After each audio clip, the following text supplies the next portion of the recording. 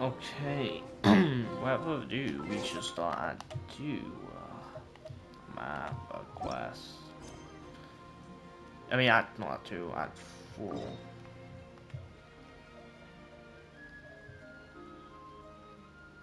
Let's get over here, I guess.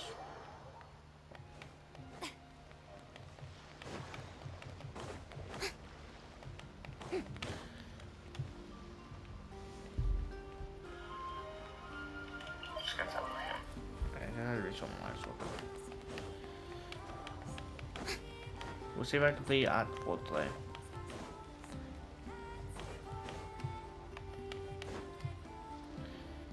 Okay. Oh, do you think the others are making good progress? Hope it's all going smoothly. How long is this all time? Hey, look! They made it back as well! Flint's, Lama! How did it all go? All is well, thank you. Nefer and Yehoda had to stay at the curatorium to wrap things up, so they won't be joining us for now. I ran into Miss Anefa and Miss Aino on the way back. Their work is still in progress, so I suspect they won't be back for a while either. You seem rather cheerful today, Mr. Flint's. I certainly am. I achieved what I set out to do and came away with more than I bargained for. More than you bargained for?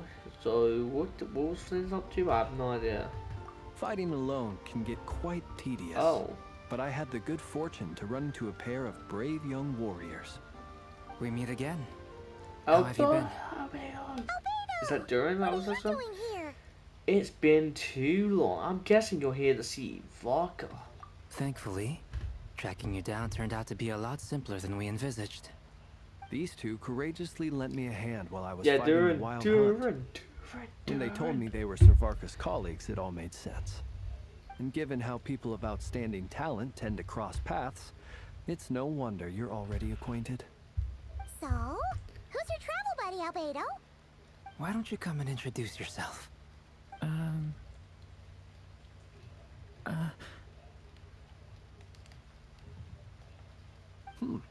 A gentleman of few words, I see, and a rather stern countenance. I presumed you were acquainted with him. Is that not the case? Wait, voice horns, you must be... It's nice to meet you. Again. We've technically met before. Wait a sec! You're Minnie Durin! That's right. It's me. I'm glad to see you again. By the way, he says it's okay if you drop the mini. Yeah, I'm not as mini as I used to be. Interesting, isn't it? Weird The first voice. step towards blending into human society appears to be reflecting on whether one's name really reflects who they are. Wow! You look so different! In a good way, of course. It's great to see you looking so healthy. Thank you, Paimon. And although you're as mini as ever, I understand that diminutives don't always convey endearment. Oh I'll my be sure to God. simply call you That Paimon could be a as a sign of my great respect for you. Wow! You're such a smooth talker now. Paimon could get used to this. From now on, you may refer to her as your esteemed guide, Paimon. Okay, Paimon, don't get ahead of yourself now. This Paimon's always getting ahead of herself, huh? I actually think diminutive is warranted. Little Paimon is pretty tiny after all. Personally, I think our little Paimon is the perfect size. Why are we talking about this? When people call her little Paimon, it's just because she's so adorable that That- they can't help themselves. That If that's not a sign is- of endearment, what is? That is adorable. Now, I'm sorry to say, you must need to get your eyes checked. Like, sure, at first you may see it, but then, like, she nags you every time you try and cross a border that's, like, not out yet. Every time you try to go outside the map, she's like, we'll come back in later, and pushes you off the map to die. And she's done it to me a couple times. There's nothing adorable about that creature. Sorry, I You're don't know. absolutely right, Miss Like, Lama. My brother still has a long road ahead of him when it comes to oh understanding yeah, that human brother's technically relationships. right. Anyway, speaking of long journeys, didn't Columbina, leave with you? How come she isn't back yet? She's been catching up with old friends. Wouldn't be surprised if you stopped for a cup of tea or 10 on the way back. Uh-oh. People are talking about me. Hope it's nothing negative. Seems like she's in much better spirits after meeting her old colleagues. Judging from your expressions, I'm guessing it all went well? It's getting crowded here. I'll go grab some chairs. No need. This is a job for an alchemist. I'll whip some up momentarily. Thank you for your hospitality, ladies and gentlemen, but I was merely escorting my friends back. I'll be meeting Zendrone shortly, as we still have some things to discuss.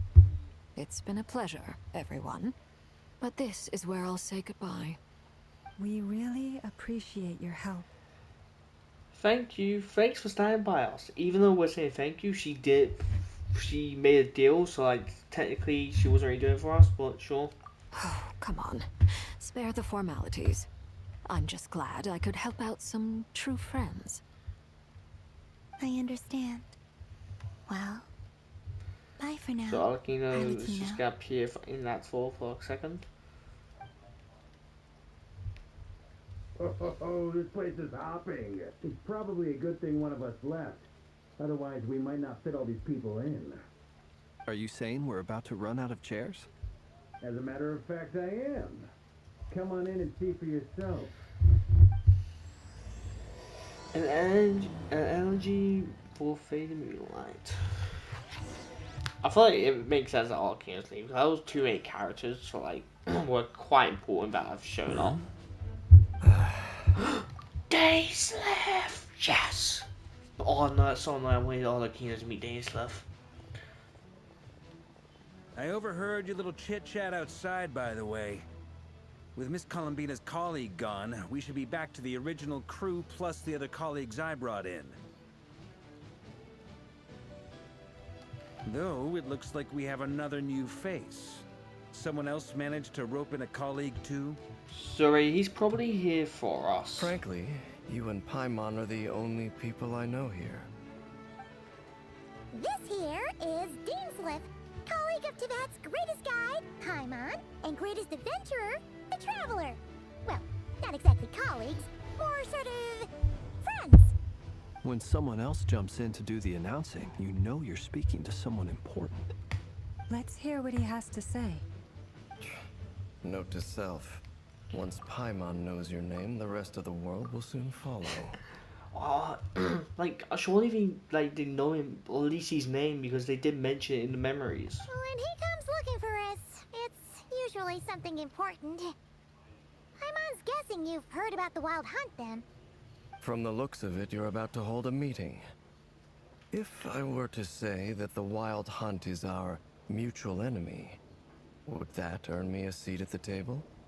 As the saying goes, the enemy of my enemy is my friend. Mr. Dainsliff, there's a seat with your name on it.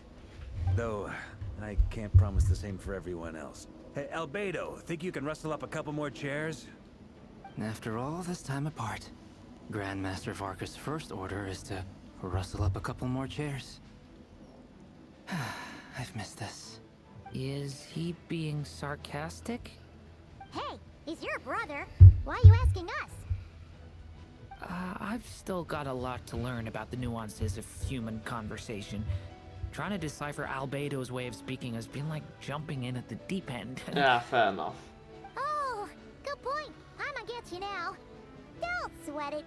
There are people who go their whole lives without getting the hang of it. You're ahead of the game already.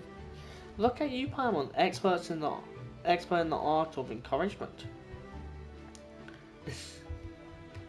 I wonder what's taking Nefer so long. That face. Perhaps you should go and check in with her. If anyone can hurry her along, it's you. Please say he's from Comria, like a thing, so he knows of like rare. Like, please I at just least. got back from the curatorium. Besides, aren't you curious to see what's taking her so long?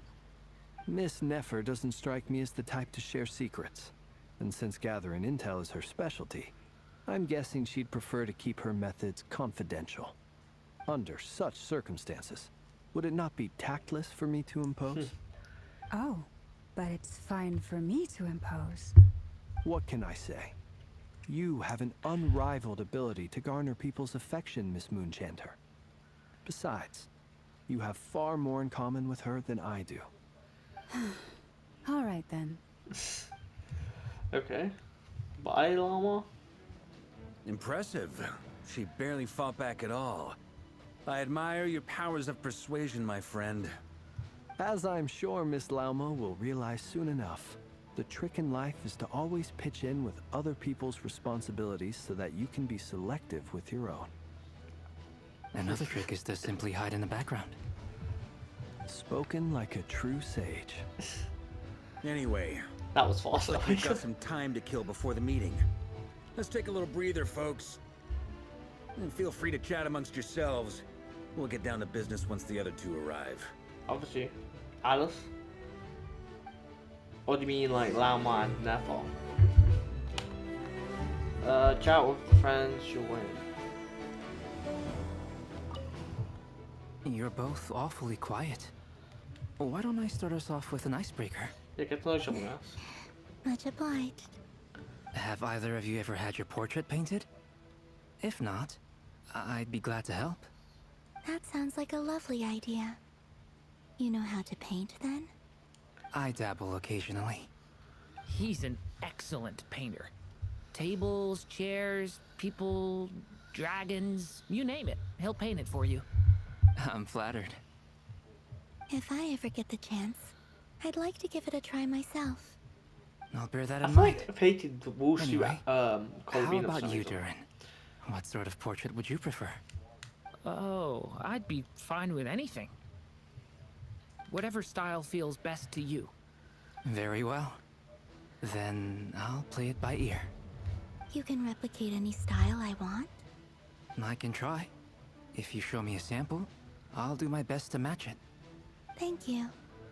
In that case, I'll dig up some reference material for you. That's nice. Dainsleif. Is there something you'd like to say to me? Starters? Why'd you just show up here without even giving us a heads up? Does he ever give us a heads up? If you think back to our previous interaction, you may recall that that's hardly out of character. Yeah, like he for never me. gives us heads up. You do have a point there. Sorted out your accommodations yet? Oh yeah, you'll need to find somewhere to stay the night too, right? Want to tag along with us? You never know. We might get a group discount. Sure, let's do that. Great! Paimon will handle it. And in return, we can get Dainsleif to be our very own personal bodyguard. Palmer, you're thinking out loud again. If that's what you had in mind, you should have said so sooner. I'd be happy to help. Oh, okay then. Paimon was only kidding, but good to know. Anyway, since we're all here together, we might as well watch each other's backs. They should have That's to just what mention, like, friends do, right? yeah. Does he not know that Indeed. Rory is here? Thank you. I would assume he does. He knows a lot of stuff. That's.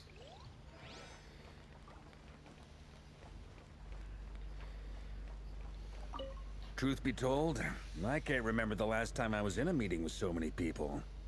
You're not alone there, my friend. The Lightkeepers also struggle to bring everyone together for a serious discussion. I don't doubt that. I've only ever met two Ratniki, one being you, and the other being that young guy, Itlua. Itlua is a good apple. I'll give him that. He's kind, honest, and regularly delivers supplies to my lighthouse. A true Ratnik to the core. In that sense, he puts me to shame.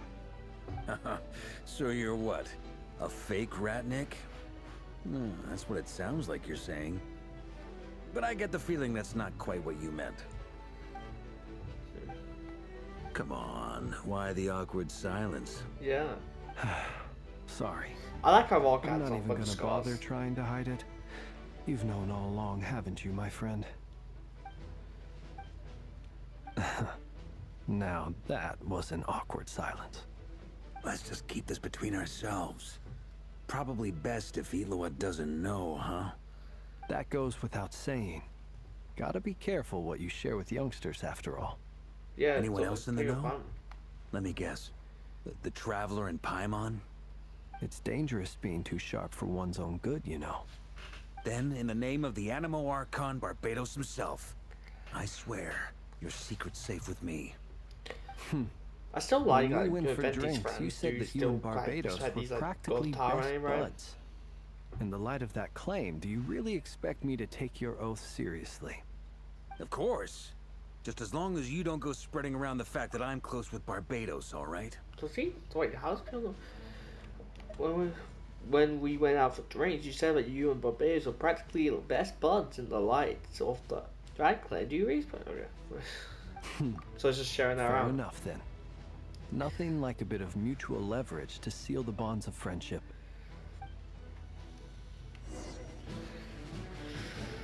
No longer offer. Like, surely Nefer picks up on it.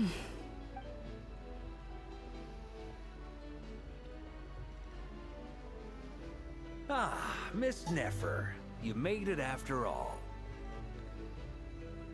But what about Yehoda? I'm here to give you an update on how things are going on our end. Once this is over, I'll be heading straight back to continue my work. I left Yehoda back at the Curatorium to watch over things while I'm gone. Huh. So much for just this once. Shh! Not so loud! We're on a roll here. What if she remembers and suddenly decides to back out? Did you say something, Mr. Varka? Huh? I didn't say anything. Right, Flints? Must have been a frog. They get so noisy around here at nighttime. It's like they're putting on a concert in the background. Anyway, before we begin, there's a few introductions to make. Let me start by saying that it's an honor to be speaking before so many distinguished colleagues and collaborators. First up, we have Miss Lauma. As Moon Chanter, she's the leader of the Frost Moon Scions, a local religious community in Nod-Krai. Then there's Miss Nefer, boss of the Curatorium of Secrets, an intel gatherer extraordinaire. Nefer is leading the investigation into Rerer's background, assisted by Yehoda and Lauma. From the little I've heard, they're making some great progress. Over here, we have Mr. Flint, Okay, so we are a interested. ratnik and guardian of the abandoned lighthouse. In our last operation, he courageously distracted the Wild Hunt to buy time for the rest of us. For those of you who've never met, this is Mr. Albedo, a renowned alchemist and captain of the Knights of Favonius investigation team. By his side is a new face for us all, myself included, Mr. Durin, who has come to lend his aid. Next up, we have the Moon Maiden and former Fatui Harbinger, Miss Columbina. Yeah. Then we have the Traveler, who's earned more titles than I could possibly hope to list out, so I'll spare you the rundown. And Paimon, the ultimate travel companion and quite possibly the best guide in all of Tevat. Yeah. That's a lot of people. Great turnout. Miss Nefer, it looks like you might have another didn't job introduce coming one. your way. So, You didn't introduce congratulations on the booming business, I guess. You think I haven't got enough on my hands as it is? Who's looking for me now? That would be me, Miss Nefer. I have a commission for you. And you are? Who I am doesn't matter right now. What does matter is that I'd like you to gather more intelligence about the Recher of Solnari. Well, it's not as if we never take on anonymous commissions. But in your case, I'll have to decline. I'm gonna take a wild guess and say your job's probably more hassle than it's worth. Something about you seems like bad news. It's my eyes, isn't it? Conrian, I assume. And what's with the mask? Are you trying to hide your identity? In any case, the fact that you're even still alive raises an awful lot of questions for me. My name is Dainsleif. And yes, I am from Conria. As I'm sure you're aware, the Recher of Solnari's real name is Rerir. He was once an acquaintance of mine. Really? Then you must have been quite an influential figure yourself. You flatter me, but none of that matters anymore. My point was simply to clarify why There's no one I gonna have bring asked up Miss that they swim Nefer in these to kind of investigate Rerir's background. So you're both from Conria, and it sounds like you used to be friends. What am I missing here? Surely you already know how he became one of the 5 sinners. I'll tell you everything I know. The history of Conria, the names and identities of the 5 sinners. I remember it all like it was yesterday. Oh. I have never spoken openly of this before, but the truth was exactly as people say. The 5 sinners were each driven by their own desires, and it was by playing upon these that the Abyss tempted them to their fall, tearing Conria apart in the process. The visionary, Vedifenir, who wished to foretell the future.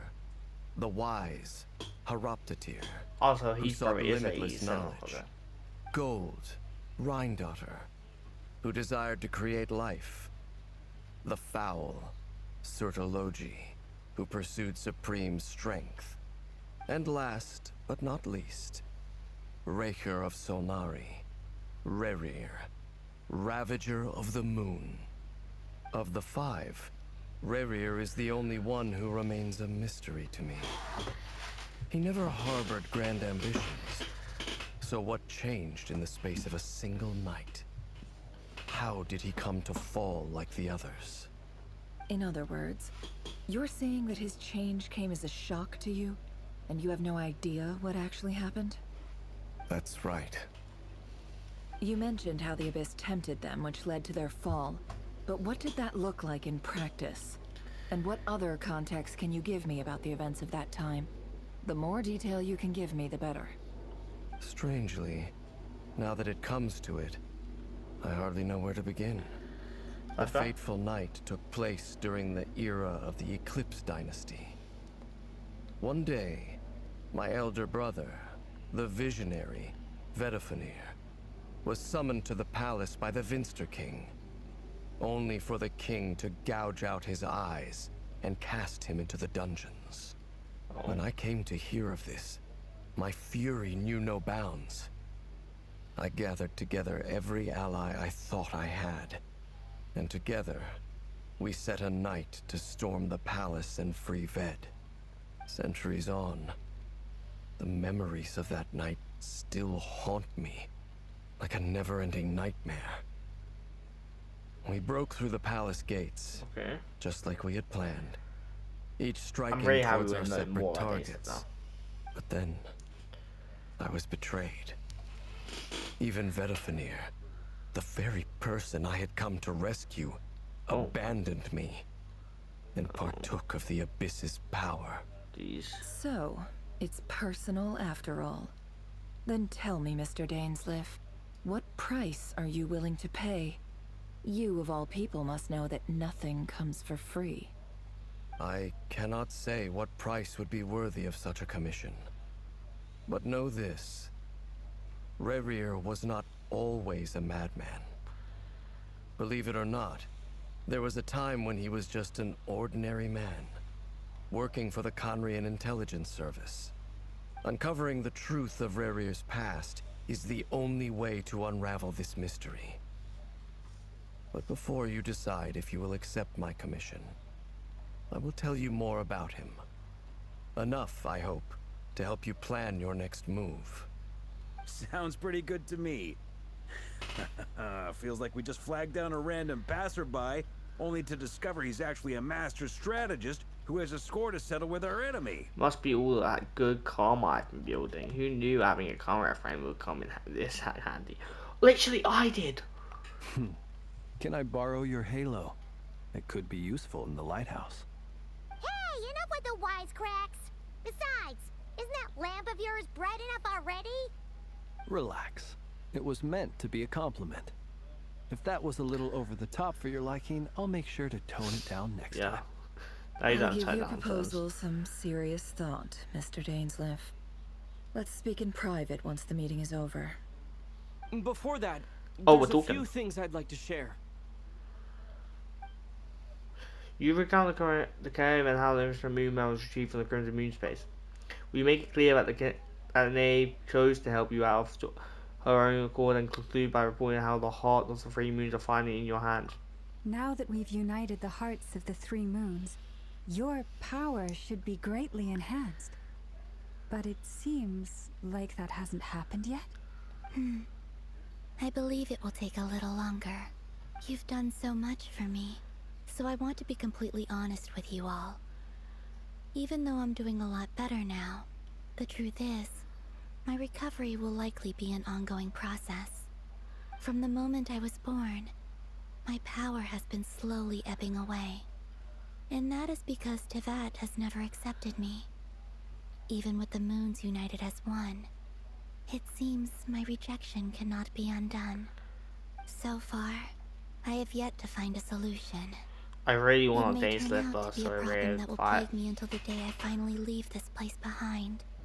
Even so, I will do everything in my power to help you drive out the Ray here of Solnari.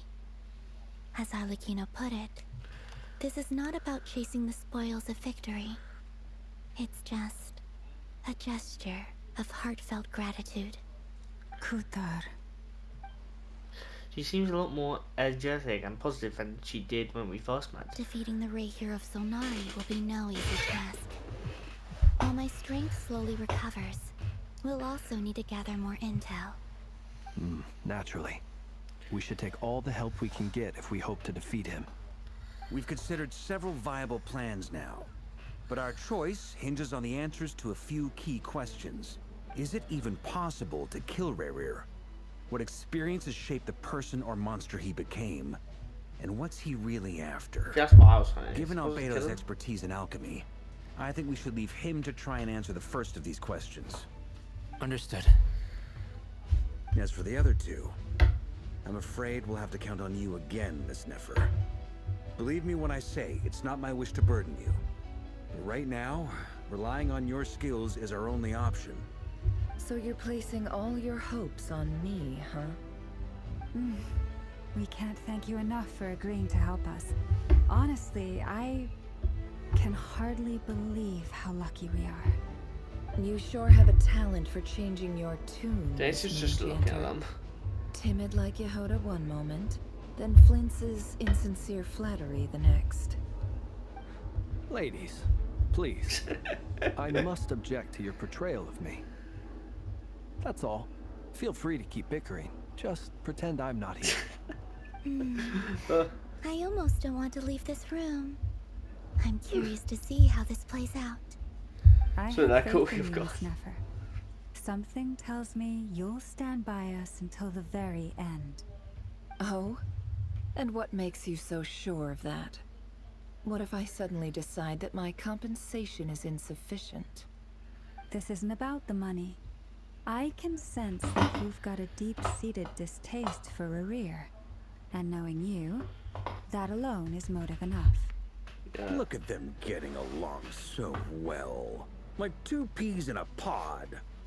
And I'm the one they accuse of insincere flattery. There is no justice.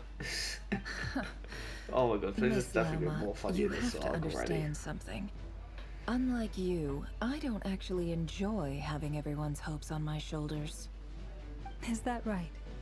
Well, maybe the fact that I'm willing to put my hopes in other people says more about me than you. But the fact is, I also trust you. And that's because I know that you're someone we can count on. Anyway, we've got our plan, so let's get moving. Mr. Dainsleif, let's talk. And Traveler, once we're finished, if you've nothing else planned, I'd like you to come thank with me. God, I thought you were just gonna This leave whole us. experience is teaching me a lot. For instance, I now know that when other issues come up in the future, I'll have far more luck getting Lauma to convince Miss Nefer than trying to do it myself. Hate to say it, friend, but that's one of the funniest things I've heard in a while. Why? You think I've got it wrong? Quite the opposite. But what makes it so hilarious is how long it's taken you to realize.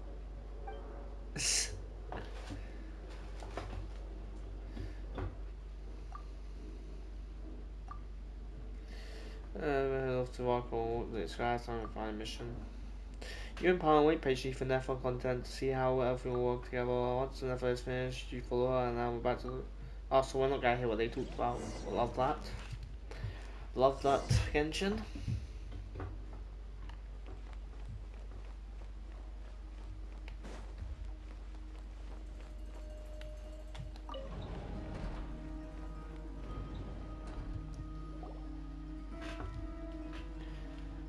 Thank you for waiting. It's okay. We actually used the time to help Dainsleif get a room at the hotel. Yeah, totally. That's very considerate of you.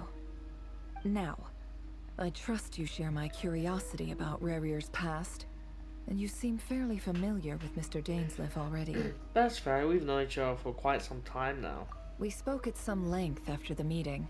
He was the one who suggested I should invite you to join this operation. He feels confident that these secrets will be safe with you. Dane has a lot of faith in us, that's for sure. Thanks for your trust too, Nefer. Likewise.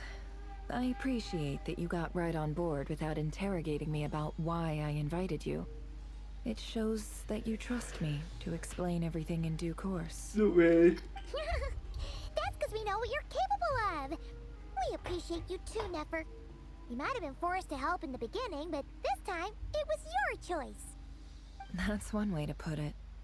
Another is this, that once a decision's been made, it's set in stone. After that, my only goal is to see it through. Alright, so here's how it is. I'm going to access Rerir's thoughts again using my confidential method. Now, I'm sure you've seen things like this before on your travels, so you're surely well aware of how dangerous it can be.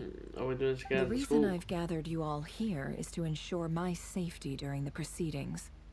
I plan for us to enter the fragment of his consciousness together, and once inside, I will focus on searching for information. Think of this as a diving expedition into someone's brain. If I'm the diver, you are my safety equipment, tasked with keeping me alive while I'm under the surface. Once the ceremony begins, we will all be spying on privileged information. But in the interests of safety, you must remain absolutely silent at all times. We will discuss our observations after the ceremony has concluded. Okay. Lastly, We'll be any reading our thoughts individuals of a weaker constitution are advised not to partake in the ceremony. In any case, Paimon has her own job to do, Yeah, which Paimon's gonna requires leave. staying in the room, but not joining the ceremony. Never considered the details of her, because especially the details of her confidential method. It appears her brain died intending her trade secret. Well, good luck, everyone. Sounds like all Paimon can do is cross her fingers and root for you guys. There's a little more to it than that. I was being serious when I said you have a job to do. While the rest of us are inside Rerir's mind, it's imperative that we have a team member on the outside. In the event that something goes wrong, you will be our first responder. I don't anticipate any issues, but the extra level of safety will be greatly appreciated. I second that. This is a dangerous operation here. And we're putting our you're trust our in whole Paimon? rescue team. That's pretty much the most important job in the crew. So, Paimon's like the lifeguard? Yeah, that makes sense. Alright, got it. Good. Please, take a seat. We'll get started momentarily. If something happens, you didn't really tell Paimon what to do, so like... So, did Mr. Dainsleif tell you anything else? He told me that he believes Rerir kept some big secrets in his life. He's not sure that they were the cause of his eventual downfall, but he's asked me to uncover what those secrets were all the same. But surely you're not planning to go through with this, no matter the cost. If you think that, you'd be overestimating me. I'm a businesswoman, not a mercenary. But I do have my own professional reasons for taking this job. You think I'd turn down the opportunity to get a first-hand glimpse into Conrian history? No chance. Well, as long as you don't let morbid curiosity get in the way of safety concerns, we're good. We'll do whatever we can to help you. You're such a killjoy. She got incense candles almost like a Sumerian ritual, summoning ritual. Seems like Nefer still has no intention of sharing her trade secrets, but that was not exactly the word. Nod-Krai is a trade secret for a reason. Why would you share anything about your trade secret? I see there's a chess set on the table. Could that have something to do with her intel gathering methods? Stop All thinking right. about that. I'm good to go. All set over here too. I'm ready as well. Promise, Paimon, you'll be extra careful. I pinky duper super promise. All right. Let your whole body relax. We're about to begin. Close your eyes. Close my eyes in real life. Constant thing. Can I open them? Phew. Could this be his office? Oh. Whoa. Pretty standard setup. Bookshelves, paperwork, files. This is her in her According to head because it has Dainsleif, the little Rary things used around to it. be an intelligence operative. Chances are there's plenty of top secret intel stashed away in this room. Is this where you keep your secrets, Rarier? Can't say I'm not looking forward to this.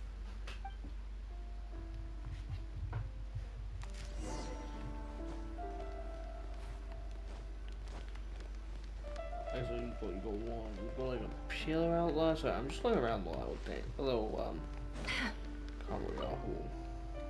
A box containing a ring inlaid with a precious gem. This is his engagement Must ring. be for his obviously. girlfriend. Yeah.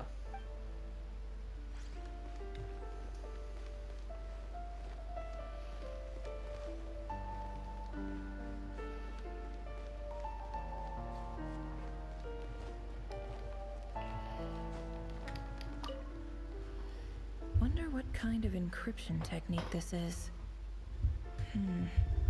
Seems like it has to be inserted into that camouflage device nearby.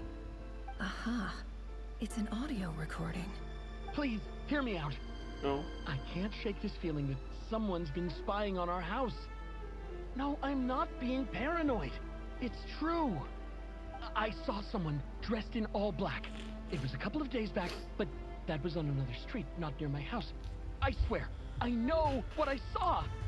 There's a note in the margin. Surveillance of the Runforther residence has concluded. We apprehended the target and filed the mission report last night. Could the voice in the recording belong to one of Rarier's targets? Okay.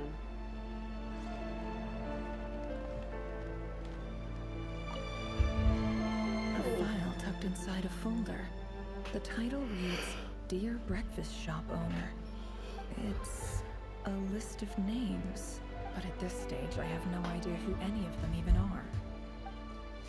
You should memorize them just in case they stuff knows.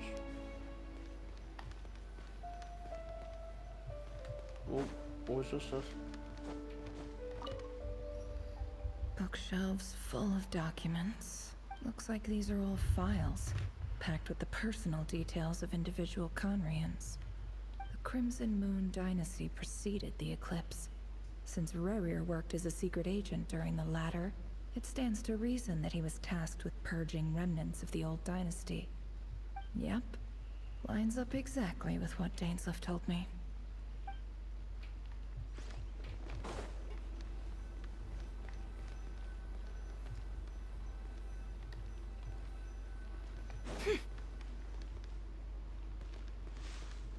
So it's just looking around. Sky.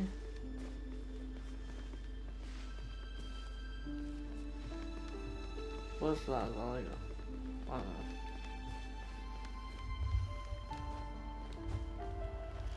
Time to. He looks even gloomier than last time. I wonder what's changed. Okay.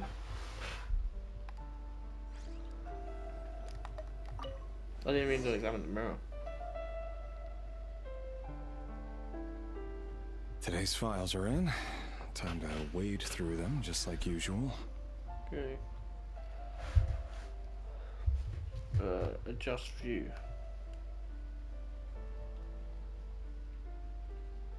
Huh?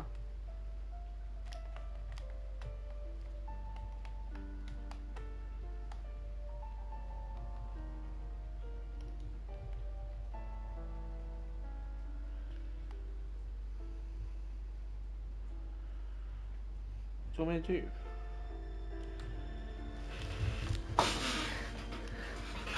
Wait, do I meant to like draw something? Going to become him? Trying to just few.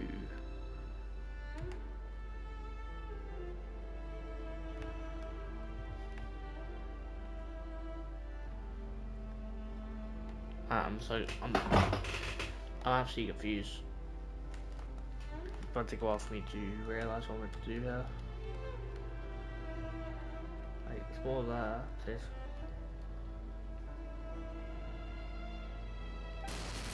Right. Male, 51. Occupation, cook. Confirmed Crimson Moon descendant. Has maintained frequent contact with other descendants over the past year.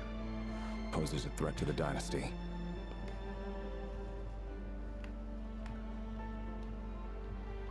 Neutralized.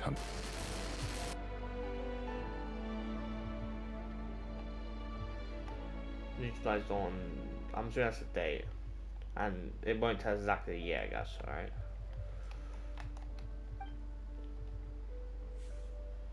And he's this dead. one should be archived under purged targets.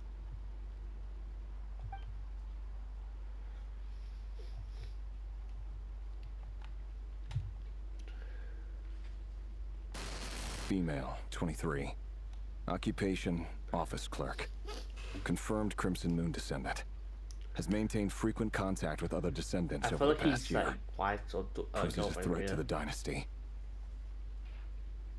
Neutralized. Another one for purged targets. Sounds like she was that other man's daughter. Never mind. What's it got to do with me?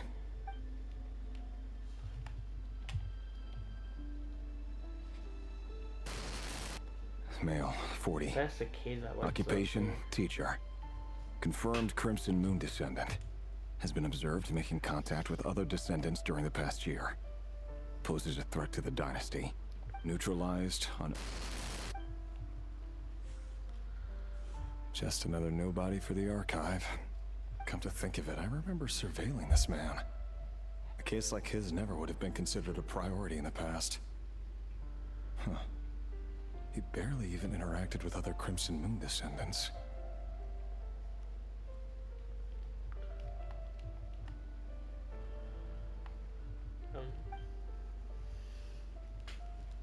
Oh, one sec. I'm not going for all of these, alright? Female, 16. Occupation, none. Orphan and confirmed Crimson Moon descendant. Has been observed making contact with other descendants during the past year. I'm pretty sure this guy Poses made a threat to the dynasty. Neutralized on... Oh, he's dead. Sorry, never mind. Filed.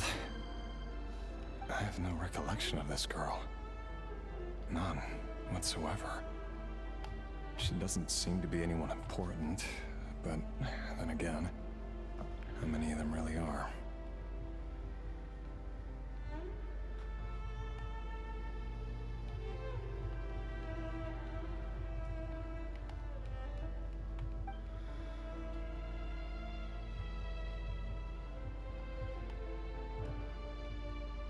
Let's see if I talk while I do this. Female, 13. Occupation, none. Orphan and I think the lip Crimson read what he Moon says, like a descendant. spider with Has actually been observed single. making contact with other descendants during the past year. Posed neutralized on... Doesn't talk.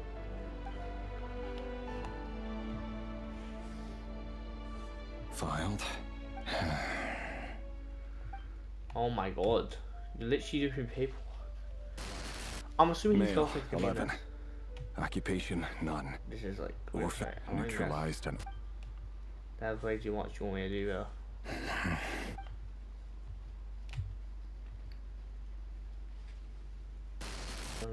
Male. 6. It's funny, isn't it? Your job is becoming both harder and easier at the same time, depending on how you look at it.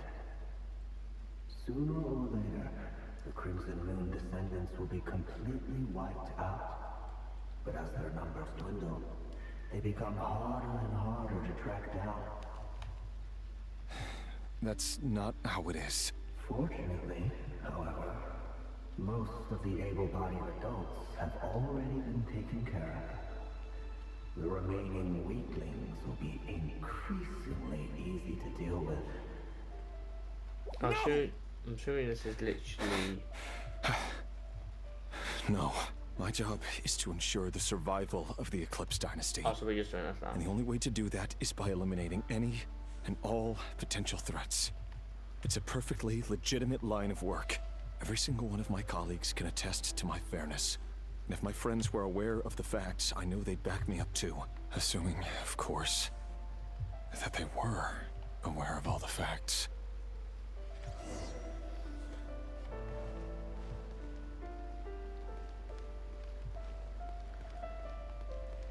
That's definitely like what what made him go crazy. Look for veg.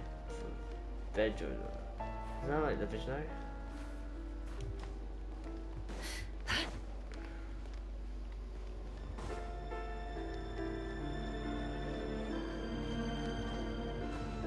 Yeah, how do I get out of it? Come here, look for it. I don't know how to escape this whole thing. What do you want me to do? Oh, okay.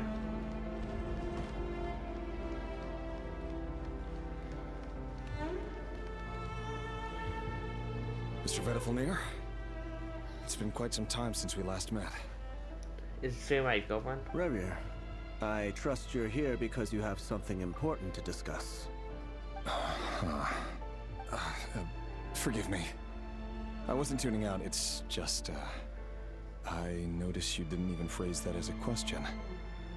As if you knew I was coming. Tell me, does someone in your position ever feel the need to ask questions at all? It is indeed within my power to foresee certain things. Things like your arrival. Okay. I was just thinking.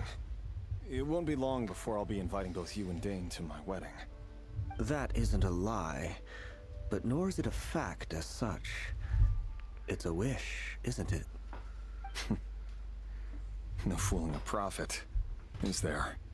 Ever since that day we met for drinks, I knew it was only a matter of time before you came looking for me. Does it feel good? Knowing how the future will unfold. I'm afraid the notions of good and bad fail to capture the complexity of what such a power entails. Once you've seen what will come to pass, it can be all too easy to succumb to fear and melancholy. Unless, of course, you learn to abandon these feelings. You fear my silence, and long to hear the words I left unspoken that day. That's right. You must have noticed my reluctance to broach the subject, and the reason is simple. Because the truth could never have lived up to your hopes.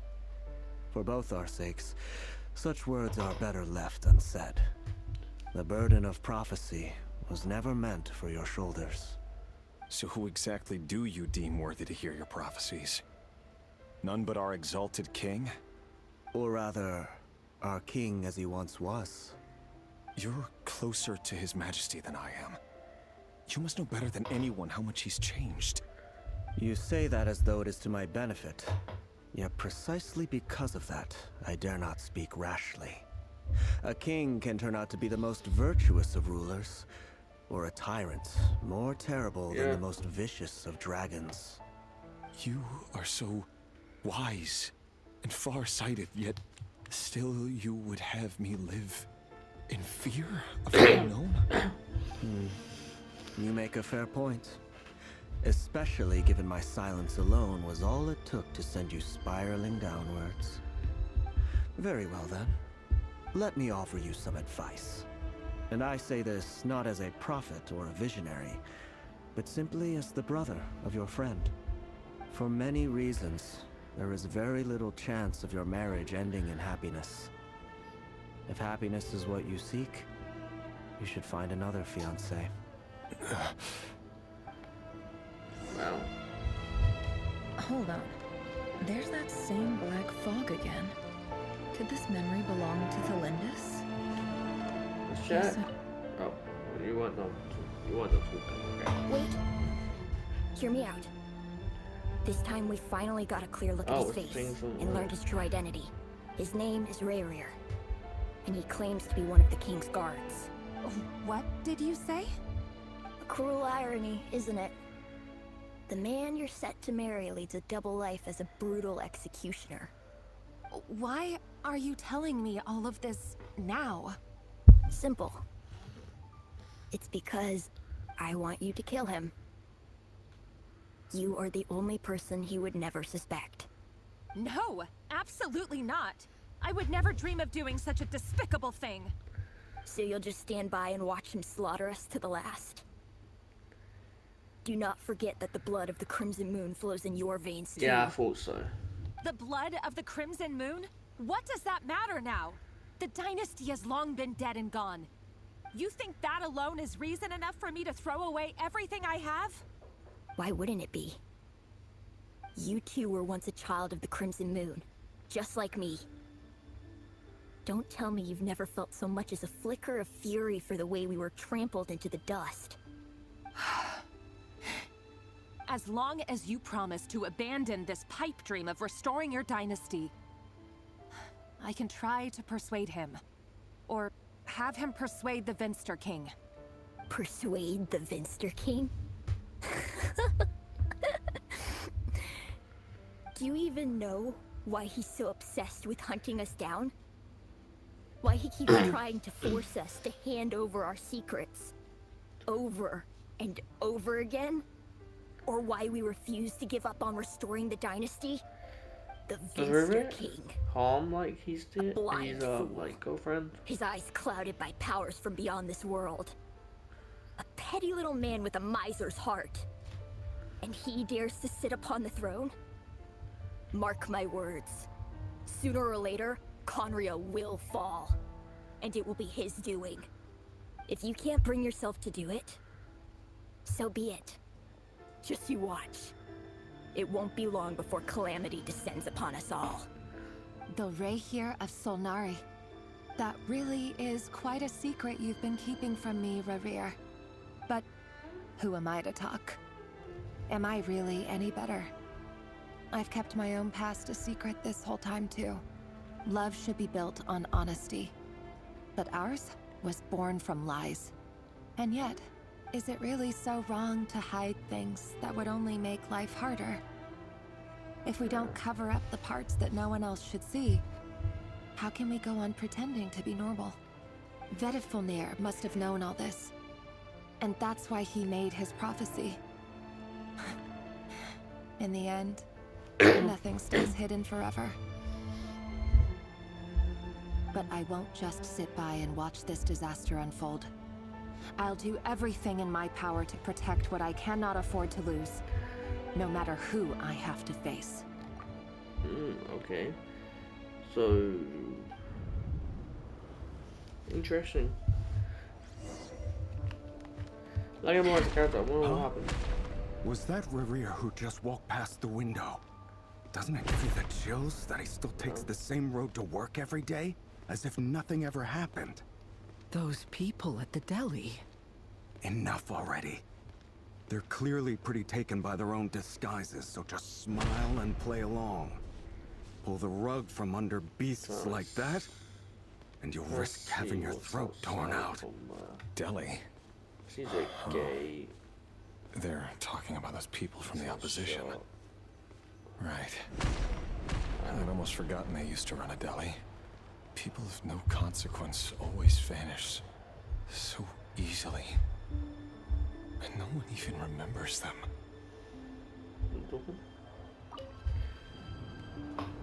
But surely you can see he's not the man he pretends to be. So many have died already, and they say that the king's madness grows with each passing day. We're not going to survive this, are we?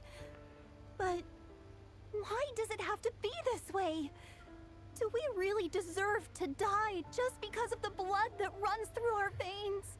Why the heck would you still stay in Conria? Wouldn't you just leave? Like, I'm sure they're not gonna hunt you throughout the whole nation. In other nations, you'll probably still be protected or something. Like, go to Cincinnati or something like that. I don't know how powerful they were back this day, or go to like a nation far away. I'm sure they wouldn't even bother like hunting you down if you're that far away. Felindis! Are you even listening? Sorry, Freether. My mind was off wandering. I heard you, though. You're talking about what Rerir said. He's just following the King's orders. He's a secret agent, and it's his job to hunt down rebels and dissidents. By the time you first met him, he'd already taken lives. Maybe he was using you from the very beginning. No. Rerir has no idea I have anything to do with the Crimson Moon. My family are only distant relatives of the main lineage, and besides, my eyes are perfectly ordinary. Truth be told, apart from my teacher, pretty much no one knows I have any connection to any of it. And you're saying it out loud. It's been a long time since my family severed ties. But as Orlog said, who could possibly talk sense into that raving lunatic of a king? No one. I'll work something out. Trust me, I'm with you all. But for now, you need to keep yourselves hidden.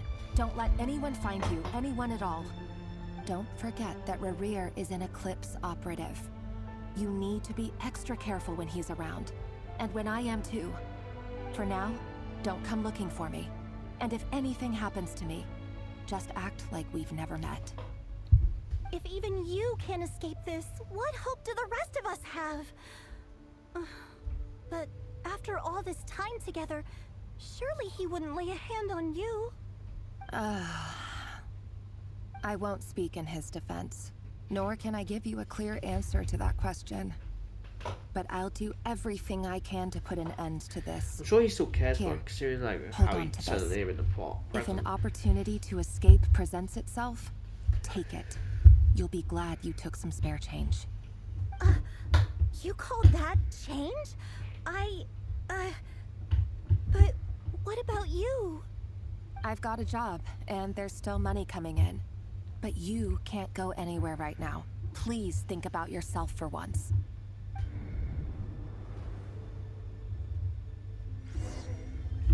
Go to the training room.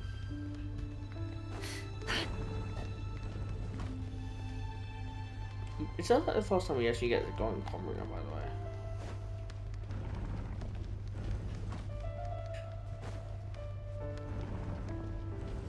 Another day, another round of assassination training.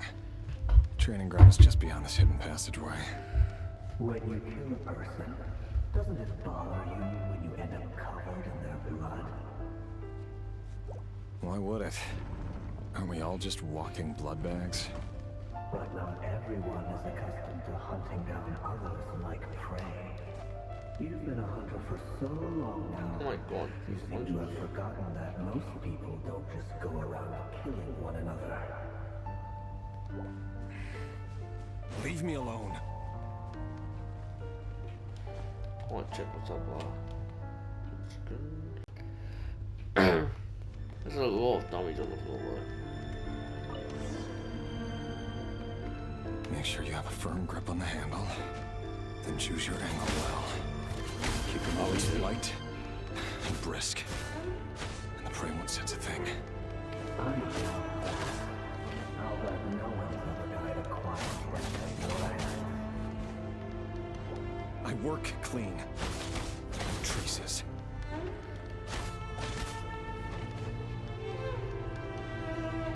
It all adds up. That doesn't make it open. The king just has to see now. What if something doesn't? That won't happen. He's changed. Ever since he fell in the beginning, he only had to take out a handful of the The ones I've dealt with have always been guilty. And I've carried out my work flawlessly. I don't feel like this ends.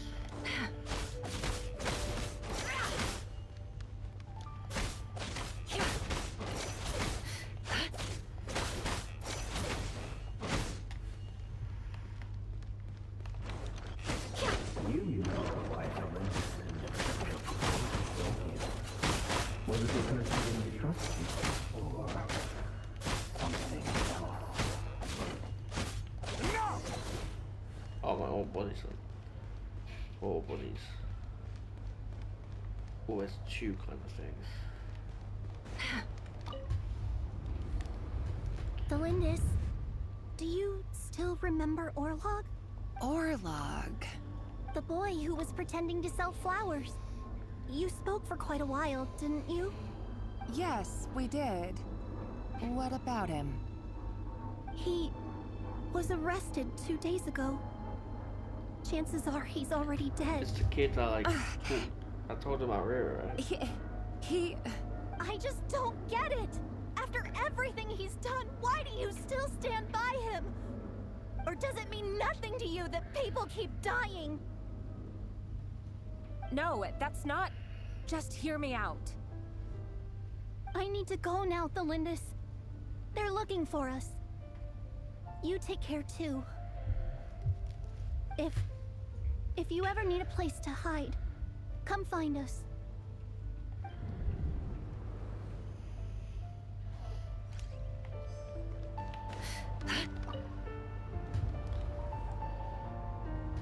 Author Thelindis.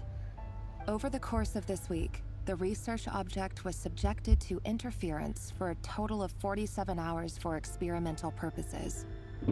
The results are as follows. All subjects of observation that were sent inside have now... The situation within is proving more problematic than anticipated. No progress whatsoever. What now? Won't you give me even a glimmer of hope? Things are getting worse by the day. I have to find a way or we'll all be in danger.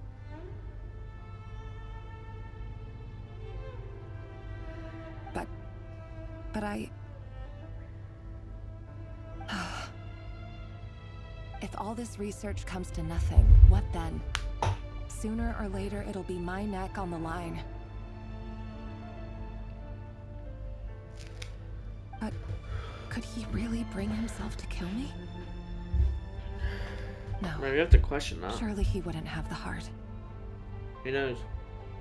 I feel like he didn't, but then again, I feel like the king killed Thelindis in front of him. I feel like that's a possibility, but then again, there's also a possibility she's still alive. Why won't you just let us go? We don't even know each other. All we want is to live ordinary, peaceful lives. Oh. You want to live?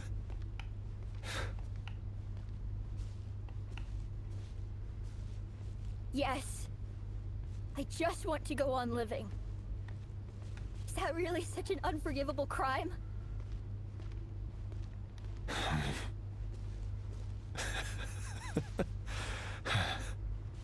You want to go on living. I want to keep living too. To keep living forever. That's why I have no choice but to continue on the path I'm on. If only some savior would suddenly swoop down and change the way the world is. Too bad that's not going to happen.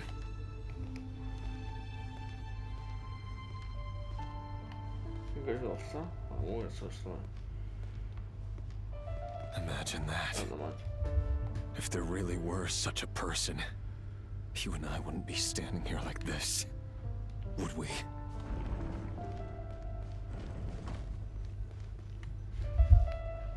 Today's files are in. Time to wade through them just like usual. No, I don't get tired of it. It's my job. And not only am I lucky to have it, I'm good at it too.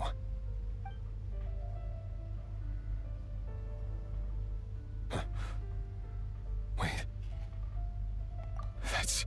Yeah, it's thingy. Thelindis?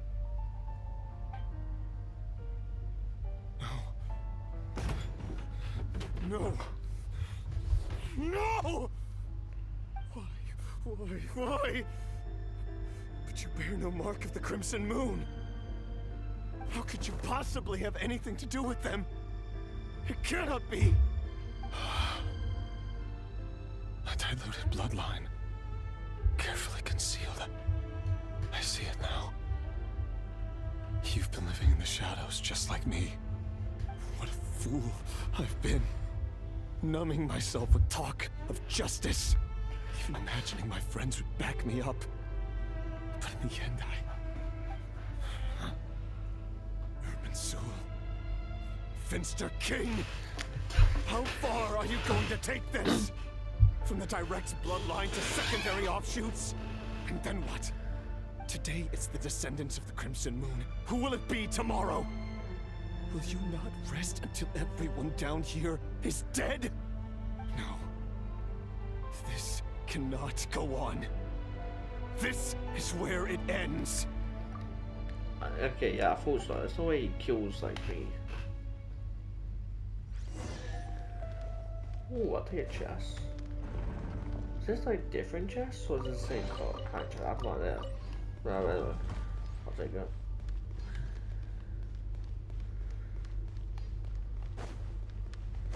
Ooh, are we actually gonna see the Visitor King? Like, or is he just still got shots up?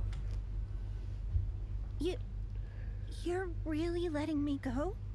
I am. As long as you can guarantee that no one will find you. Don't worry, I'll be extra careful. No one will know I was here. But what about you? Me? If you let me go, you won't be able to complete your mission, will you? Good point. In that case, maybe you should stay. No, please! I just want to see the outside world again. To... Go on living? Yes. I know you're a man of your word. So please, just let me go. If I let you leave, what will become of me? Just kidding. Go, now. But remember, don't let anyone know you were caught. We'll be seeing each other again very soon if you do.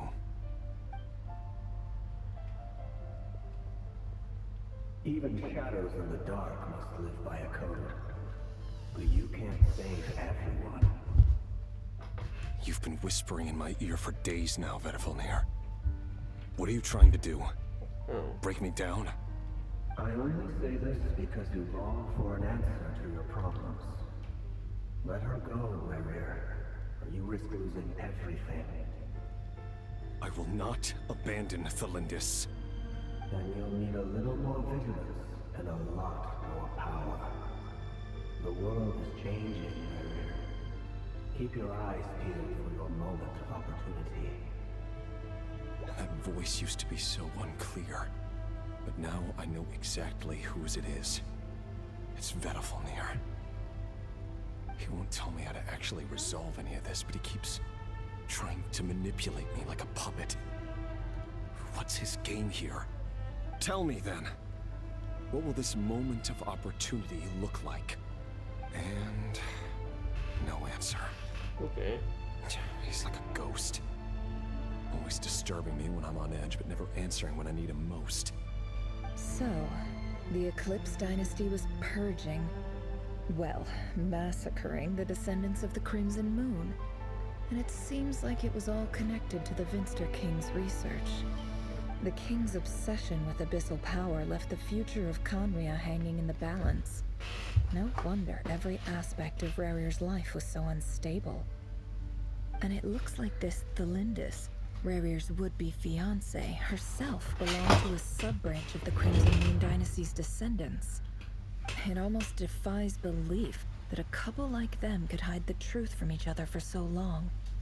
If the Vinster King hadn't intervened in such a drastic way, they might have gone on deceiving each other for the rest of their lives. And why does Vedifalnir, Dainslif's older brother, keep talking in Rerir's head? This guy kept more secrets than I ever imagined. The human mind is like a vast desert of shifting sands. When you follow the flow of someone's memories, you only ever see the parts they're willing to let surface.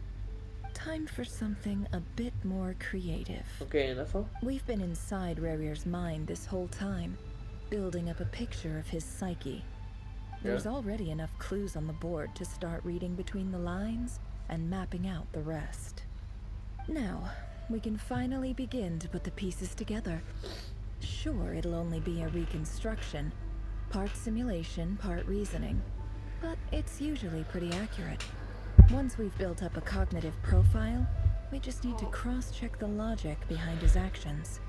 And then we'll be able to take a sneak peek at whatever it is that Rerir has really been hiding. We were in there for like half an hour.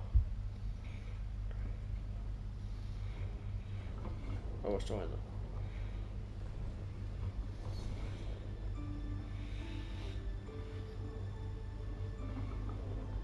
Rerir, are you there? Is this like the betrayal of Dainsleif?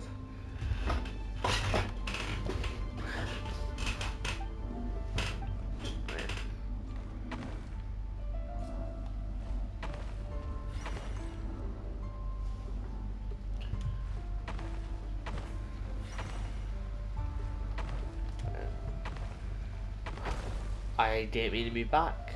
I swear I went forward. I literally did that, but I moved back. Hey, Rerir! Come out, it's urgent! Is this out? What's wrong? Quick, come with me. I'll explain everything once we've met up with the others. Okay, I'll come. But the Lindis is still over at yeah, the this is Dainsleif's like rebellion, right? All right then, but make it quick. I've never seen Dane so worked up before. Whatever this is, it must be big trouble.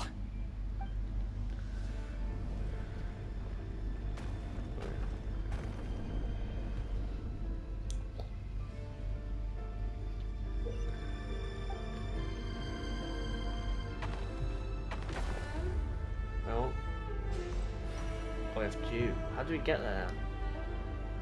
Well, I'm actually confused how we get there. Because I don't have. That should go diagonal.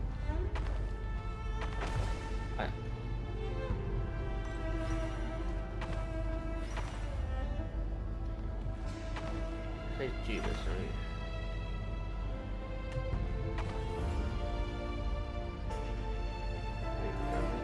Makes no sense.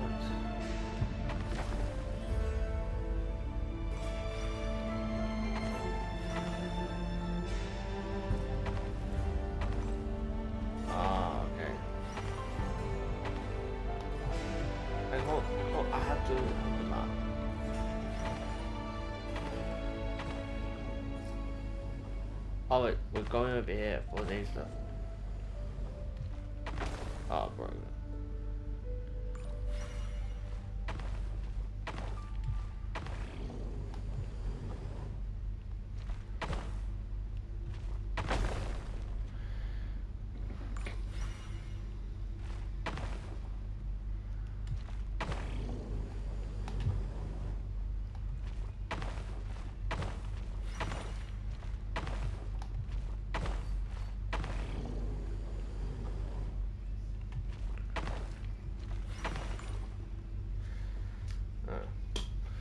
Sounds like really weird.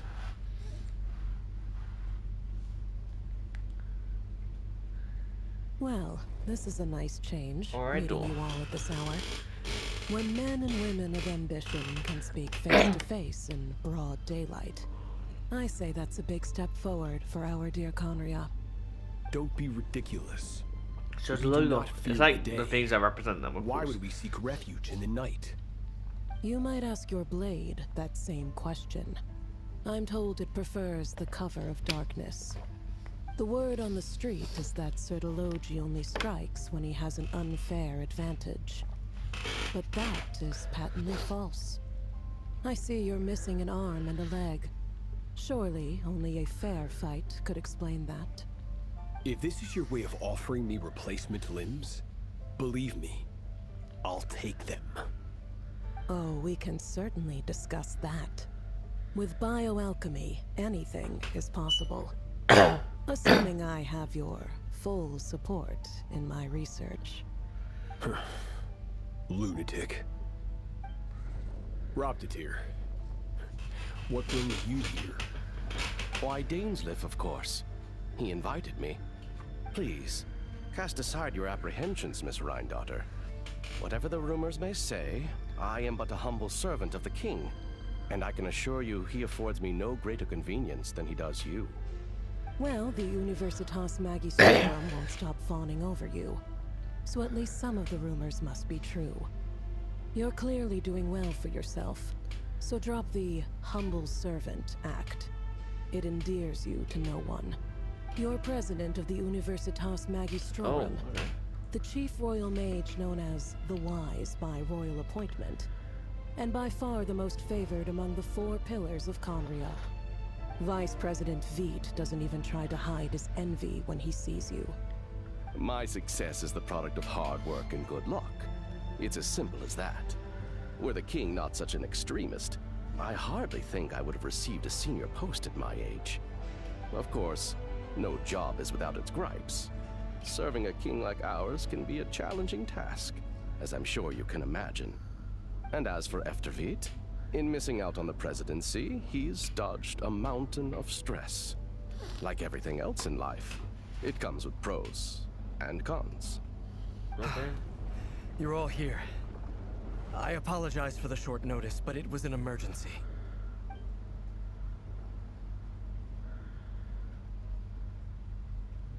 You must be Rerir. Mr. Sertologi. Yes, I handled your case file during your sentencing. Nothing personal, of course. I'm pleasantly surprised that you remember me. You're clearly a person of substance if you've been invited here. But Dainsleif, you'd better have a very good reason for convening this little gathering. It's my brother, Vedalfenir. After he spoke at the court this morning, the king was so infuriated by his words that he had him blinded in both eyes and thrown in prison. Vedalfenir in prison? Strange. I thought the king trusted him and Horoptatyr more than anyone else in the world. Yeah. Does this mean the king's circle of trust just got even smaller? It has nothing to do with trust. It's about what the king wants, which is as clear as day to anyone paying attention. I simply appease him, because it's in the best interests of the Universitas Magistrorum. And also because you're slimy. Vedalfenir, perhaps less so. But still, a visionless visionary? It rather inclines me to think that qualifications are not what get you ahead in Conria. Do you honestly think this is an important discussion to be having right now? Dane, what are you planning to do? Rescue Vedalfenir, I assume. Correct. It will mean storming the palace by force. Tonight.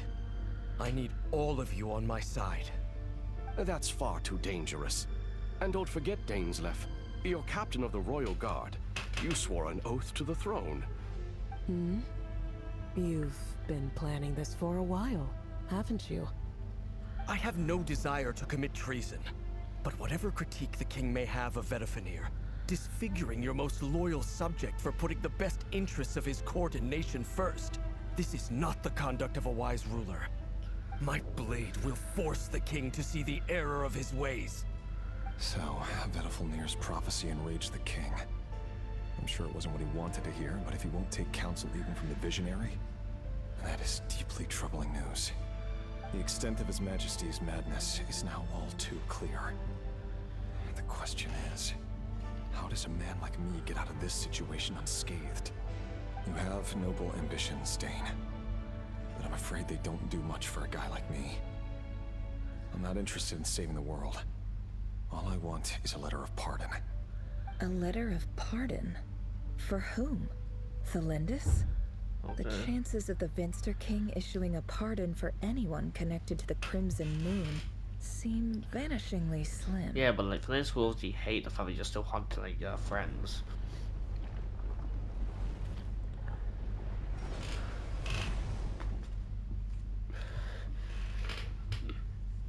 This black fog over the board must have some connection to Thelindis.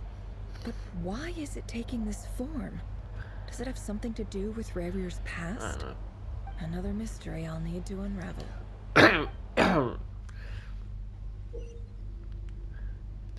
Oh, number of actual. I'll work on it. Okay.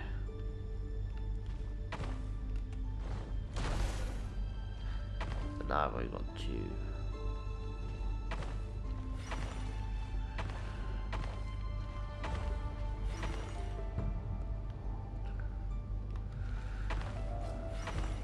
This is the best way to do it. You do that. Oh. I didn't mean to move forward.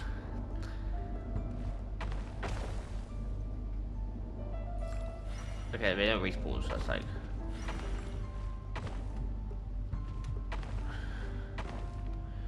That's not right.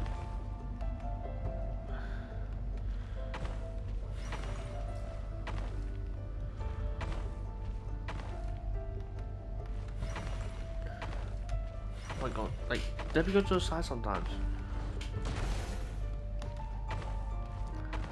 Well, there's that, but I spawned right here, so it's like not like too big of a deal.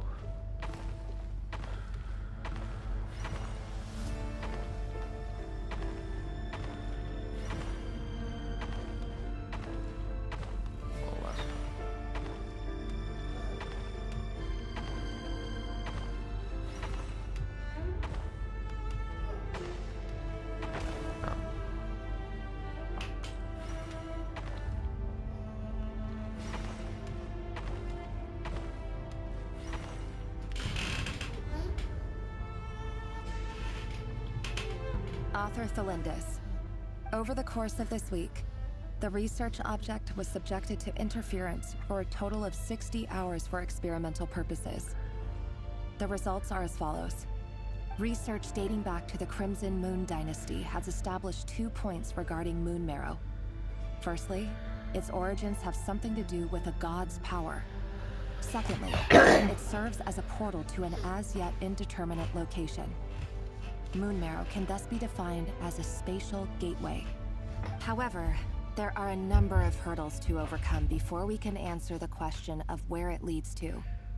To start with, opening the gateway requires a specific power source, which the relevant literature indicates. An enormous amount of power is then required to keep the gate open.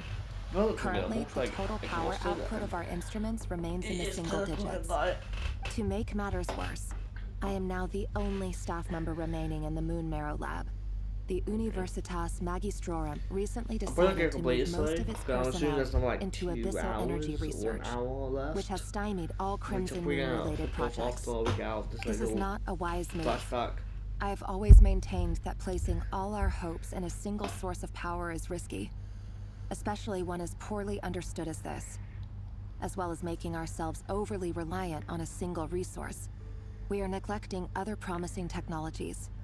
I apologize if this comes across as disrespectful, but as a Moon Marrow researcher, I desperately want to see the world beyond the gateway.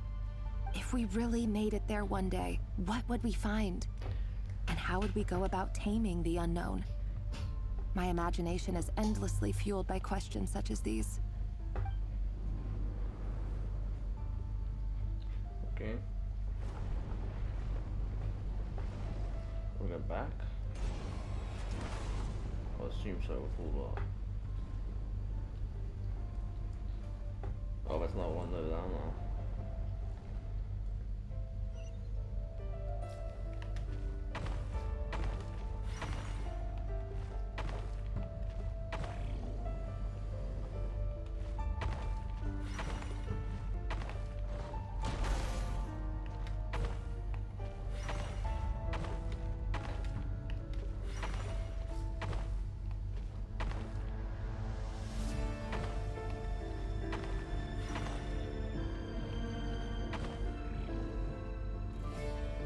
Yeah.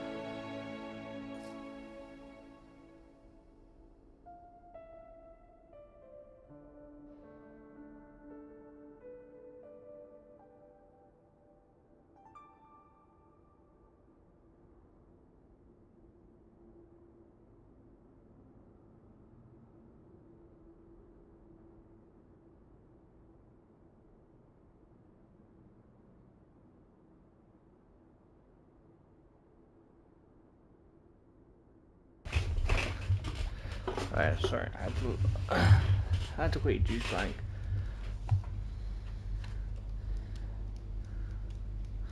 I had to let my... I'm gonna die. Okay. How do I go about this then?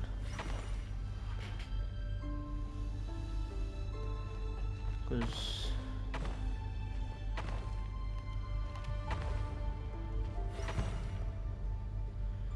this doesn't really... There's no way on sun.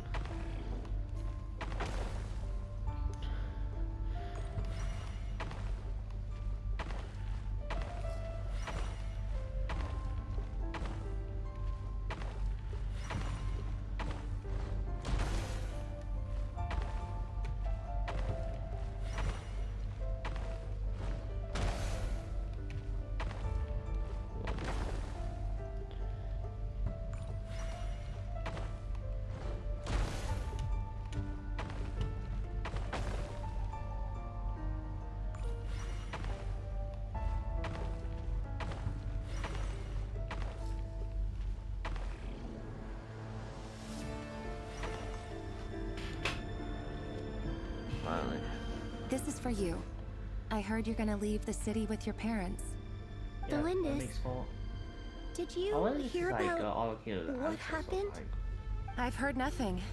Rerir got back very late last Friday, and he was acting a little unusual, but he slept pretty well, so I'm guessing whatever he did was a good deed.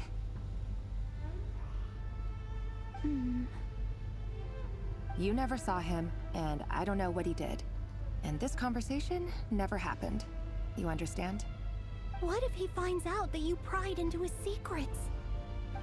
Don't be silly. I don't know what secrets he does or doesn't have. All I know is he's just a normal guy who happens to run some errands for the king. Are you scared of him? I don't know. The Rerir I know doesn't match the person you all describe. Logically, I should be scared of him. And yet, I don't want to lose him. But enough about that. Okay. You should get going, and be careful with the package I gave you. Keep it secret. Keep it safe. What's in it? A piece of the moon. All you need to know is that as long as you keep it safe, then in the future, everyone will be able to see a red moon. A red moon? You mean our moon? That's right. Our moon. Promise me you'll look after it. I promise, Delindus. The Crimson Moon bloodline will never die out. Its light, the color of blood, will become like a fire that flows in our veins, no matter how long it takes.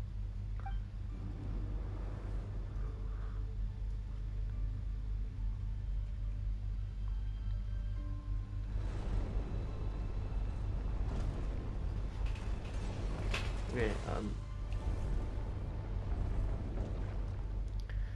going over there.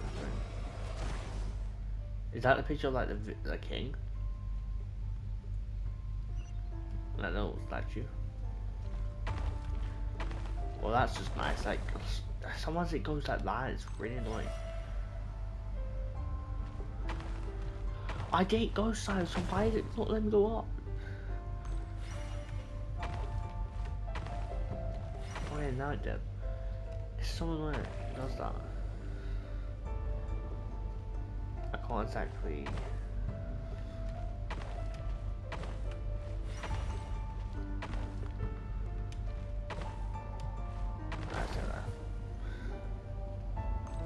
I'm assuming it's down here then. Right the right way.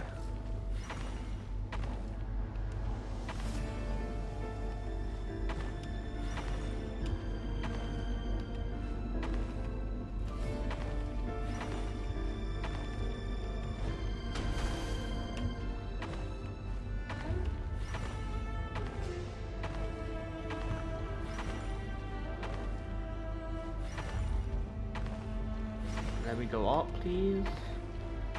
Thank you. go there.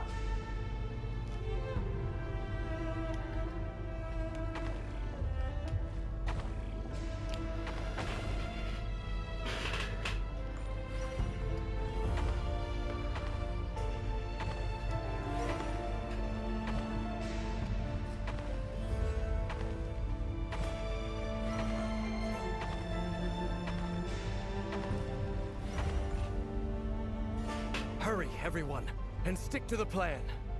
Sir Dainsleif, what are you? Is this treason? You know what happens to those who betray the throne. Please, don't do this! It is the king himself who has betrayed the throne. He has betrayed all of Conria. If you have any love left for justice in your heart, you should join me. It's showtime. Dane and his group will handle the troops in the palace. Then Hraptatir and Rhindaughter will disarm the security measures. My job is to enter the prison and rescue Vedifalnir. Stay safe. Wish me luck. Look after my brother. Draw your blade. It is time for justice to prevail. Okay.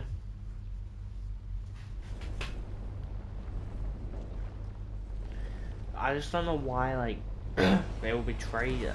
I forgot Rada is coming here too, isn't she? I don't know if she's coming in this update or like Act 5. But she does arrive in thing, I'm pretty sure, right? So I really wonder how Dainsleif will communicate with her if they do talk.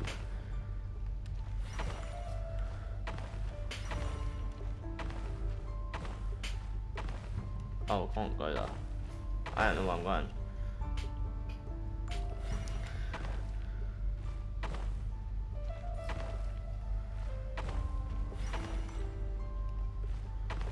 Oh no.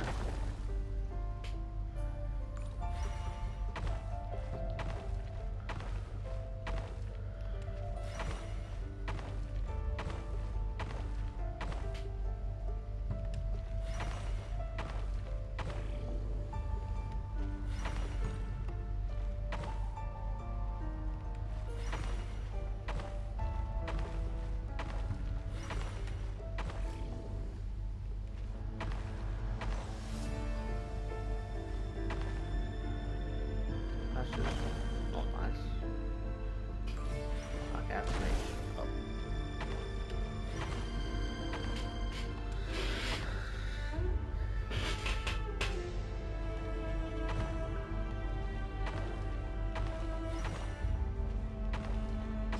That's just not what I do.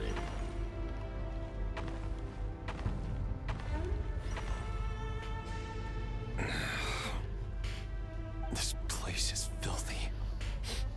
And the smell is abominable. Clearly, the king doesn't allow his prisoners a single shred of dignity. This is dire. Yeah. Found you. Hello, Mr. Vedifalnir. Ah, it's you. Surprised? Oh, wait. I guess surprise isn't an emotion that prophets feel very often. I certainly felt some surprise in the moment when I was blinded. Surprise at the king's sheer ignorance. Surprise at just how unfairly this world responds to words of earnest remonstration. I'm curious. What did you prophesize this time? It wasn't a prophecy. It was a word of warning. Someone had to say it. The king has forsaken all reason in pursuit of his obsessions. I simply told him that if he continues on this path, Conria will surely fall. But he didn't listen. Worse still, he stabbed you in both eyes and locked you away. Dane asked for my help. The court is in complete chaos now, but I'm sure you predicted that. Everything is transpiring as I foresaw. Yet I am powerless to change it. Fate is an immutable force. I can but lament as the inevitable unfolds. I do wonder whether giving a man the power to see the future does nothing more for him than slowly crush his spirit. Forgive my curtness, Vedifalnir, but the king did not suddenly turn on you today.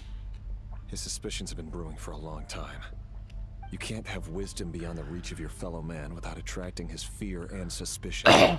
There are things the king does not want to see. So, he doesn't want you having visions of them either. He blinded you because he thought this would make the visions stop. He wasn't entirely wrong. I did indeed lose my power to see the future. Right up until... Until what? Just now. I believe I saw something new. Well, tonight could go a lot of different ways. 5 of us banded together to storm the palace, also we could rescue you. This will go down as the most tumultuous day in Conrian history. I sense hatred in you, but also hope. A desperate hope that with the tyrant deposed, that will be the end of the story. But this is not the end. It is the beginning of a new chapter in a whole new story. Okay, there are many men of honor and courage in this world, Rerir. But you are not one of them. You're not here for justice, are you? You're here for yourself. Is that a dagger? Interesting. Why not the polearm? It was always your weapon of choice. With your abilities, I don't doubt that you were able to recover some of your sight. But I also doubt that you want to make an enemy of me right now. Of course not. We're on the same side, aren't we? We could be. But I need you to be honest with me, Vedafalnir. At this point, you're my only hope for the future. You mean your future? With your beloved, Thalindis? Yes. And I know there are bigger things at stake here. A dynasty, a nation. So I don't like talking about. I'm just like listening to this really like I care like first and foremost about myself. I can't abandon the world to save myself. I just can't do it. But you see a broader picture of the future than I. Somehow you I've see been the here, solutions to like, the biggest basically an problems of hour. our age. So tell me, what is my solution? What's the answer? In matters of fate, answers are either right or wrong. What will be, and what will not. Maybe you are willing to pay a certain price in the pursuit of happiness, but unfortunately, fate does not negotiate. Okay. That is the cruelest thing about fate. It is unmoved by Also, I your do like the whole like sacrifices. piece of kind that shows what they are, what at least their Can't weapon be choices true. and stuff like that. I know it's your voice that I keep hearing in my head, urging me to see how the world is changing, to seek more power, so I can protect the things I love. You show me disaster, but you won't show me how to avoid it? Why? It's Why just are little you things doing that all move this? in the mirror dimensions My and stuff. voice. In your head.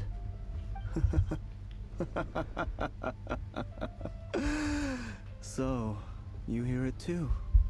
The voice that steals your mind, gains your trust, and drives you crazy.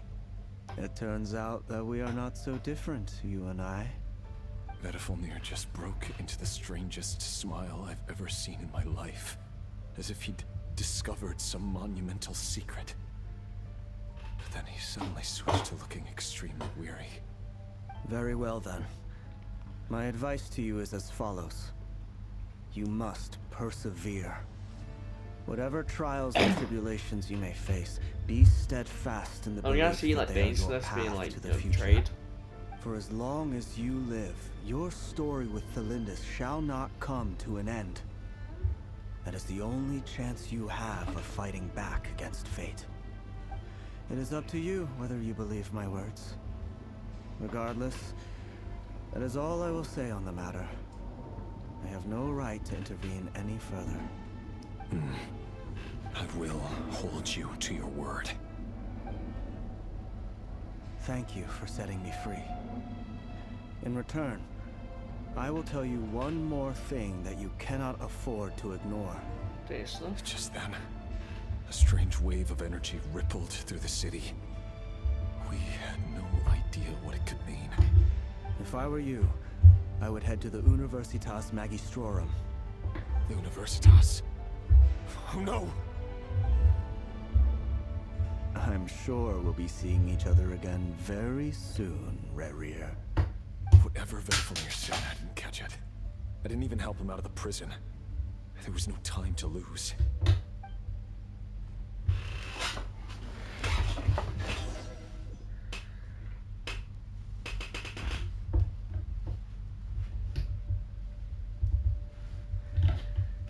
It's going very loose in there. So, sorry, I was like, it felt like it.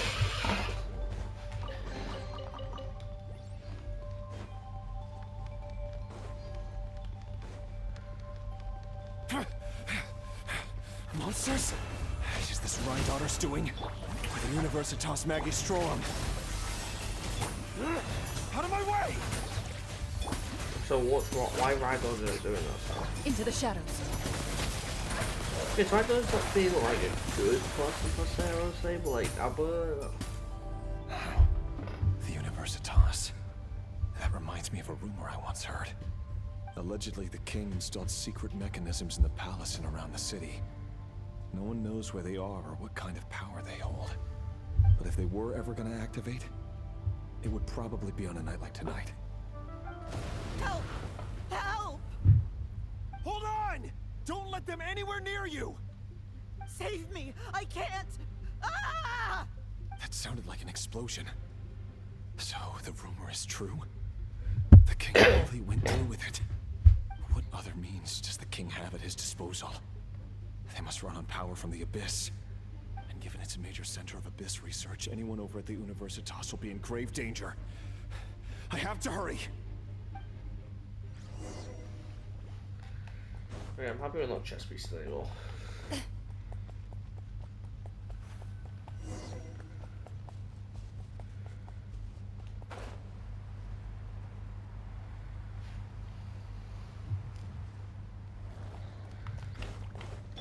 A little moose boost. Strike a pose. Loaded.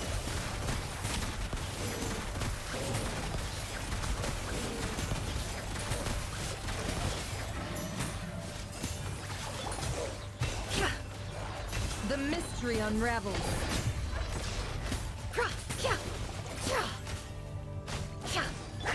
Into the shadows. Okay. The pinnacle of excellence. Let my name echo in song. No more lies. The deception ends here. How farcical. Forest, protect us. A dash of frosting. Sha! Shower me with praise. Goose on the loose.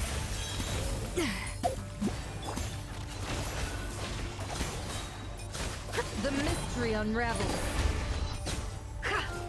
You poor lost lamb. A little moose boosh.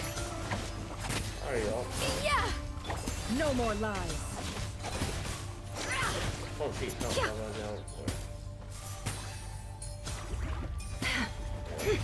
It all adds up. Can't hide the truth. Strike a pose. Loaded.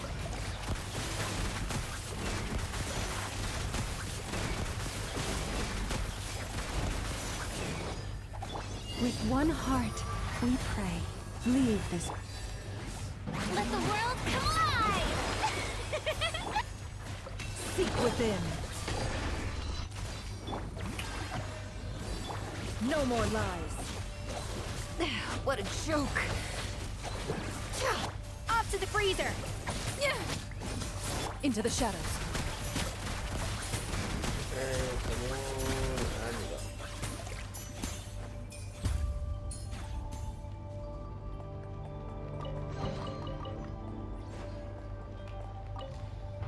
So it's gonna be fun, just...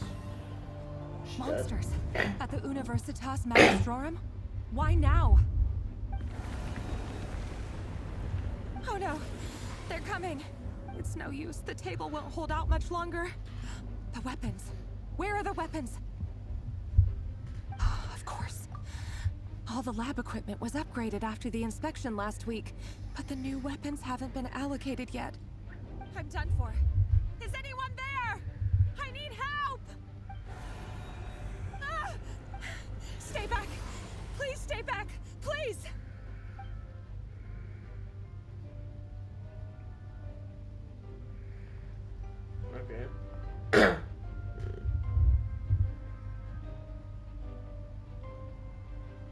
What's going on? She accepted this. Oh, what? What's that? Reverie. So the rumors about your work are true. What? No! Listen, something happened at the palace tonight. We have to leave! You don't need to lie to me anymore. What do you mean? I know why you're worried, and I will respect the decision you've made. But it's okay, because I found a solution. I know how to end all this. You can have it back. The normal life you so desire. But until then, I'm afraid our wedding will have to wait. Celindus? No, don't do it! Celindus! Celindus! What, she going to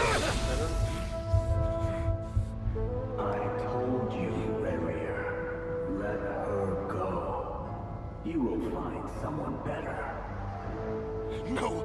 No, I won't do it! I have to save her! By what means exactly? A lowly pawn. You lack the power and the strength of will. Do you know a way? Tell me! Come to the palace. Join us.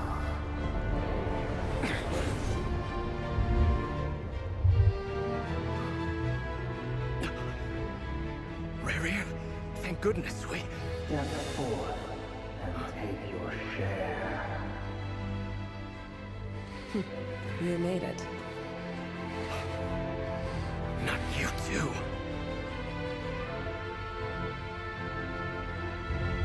Hatred or greed, despair, desire. We all have our own.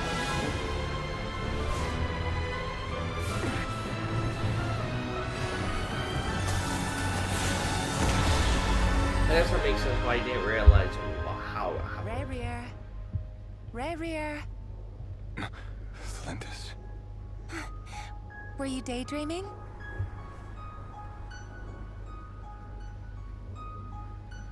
You still remember, Reverie? That question you asked me a couple of weeks ago? Oh. You mean the proposal? Yeah. I'm wondering, where do you think would be a good place to discuss it? Maybe in the garden? Or were you thinking a fancy restaurant? It's your choice.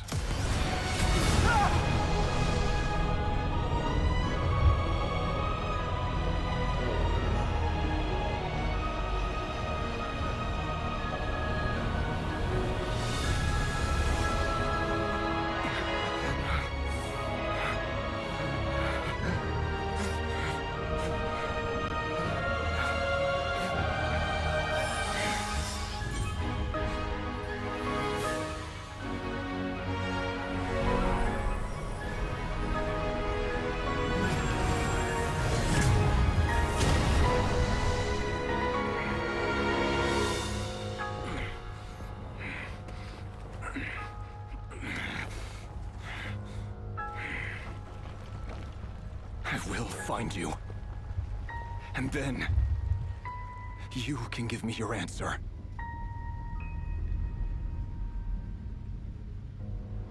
I wonder what other people had that reason to join the abyss. I don't know if we know that. Like, just fooling. I wonder if they also tried to persuade Dainsleif, but they couldn't. Like, the abyss tried to persuade Dainsleif to join them, but they couldn't. They just couldn't do it. A monster created by circumstance is a monster all the same. Viewing other people's thoughts for too long can get uncomfortable. Right now, I'm feeling a strong sense of loathing. In a nutshell, the story of Conria is what happens when the truth falls by the wayside. Everyone tells little white lies, and before long, you have a huge pack of lies that destroys everything. Time to get back. past is filled with sorrow, but the tale of any fallen civilization is one of endless tragedy. Cruel as it may be, that was Conria's fate.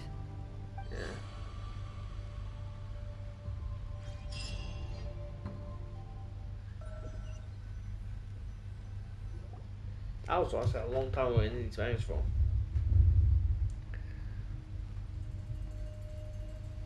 Everyone, I'm back. Can I get a standing ovation?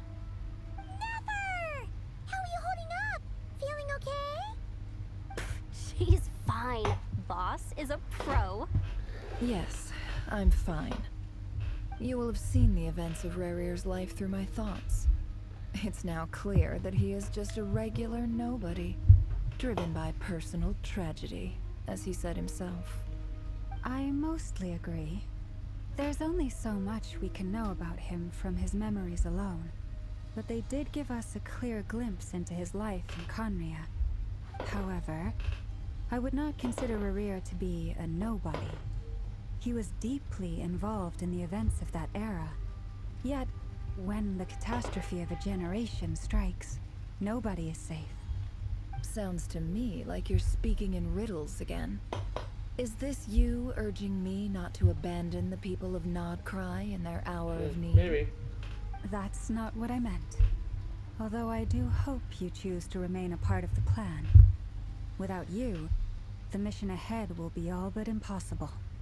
Then try to remember that I respond better to the carrot than the stick.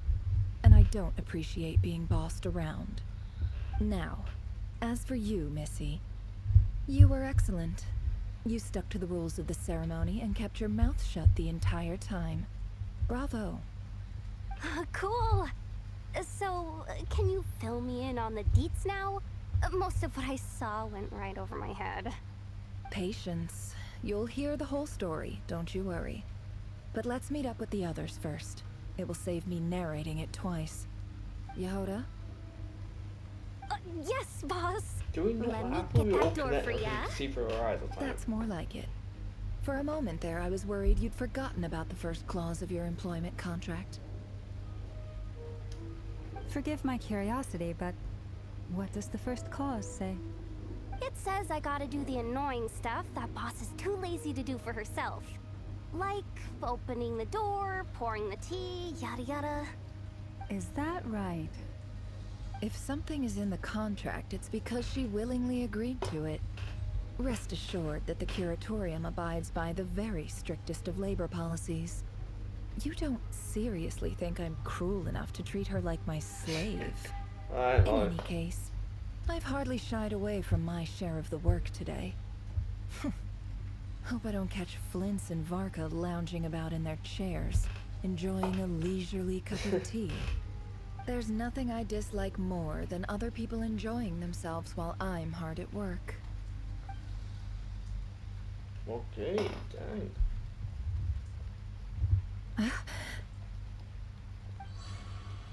Oh no.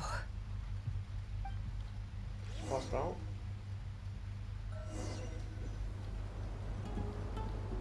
Sorry to disturb you, but we seem to have run into some trouble. Evidently so. Don't worry, I'm not about to leave you to fend for yourselves. I'm not that kind of Bring boss. some arrows, And it would go against the Curatorium's labor policy. I'm sorry. What did you hear me say? I wasn't talking about labor policy. Wait. Huh? How long have I been standing here? Not long. You just appeared by the door a moment ago. I'm confused. Boss, what's wrong? You look like you've seen a ghost. We've been tricked. We never left at all. Somehow I hallucinated that whole scene back inside the office. Hallucinated? But how? How indeed. This place should heed my will alone. All thoughts and actions that occur in here are just a result of pawns moving across the chessboard in a carefully calculated manner. And nobody has access to this chess set but me. So you control everything in here? More or less. But yes, it's a special technique of mine. Has anything like this ever happened before? Only once. It was the first time I used the chess set. Is there any similarity between what happened then and what's happening now? I suppose my thoughts are a little turbulent, which was also the case my first time. Is there anything I can do to help? The first clause of your contract clearly states that I only need your help with things that I'm too lazy to do myself. Meaning, you're not feeling lazy right now? Meaning, this is not something Yehoda can help with. The chess set is a personal treasure that I alone understand. I must be the one to find our way out of here. Boss, it's fine. Really. Let me do something useful. Oh, listen to you. Whatever would I do without you, Yehoda? What? Really? Yes, really. Where would I Devil ever Chess find Piece is another a employee as Samaria cafe. We obedient seem to be in a and desert or servile as something. you? All these like kind of God looks like forbid desert anything ever happens to you. Oh, okay. Well, anyway, I was thinking of fetching some water. There's gotta be a source around here somewhere. I suggest everyone finds someplace comfortable to take a rest. We gotta conserve our energy. Even though all this chess malarkey doesn't exist in a physical sense, mentally speaking, it's all real. And so is our tiredness and fatigue. You don't want to dismiss mental fatigue. Just because it isn't physical doesn't mean it's any less serious. But anyway, I got your backs, so don't worry about a thing. Don't I have the best employees? Jealous much? Not really. If we can find a suitable time, I'd love to borrow Yehoda for a day to help out at the Frostmoon Scions. Would you be amenable to that, boss? It's still... It is raining outside right now. Oh, Llama. I wanted to like Have hop I ever told you off just with how it, so we'll pretty see. you are? Beauty runs from the tips of your antlers Like if to if the it's like depths thing of where it's your like they put me in one imagination. place, I'm probably not gonna hop off to right now. We'll see how Time to it rally, works. everyone. Follow me. As we continue our journey, the same rules will apply. That means stay focused and no talking no matter what we encounter. And don't disturb the chess pieces. You have my word that I will get us all out of here. I'm assuming I can't believe that's going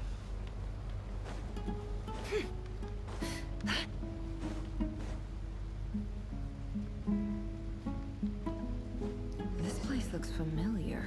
Isn't this like that? That's not a good sign. Isn't this a Samaria There's city? someone up Samaria ahead. place? Time for a little chat. I wasn't expecting visitors at this hour. Wait, is that? Oh, it's him. There you are. Sinue's been looking for you all day. I think he has some news for you.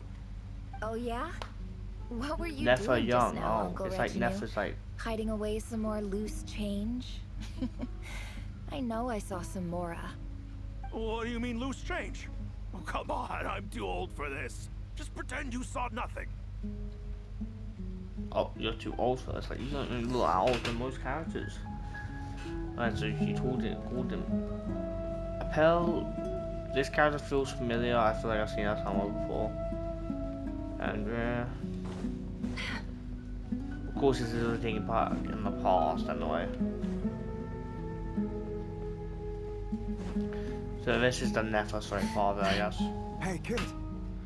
Mind telling me what Sinuhe's been up to recently? I'm trying to get in his good books and I need a way in. Get in his good books? Why? What do you want with my dad, Uncle Apepi? I've written a new song. I was hoping to showcase it at the next festival, but I'll need his approval. A new song, huh? I'd love to stay and listen, but unfortunately, Uncle Retinue says my dad's looking for me. Well, There's plenty of time and I'm not going anywhere. See that pile of stones? I'll be sitting there warming up my vocal cords. Come find me when you're done. Pile of stones. Got it. Okay, that does sound obviously different. I'm assuming they're not showing us the young Nefer because of the fact that they probably don't want to create like a Nefer like thingy. Okay, so this is Nefer's dad. Do you Nefer's dad die? Like, Uncle Gretchen, you said you were looking for me. Ah, there's my little princess. If you'd gotten back just a little sooner, you could have shared the spoils of war with me. Spoils of war? Who were you fighting against, Dad? It was just a figure of speech. The aftermath of a sandstorm is no time to be waging war. I was talking about our war against thirst. I went out to fix our water supply problem, and now I'm back. Which means... we have a well again. That's right. I found a new one and brought back as much water as I could carry. It should last us for a good while. If it wasn't for these blasted sandstorms, our wells wouldn't be caving in. And you wouldn't be spending all your time out searching for new water sources. As the chief of our tribe, I feel like I'm leading us out of hardship and poverty, onto better things. You know how prosperous our ancestors were. I've told you all the stories. And look at us now, squeezed into these hovels. No one would choose this, if it wasn't for the endless wars over the years. But things are looking up. I started working with some folks from the academia a few months back. They gave me some contacts in return for my assistance in the desert. So you're the academia's helper now? Special ambassador, they call it. Think of it as a partnership. It's nothing bad, okay? We've been isolated here in the desert for too long. Seeking opportunities elsewhere is the best thing for us, and the fastest way to progress. So, do you get anything good out of being a special ambassador? Of course. My luck's improving all the time.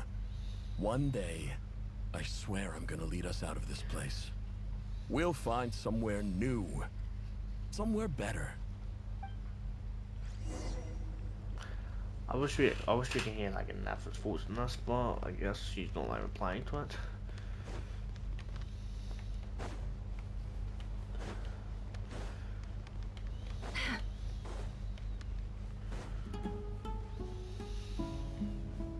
I think I haven't seen this place before, so maybe this place doesn't exist the same one does, or I don't know.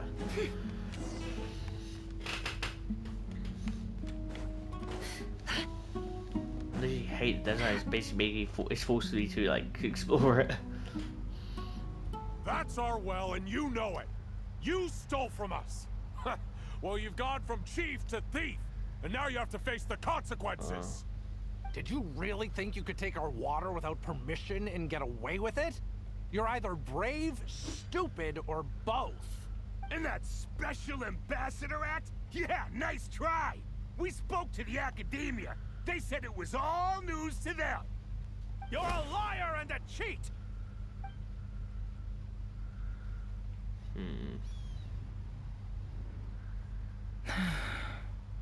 I heard Yehuda gasp, but I don't blame her. Most people are terrified by the sight of blood. Corpses strewn across the ground. The wounds are clearly from scimitars and daggers.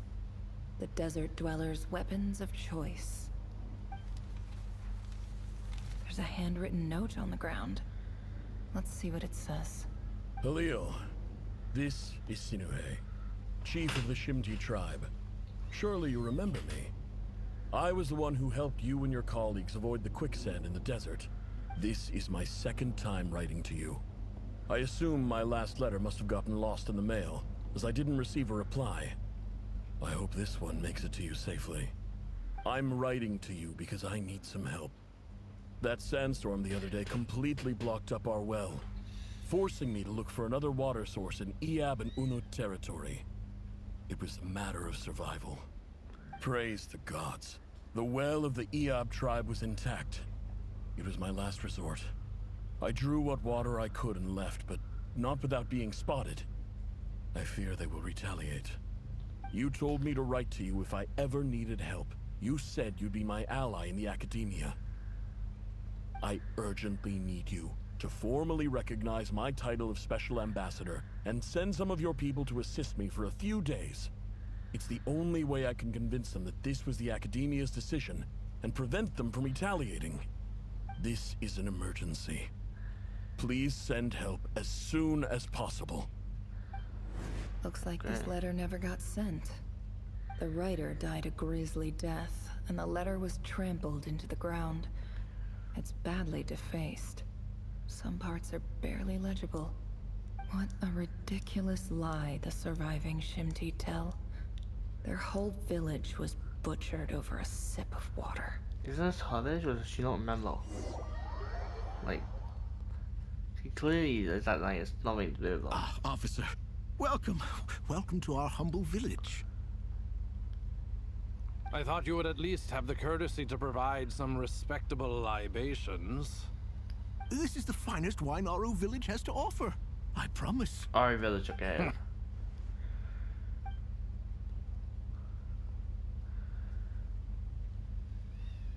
She's gotta spit it out. The Academia has agreed to reserve a single space for a candidate from your village. But I remain skeptical of this entire endeavor. I highly doubt anyone in this desert possesses serious academic potential. Please, have faith. If not in us, then in our God. The child we found shows great promise. I beg you, take her away from this place. Give her a chance. Don't let her talent go to waste. Nefa doesn't remember her past or something. I don't recognize her. New arrival? She showed up here a few days ago and we took her in. She's a really bright kid. Please help. I'm begging you. So, where are you from? Nowhere special. Just a sand dune. What about the rest of your family? How many of you are there? Just the one. It's only you? Correct. So, no brothers, no sisters, no mother or father?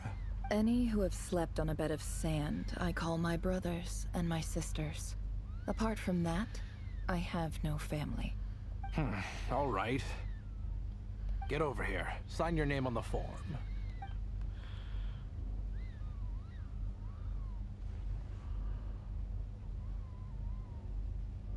Nefer? You're rather fair-skinned for a desert dweller.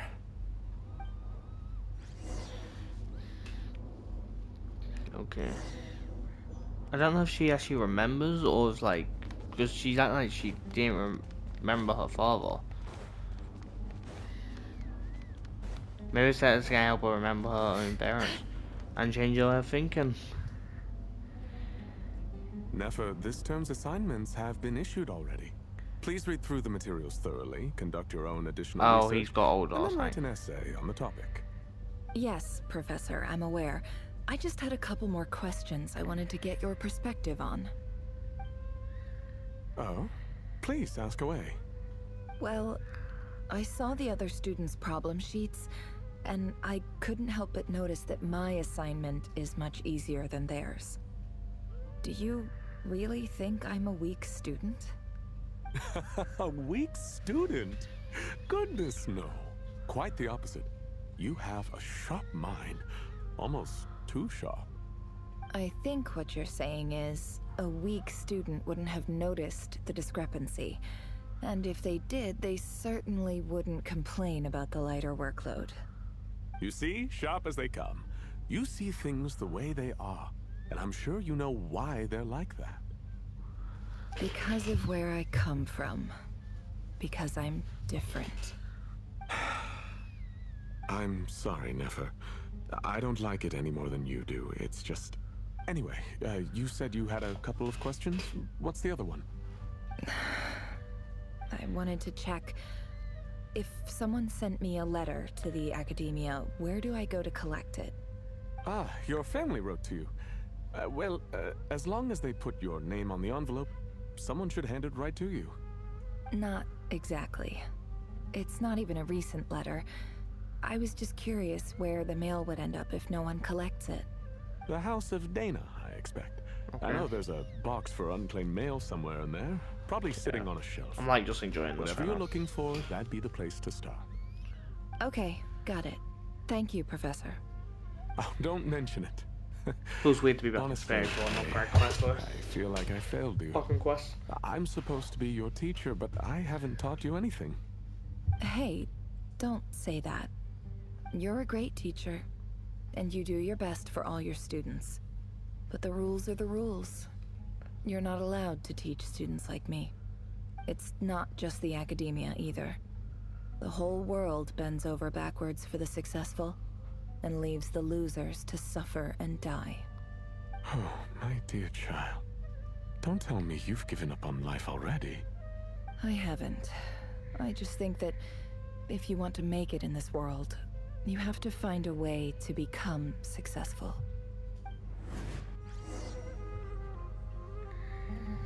Okay, well, if you had like Nihito, actually I guess you won't be able to use Nihito because you're a trial run.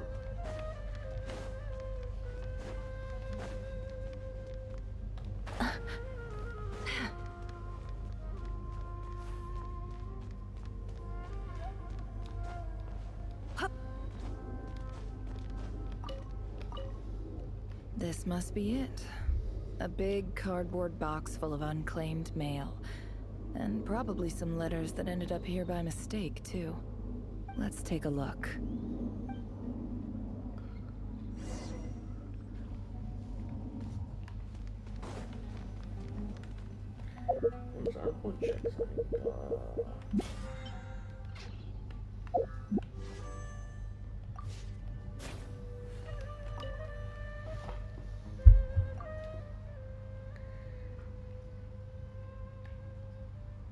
Oh, it's the same thing.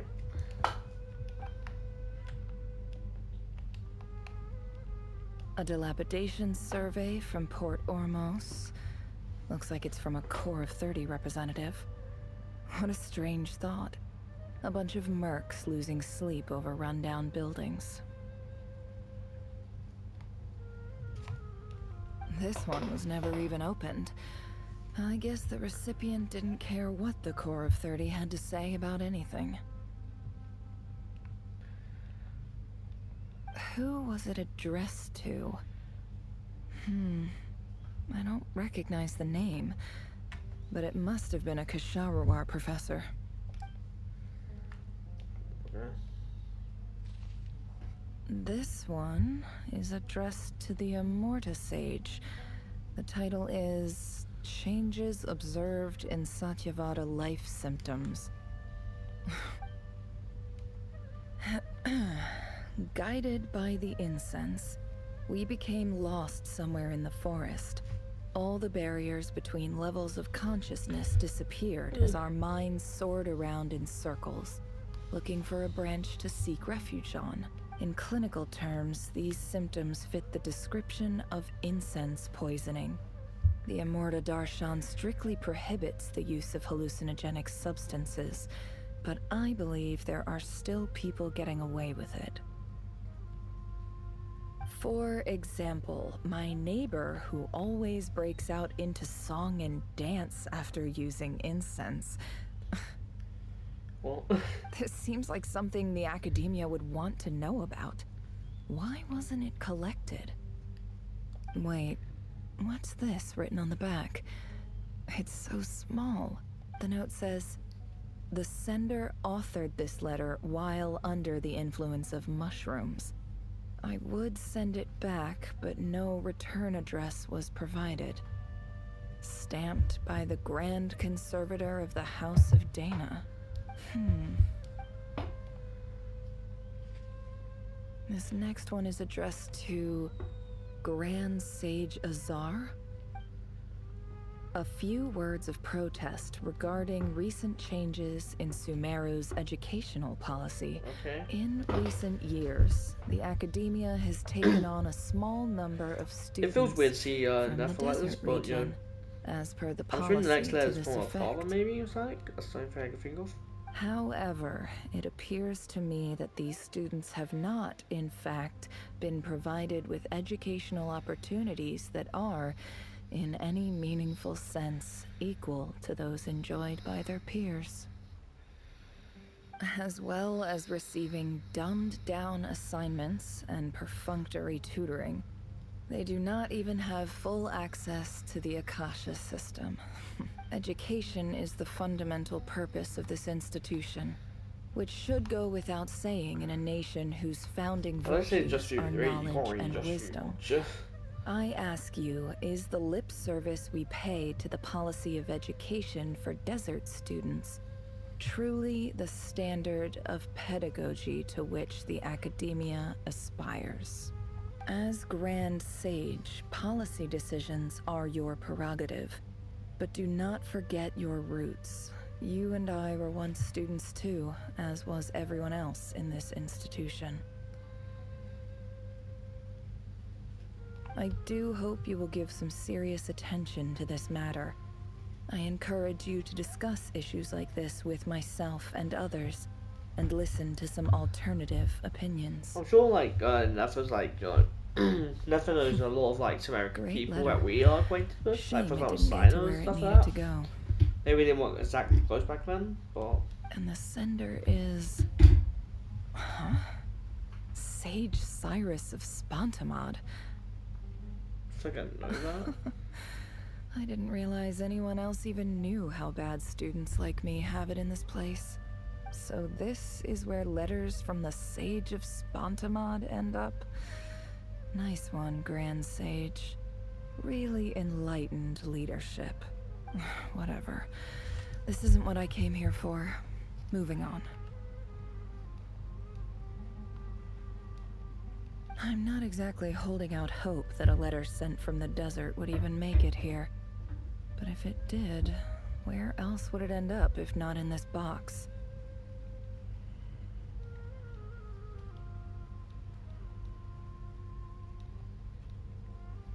I can't believe how much discarded mail there is. Must have been years since someone last went through it all. And this is just one box. The whole House of Dana is boxes on shelves. I don't believe for 1 second that any human being has sat down and read through all the documents in this place. Who has that much free time on their hands? This one, right? Wait, could this be it? Least fancy animal in this box waiting on the. And of course it would be right at the bottom of the pile. Clearly no one gave this letter so much as a first glance at it alone a second. The handwriting on the envelope looks very familiar. Greetings, Halil. My name is Survey, chief of the Shimti tribe. I was the one who came to you and your colleague's aid when you ran into trouble in the Great Red Sand. I don't know how well you remember it now, but I brought you to safety and gave you some water and other supplies. You seemed very pleased and told me your name. In my tribe, learning a person's true name is serious business, and I therefore see you all as friends. You were kind enough to leave your contact details so we could stay in touch. The Shimti tribe lives a harsh, nomadic existence in the desert. You were sympathetic towards my plight, promising to make me a special ambassador of the academia and help us find a way to make a better living. This brings me to my reason for writing. Our tribe has fallen on particularly hard times, and I would like to ask for your assistance. There was a terrible sandstorm a few days ago, which blocked up the well in our land. To ensure my people's survival, I had no choice but to venture into Iyab and Unut territory in search of an alternate water source. The Iyab and Unut are descended from the Thamudians. While we trace our ancestry to Tulatala, we worship the Lord of Flowers and have had relatively good relations with our fellow tribes up until now. I found a well belonging to the Eop tribe. They declined to help us, but I really had no other option. So I took some water to keep me and my tribe alive. My actions are certain to incur their wrath. When we met, you assured me that you would be my ally in the academia. I would like to take you up on that offer, because I really need your help. I wonder if you could send an academia representative to meet with me. That aside, the last time you were here, you mentioned that the academia had started accepting students from the desert, and I told you a little about my daughter, Nefer. We have next to no resources here in the desert, and my power and influence are limited. Would you consider enrolling my daughter at the academia? She is a smart girl. I know she won't disappoint you. From the outset, the academia never took you seriously. Those things they promised were just empty words. I doubt they even remember the name Sinuhe. And you were so emphatic that your luck had finally changed for the better. You swore you'd lead us to a better place one day. You spoke with such conviction, like you were the most powerful chief in the whole desert. You liar. You lied about everything. You promised the world and delivered on none of it. And who fell for it? Just me, by the looks of it. Despite your best efforts. Which makes you a pathetic liar. You weren't even any good at it. I think I'll take over from here. Let me show you how it's done. So what, she here for us right now? Before I do...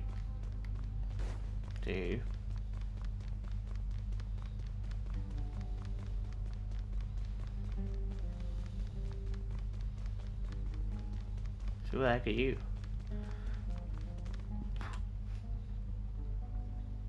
I just came to say goodbye. Thanks for everything you've done for me in my time here. Nefer? You packed your bags. Where are you going? I'm quitting. Something's come up in my hometown. Gonna head back and deal with it. Huh? But this was a hard-won opportunity for you. You know that better than I do. It was. But it doesn't matter. I have more important things to deal with and they can't wait. Oh, and I didn't want to overfill my bags, so I left some incense on your desk. What's wrong? I have no idea if you know these people. I thought you liked incense. Although, I did read somewhere in the House of Dana that it has hallucinogenic effects. Don't use it all at once, alright? Isn't this the stuff you brought from your hometown? You're just letting me have it? But you said it's a rare and valuable commodity. Yeah, about that. I lied. It's not rare at all. There's this bunch of ruins near my hometown that are practically overgrown with this plant. It's not worth much. Keep it, it's fine. But Nefer... Alright, that's all from me. You take care.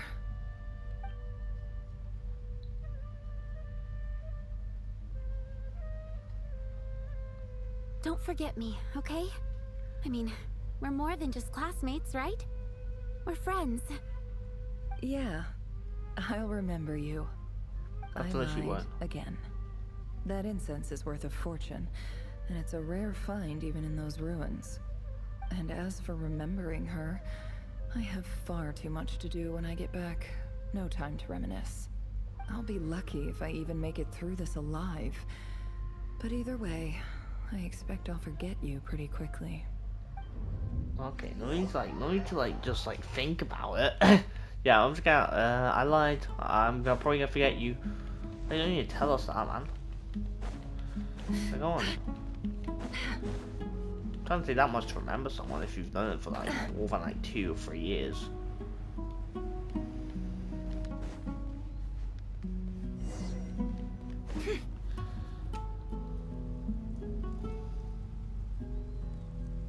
Wait, is she getting revenge or something?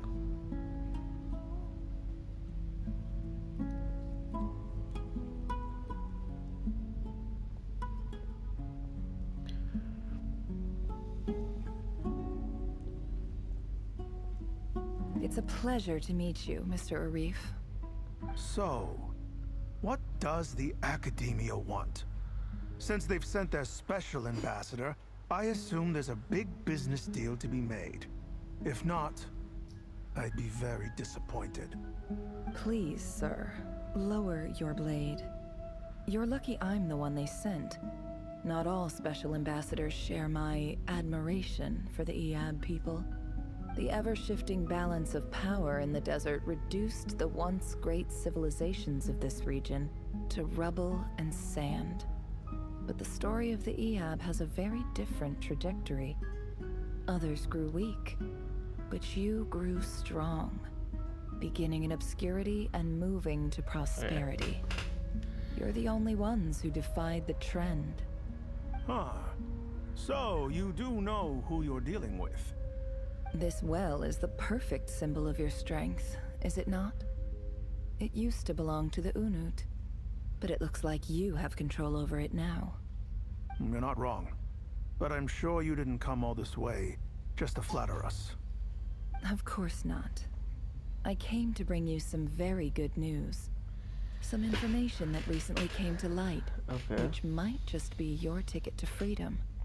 Records uncovered by the Vahumana Darshan show that a certain well currently under Iab control is built on top of some ancient ruins. These ruins are of great archaeological interest to the Academia. I checked the map carefully on my way over here, and I'm confident that this is the well in question. The Academia is offering 50 million mora in return for excavation rights. 50 million? No, wait. If these ruins are as important as you say, 50 million's a little low, don't you think? Don't get greedy, Iab. We know far more than you think. We know that you seized this well by force. Wasn't that the first step in your rise to power? To drive away the Unut and steal their water supply? So what if it was?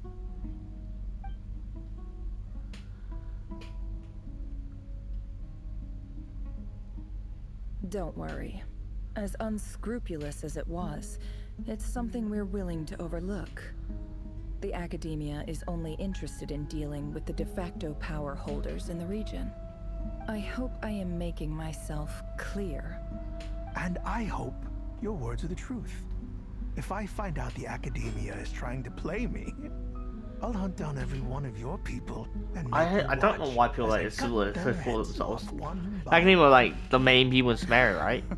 You think a little group's gonna be able to stop them? I assure you, Chief, that would not be in your long-term interests. Yeah, probably won't. You don't want to make an enemy of the Academia. So what Nefer's doing here? Because she obviously left the Academia, so she's trying to play them, I would assume. You've never been to the rainforest, but surely even you recognize an ambassador's attire when you see it. And what does a barbarian like you have to lose anyway? You really think the Sumeru Academia would bother to come all this way just to lie to you? We have more important things to worry about. All right, I take your point. The Academia is the highest authority in the land. I'm sure you're trustworthy people. In that case, we have a deal. We will sell you the excavation rights. I'd like to thank you, Ambassador. This is good news indeed. Excellent news. In fact, it calls for a celebration. Honestly, feel like she's gonna like kill Would you do us the honor of staying a while and enjoying some Iab hospitality? I feel like she's gonna poison their drinks or something, because I'm pretty sure this cave used to belong to her village, I think, right? Gladly. And she's I am also partial left to Academia, wine so this is myself, obviously a part of the and I plan. trust you are as well. So let's indulge in a few I drinks don't know. together, in celebration of this momentous occasion. Okay. And the line of drinks right away. The process of the wealth is almost intoxicating. But when the new day dawns, it brings some shocking news. Chief! Chief, it's an emergency! It's the Unut. They've taken the well. What? Well, don't just stand there. Take it back. Yes, Chief. Well, maybe you know I have every confidence in the EAB's military superiority, and yet... Well, what is it? The Unut's response was alarmingly fast. The day after we reach a deal, they seize the well. This can't be a coincidence. Perhaps there is a traitor in your midst. I don't think so. I am obliged to remind you, Chief, that the Academia will only deal with the de facto power holders. If you cannot regain control over the well, I'm afraid you won't see a single mora of that 50 million. No! Please, Ambassador, just give me some time. I like how he was all threatening. We'll not get away with this. That well is ours, and so is the mora. Glad to hear it. I will wait here for an update. If there is a traitor, I will find them. In the meantime, make yourself at home. I'll report back as soon as I have an update. Much obliged. Wow. All it took was a few words and I've got him wrapped around my finger. What an amazing feeling. Oh no, you're gonna be coming over like... So, in summary, Ambassador, the Academia would rather negotiate with our tribe instead of the EAB, yes? The EAB are ruthless murderers who don't listen to reason. And now they have the gall to interfere in our research projects in the desert region. So let me ask you, Chief, if you were the Academia, what would you do? Kill them all, of course. Precisely. The Academia does not tolerate those who stand in our way. The EAB have held back our academic pursuits for too long. Wow. And our patience is wearing Well, what's her end goal in this? At the same time, I'm really confused what her end there goal is is. simply no way that the Academia can be seen to be intervening in desert affairs. I'm sure you understand where I'm coming from. We have our own rules out here. If the rainforest dwellers raised arms against a desert tribe, it'd start a bloody war. Right. We can't confront them ourselves, but we can support their enemies. The Unut have always had strained relations with the EAB, which makes you our natural allies. Natural allies. Weren't the EAB your allies once? You were quick to send them after us to protect your interests back when we stole that water. And now look at you. You're at each other's throats. Let me be clear. The Academia wishes to collaborate with the legally recognized rulers of the desert in this matter. We are asking for excavation rights to that well, and our offer is 50 million mora. Say no more. I believe we have an understanding. Good. Then I suggest you get to work. Get us access to that well, and the mora's yours. You see, Dad? Lying is easy when you know how. People will believe anything.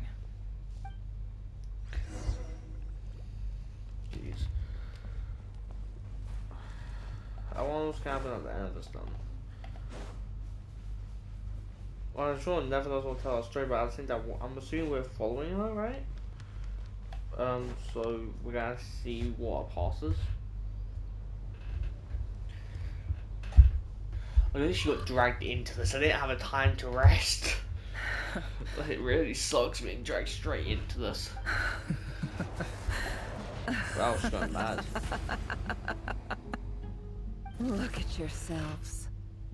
You may be vile, savage monsters, but your butchered bodies bleed like any others. You're no different. You're nothing special at all. The monsters who destroyed my home, they're just ordinary, petty human beings. What a joke. I think we're even now. Maybe I've even done the desert a favor.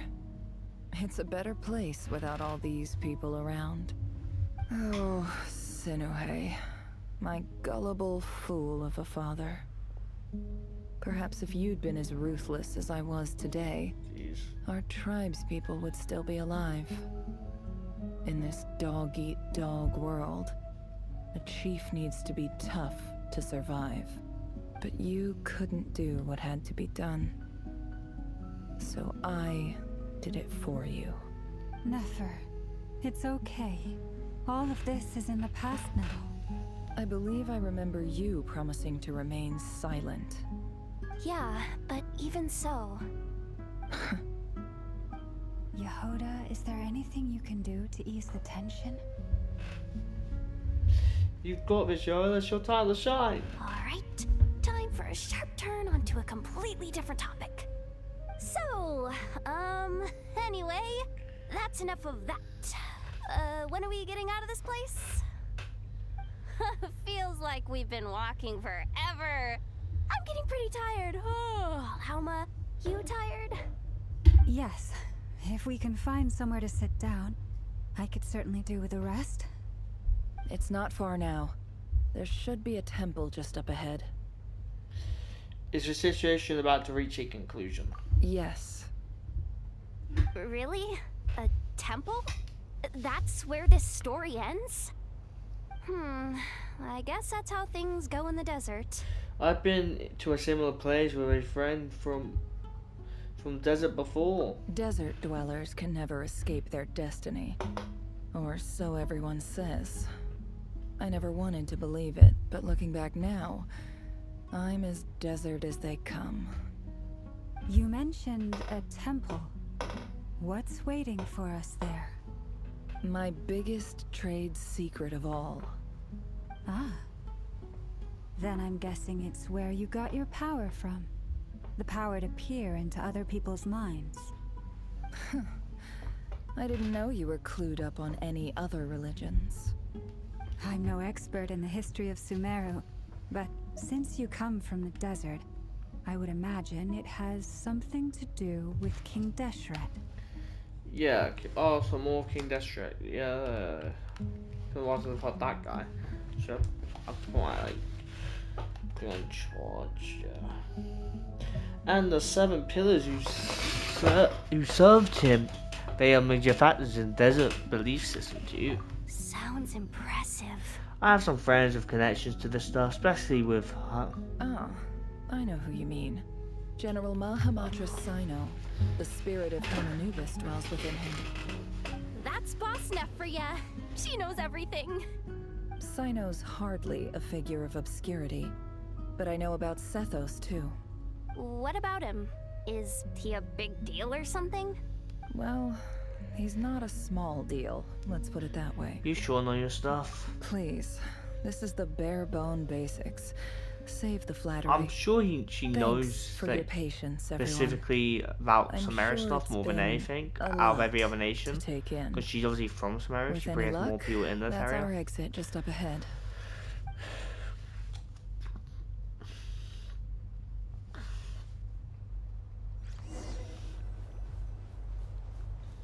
Okay. Don't stuff.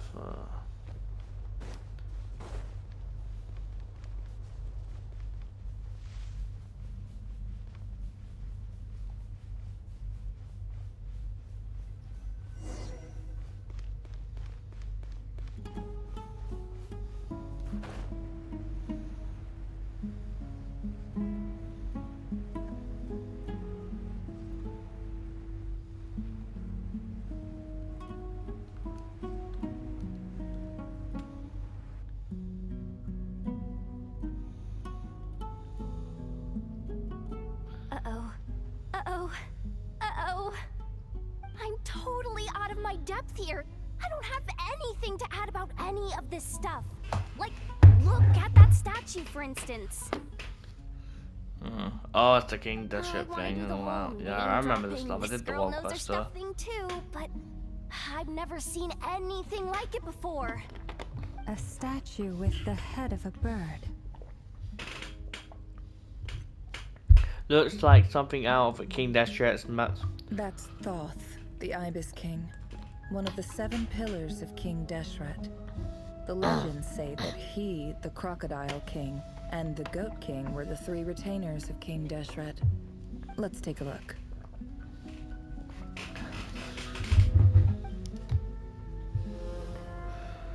normal.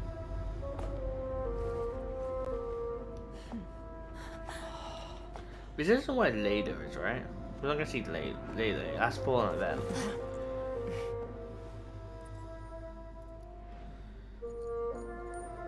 Oh, it's Nefer's cat. It's just Ashru. So, all is well?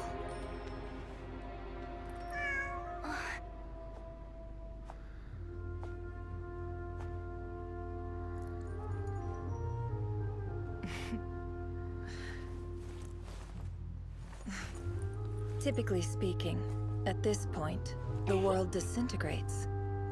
Then we find ourselves back in the outside world. Besides, these are my memories. There's nothing to fear. You're sure? Of course. It's almost over.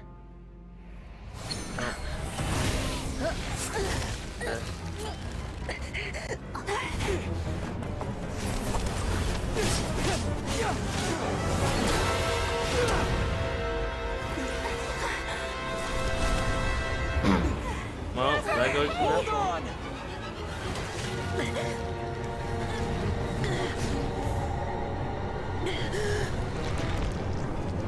Oh, Rary was doing this whole thing. Knowing too much is always a death sentence. Speak for yourself.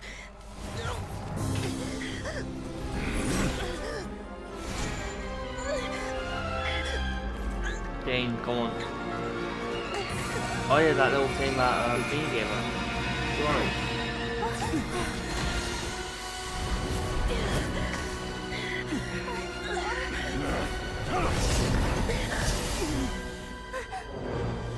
I don't know if this will be able to enter it, but I hope it does. Please say, the thing stuff. How repulsive.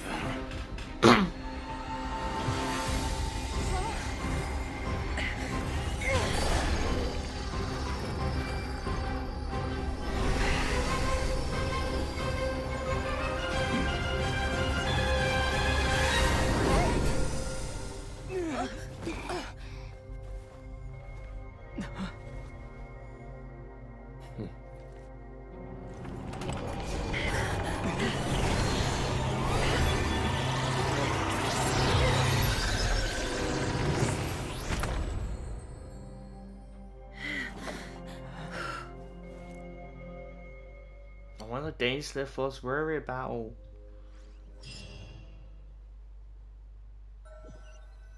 There's somebody saying that's an act. Don't give me that. That's not complete. Timed that pretty well, didn't I? You said I did, thank you. It's okay. I'm just glad no one was hurt. Paimon noticed you doing something too, Dainsliff. Were you helping get them out? Of course. When I asked Nefer to conduct this investigation, I was not naive to the dangers involved. I had a duty to ensure your safety. Good to know your sense of justice is still intact after all these years. I take that to mean that you saw the truth. That comes as a great relief. I certainly did. And thanks to your help, I also managed to trap Rerir inside the chess set. Whoa, really? How'd you manage that? Well, to be honest, I sensed that something was wrong long before we made it to the temple. By using this fragment to probe into Rerir's past, well, the monster formerly known as Rerir, it seems I alerted him. I was tracking him, then he caught on and started tracking me too. Can't say I'm surprised. But how did he track you through your thoughts alone? That shouldn't be possible. Rerir was a secret agent who reported directly to the Vinster King. He is an expert at finding a trail and hunting down his pursuers. Yeah, okay. No wonder. He infiltrated the chess set, read my thoughts, and built a new virtual chess set inside of it. That's why we weren't able to leave at first. Speaking of your chess set, it's quite a remarkable item. Would I be right in thinking you have some connection to King Deshret? You overestimate me. I only have a connection with one of his underlings, the Ibis King. You all saw how this came to be. A long time ago, the Eab massacred my tribe, the Shimti, in our home village. A few years later, I enrolled in the academia, where some new information came to light. The Unut and the Eab fought a bitter battle over the rights to a well, all for the sake of a non-existent 50 million mora. The Eab ultimately won that confrontation, but their victory came at the cost of almost every warrior in the tribe. The final blow to the Eab came at the victory feast, when an Unut assassin beheaded their chief right before my eyes. The remaining Eab fled and have been scattered to the winds ever since. Okay. Having gotten my revenge, I returned to my hometown, where to my surprise, the nearby temple was still standing. There it was, seemingly immune to the relentless hostility of the desert, while my tribal home lay in ruins. As I stood there gazing at the temple, I noticed a cat just outside. This cat, as it turned out, was home to the spirit of the Ibis King. He led me to a gate deep inside the temple, and there he made a deal with me. This chess set is my gift from the Ibis King. The chessboard within is made to the same specifications as the one in the mausoleum of King Deshret, and represents his power I'm of assuming that's not the piercing end of Rare, analysis. there's no way. With this chessboard in its container, I gained a certain ability to perceive hidden secrets. Now, you could conclude that the Ibis King simply wanted to give the people of this world the power to seek the truth, but I don't believe that's the full story. Every god plays favorites. Their hearts are as fickle as any human's, full of secrets. Well, I guess that makes sense. Everyone has a favorite, even egotistical if you deny it, I tendencies. guess, right? But precious few gods are willing to admit this. Yeah. It is the same with all powerful forces, including fate itself. Their gaze falls preferentially upon a select few. As you rightly point out, this is an act of favoritism. If you're alluding to the Abyss, then yes, I agree. Gather the others. It's time to share everything I've learned. Before long, the group is going in the office. I haven't had time to get a single bit of break. Thank you all for being here. As promised, I did some further investigating into the Reicher of Solnari's background. I am pleased to report that the investigation has been most fruitful indeed. The Reicher of Solnari, real name Rerir, was once a Khanrian subject who served the Vinster King. I will now share the important details of his story. Please save any questions or comments for the end. Nephilim narrates Arefre's backstory to the group, and the Mr. King beheads, he gives intent. We kind of know this stuff.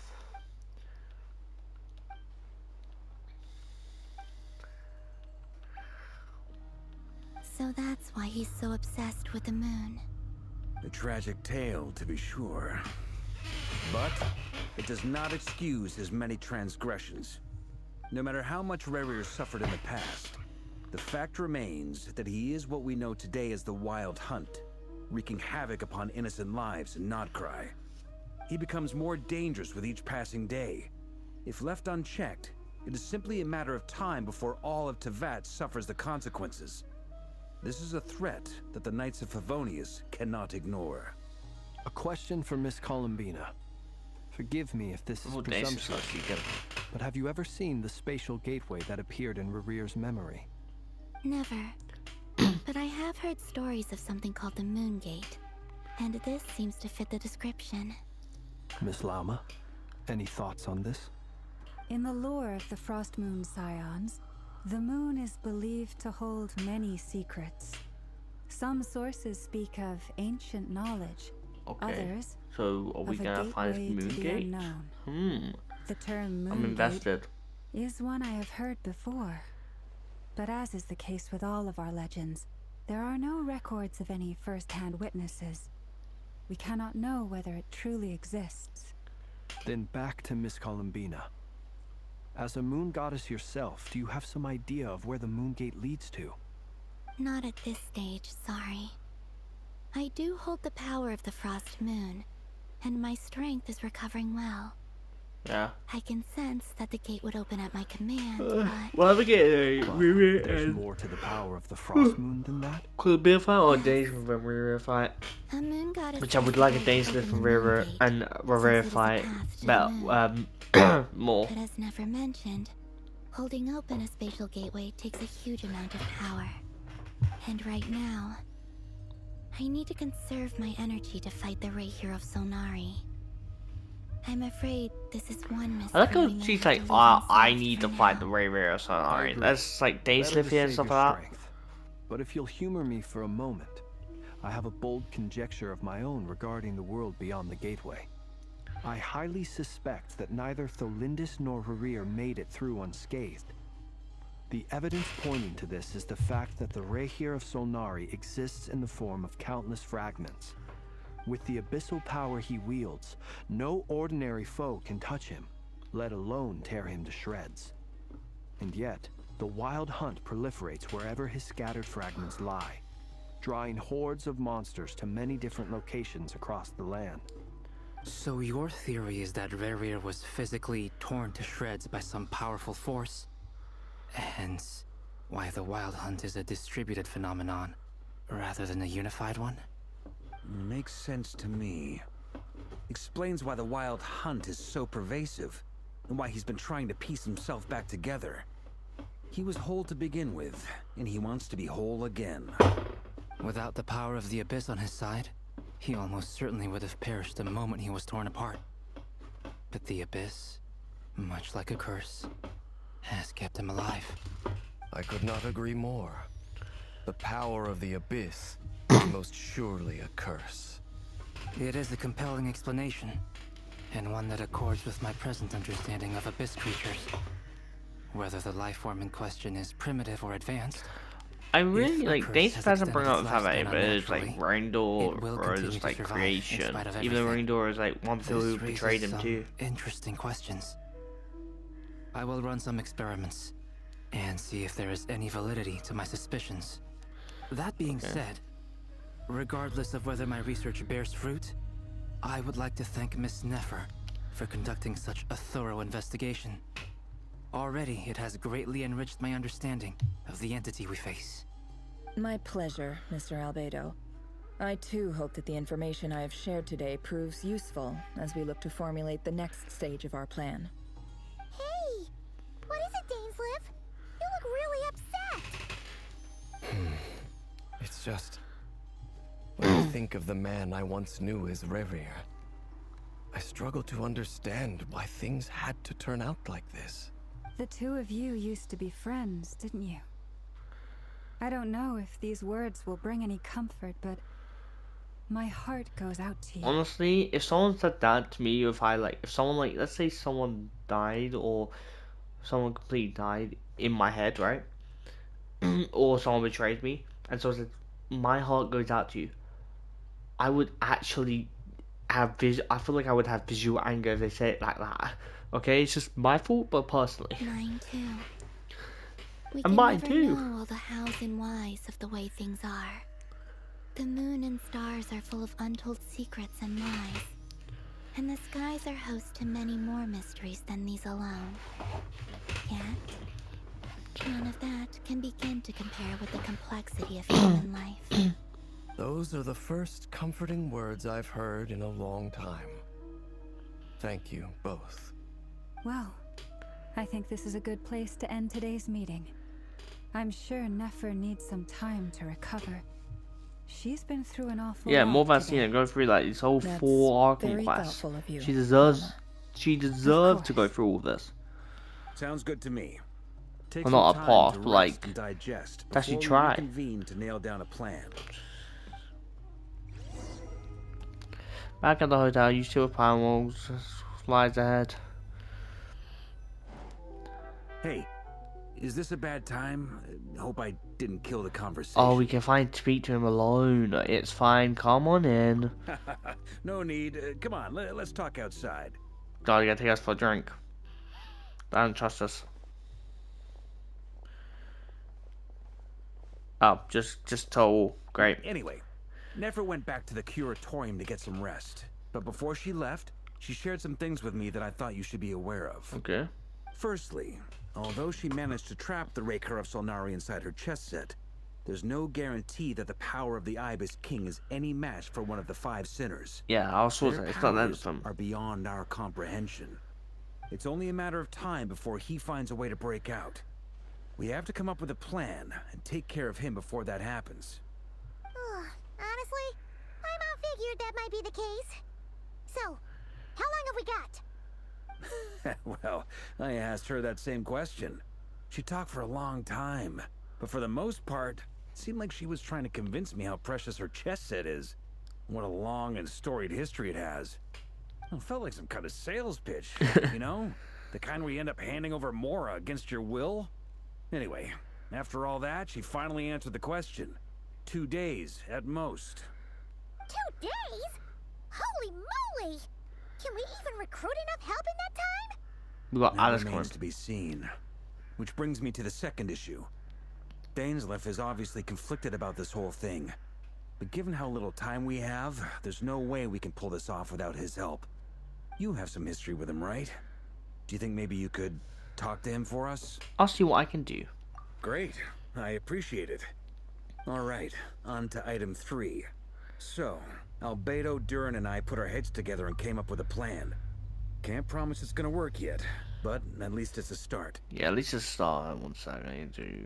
Okay, I know Alice is showing up. Alice showed up on the same ship Albedo showed up in the trailer, so Alice is in Nod-Krai right now, somewhere. I suspect Alice is in Nod-Krai somewhere.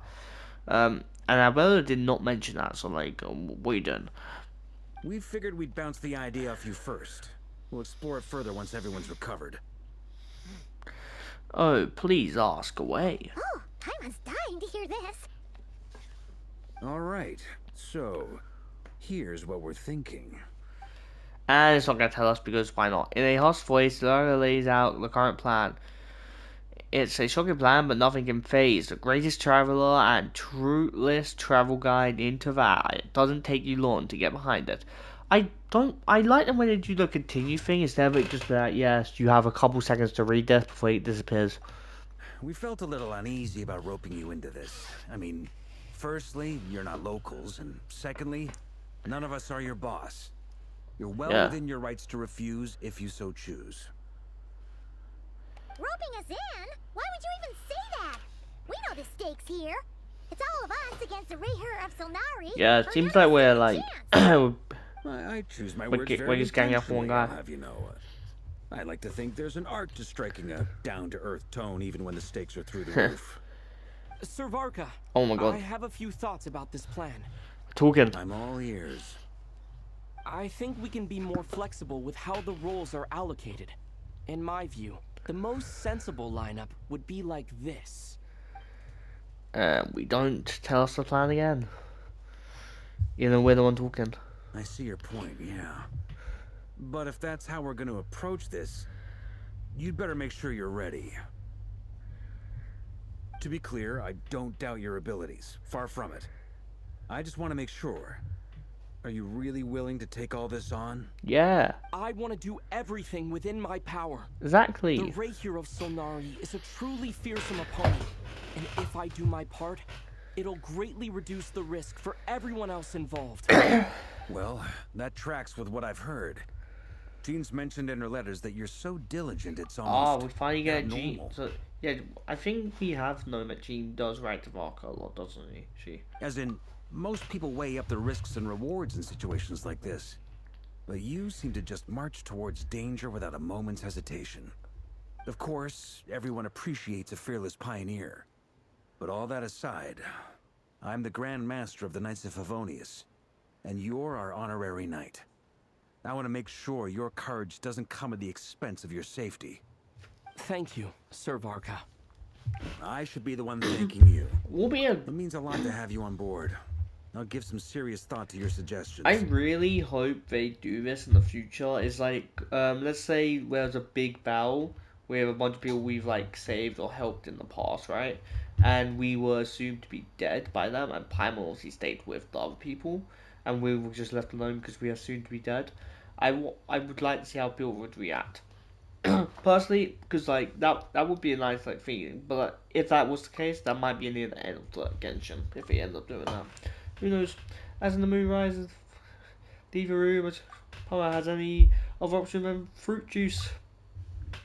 Still, you remain conscious of the fact that the future of Nod-Krai rests on what is decided tonight. So many lives are at stake. You may never meet most of them, but whether they know it or not, all of them are counting on you. Oh, it's not even over, jeez.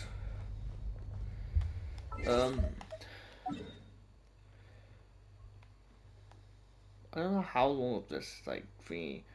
I need to go to. Is it this one? So I'm just going to a place quickly.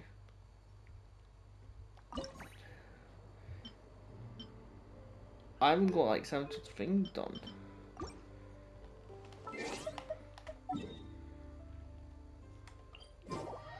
Shit, Russ. 70. I really done like a lot done on these places. This will probably count as doing like, I know like World Quest Night we count as like some possible thing.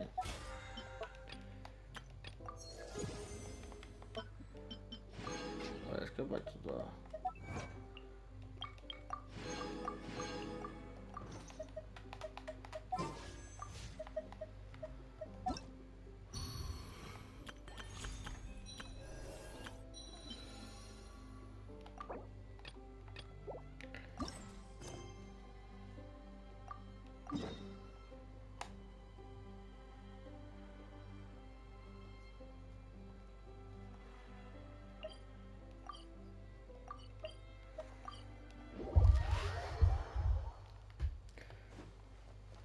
kind of about that, but like now I have to like go run back away with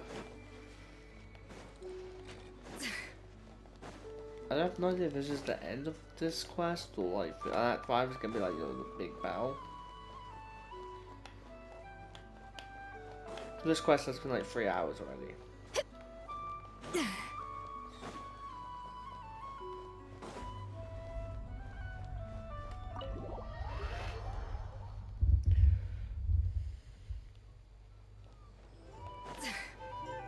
I saw Dory. This is a thorough plan, but I do have one last question before we take action. How can we be sure that our enemy won't leave the designated area? Great question. Albedo's been hard at work analyzing Rarer and the Wild Hunt's behavioral patterns. His conclusions are as follows. Firstly, from the earliest known confrontation until now, Rarer has never displayed any ability to manipulate the dimension of space. So it's unlikely he has any power in that domain. Secondly, he seems to have a particularly strong vendetta against our group. If we put him in a fight-or-flight situation, he'll choose to fight every time.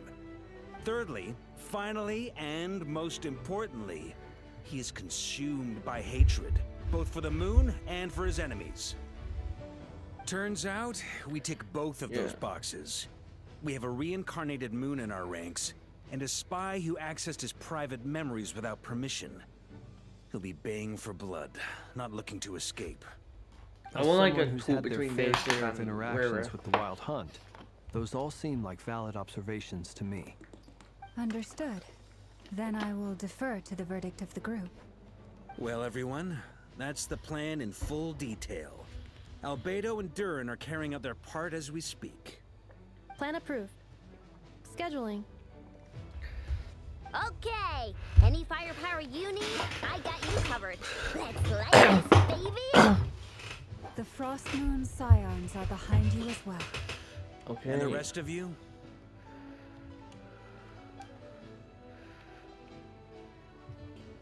No objections? I'm trying stories here, but sure. All right, then it's settled. This is the plan we're going with. Next up, an old tradition of mine. Anyone who wants to back out, now's your chance. Wait, we can still back out of this? Everyone says things they regret, right? I don't want anyone feeling trapped because their mouth said yes before their brain had time to think things through. Fair, I can see A that fair very person. people-first approach. I hear that's common practice in the Knights of Favonius. Who'd you hear it from? D-Luke? We don't use people's real names at work. This contact will be known only as Owl, please and thank you.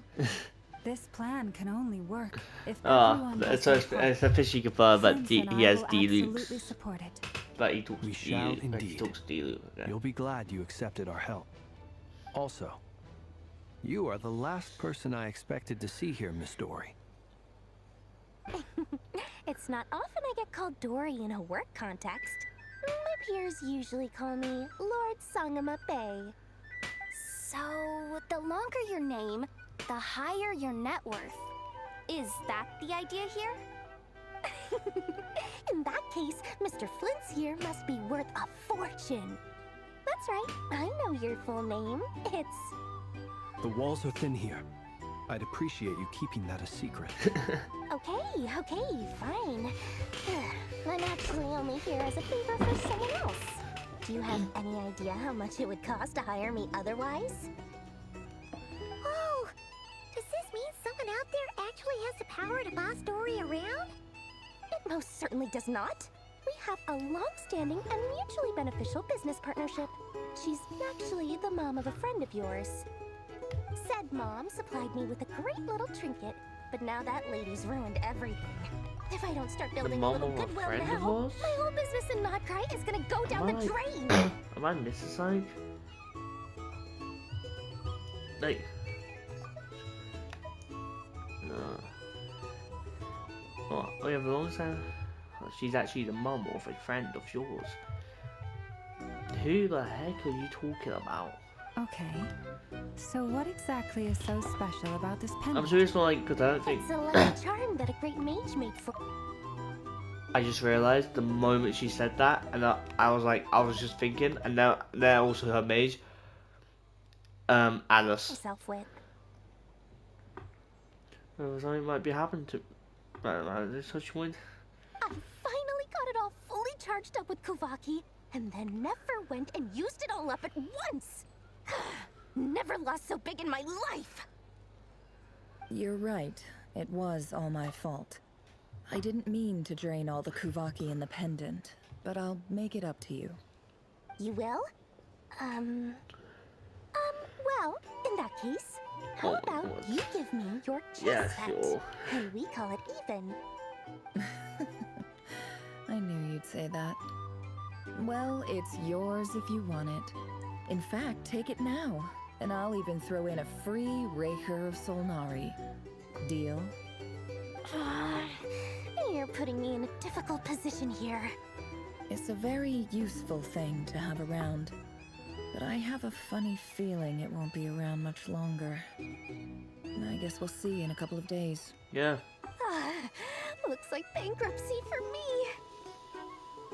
Hey, don't be so pessimistic. See this through and you never know. You might find a new business opportunity on the other side. I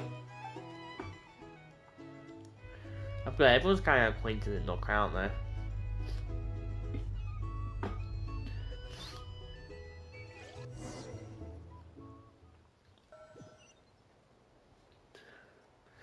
Yeah, the friend she was talking about is definitely Alice. I have no idea how they are related to one another, but sure. By related, I mean like what connection they might have. When it's a friend of ours, I was like, Klee?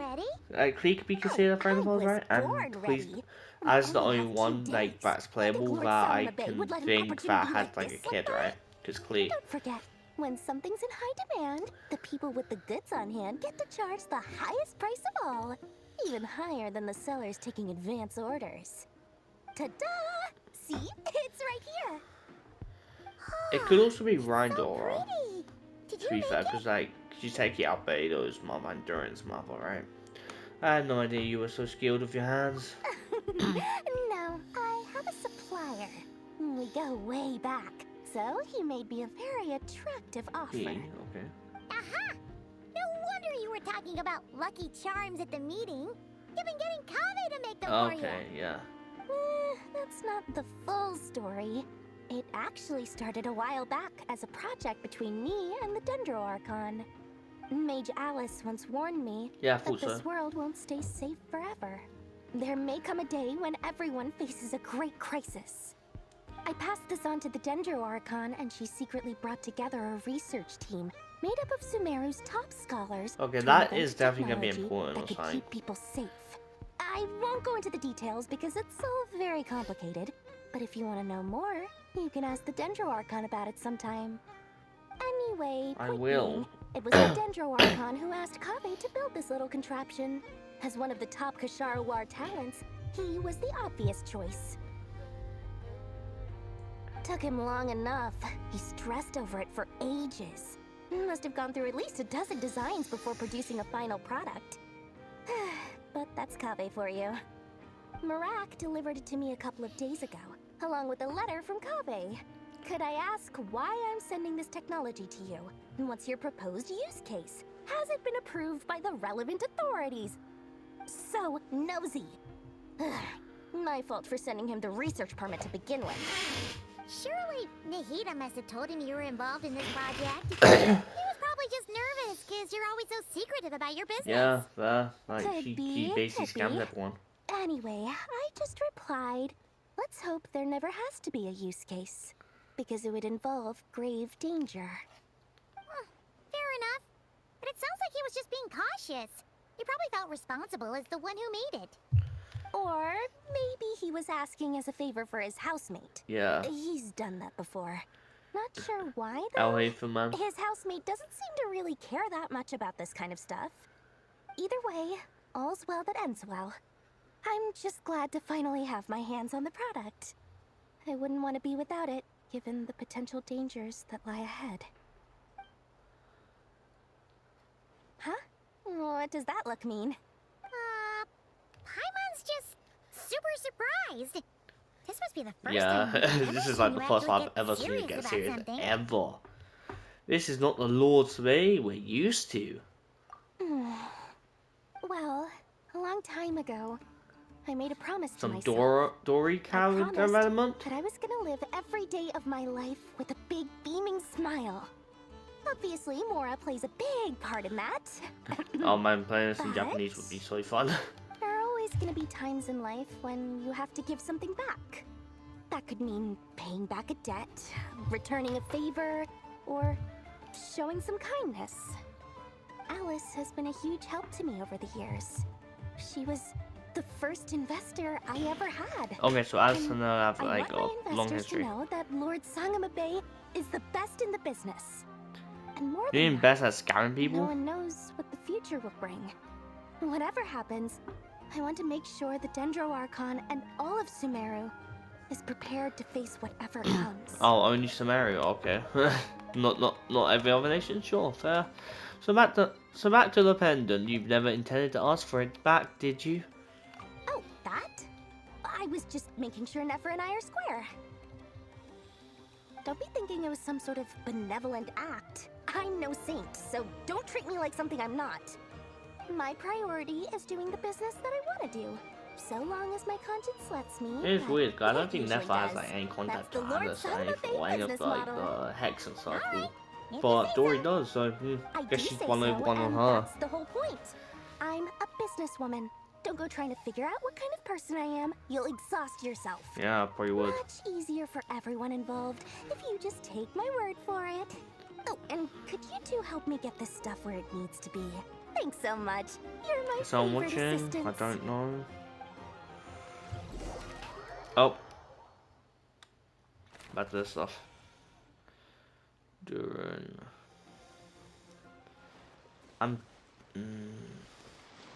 I want to do this, but at the same time, I don't want to start it now. I can start this whenever now. I've got a decent bit about it. Never being completely honest. Just because of the fact that also this quest is definitely longer than the last quest. It's already been like almost 4 hours probably. Or at least 3 hours. In just general for the actual thing. So wild hunt. I'm getting this before I get this.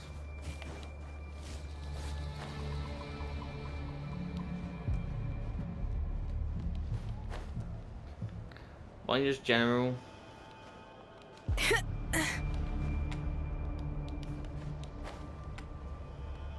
Which I find is really nice. I mean, like, it was obviously longer than the previous one, but it makes sense because an hour was focused on Nef's kind of story bit, attribute of it, and all that. And I'm assuming this is the last fight against Rarier. I don't know if we're gonna have an Act 5 the last fight. This stuff normally takes about an hour to do anyway, so we'll see when we before I end today's thing, I might as well go to. I just haven't like had time to do this for this whole time. All day I had not had time to do one thing that And that leaves me. I forgot you get free fate for this, don't you? I forgot you get 2 because of the thingy. I've not even claimed this since the last thing. Okay.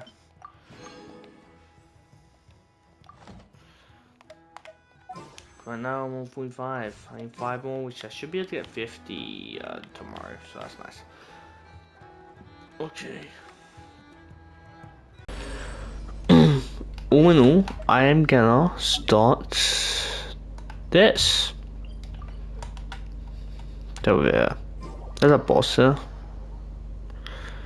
So's that boss here. I don't think I've ever fought this boss. We have to summon it.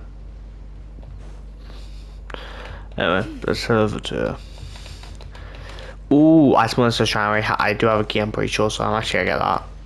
I didn't know the shrine was there, but I'll happily take being lucky.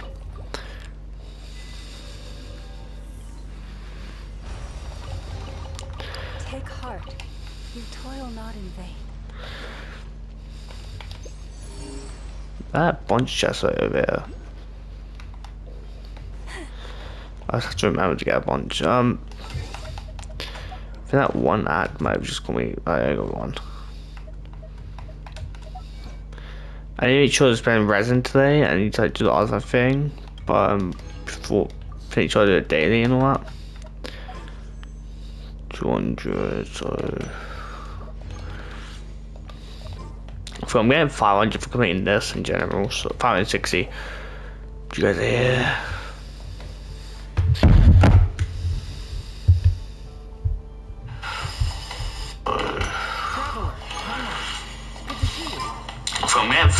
So I just had to make sure my. I would hope so. Sort of. As you're probably aware, not really. Diren and I captured some abyssal creatures from the Wild Hunt. Did you? Per the plan, we dissected and analyzed some samples of these creatures. The process went very smoothly. The findings, however, come with some troubling implications. What? Rendor or something, I don't know. That depends on your definition of wild hunt and dissection. Yeah. Harmless, lifeless. These words are accurate descriptions. The wild hunt is an interesting phenomenon. In and of itself, it doesn't seem to possess anything akin to a human personality. But taken as a collective, the medium through which the wild hunt is summoned does appear to have a... It's like a hive mind, I guess, but like not like a human hive mind. Their minds all linked and stuff like that, and I would assume to Rarier. But she barely mentioned Rarier at all. I don't think that was because of his lower social standing, though. Anyway, it's me. I would like to hear your thoughts on the nature of the life form he has become today. I would literally assume he is like the lowest. I would think of the 5 tiers. When we get introduced to the lowest version, looks like the main of a big threat. And in the backstory, he didn't seem like to be someone high might back then. He obviously was someone pretty important, but not important as the others. Master gripped a lot about the wise Hippity and seemed somewhat fascinated with the fowl, but she barely mentioned Rary at all. By Master Redora, it is interesting, like, Alberto's obviously probably respects his master. I'm assuming Master is talking about Redora, his like mother creation. But like we are still like moving over the fact that she once betrayed Dane also too, right? Like they betrayed Comiar, so they're not technically good people.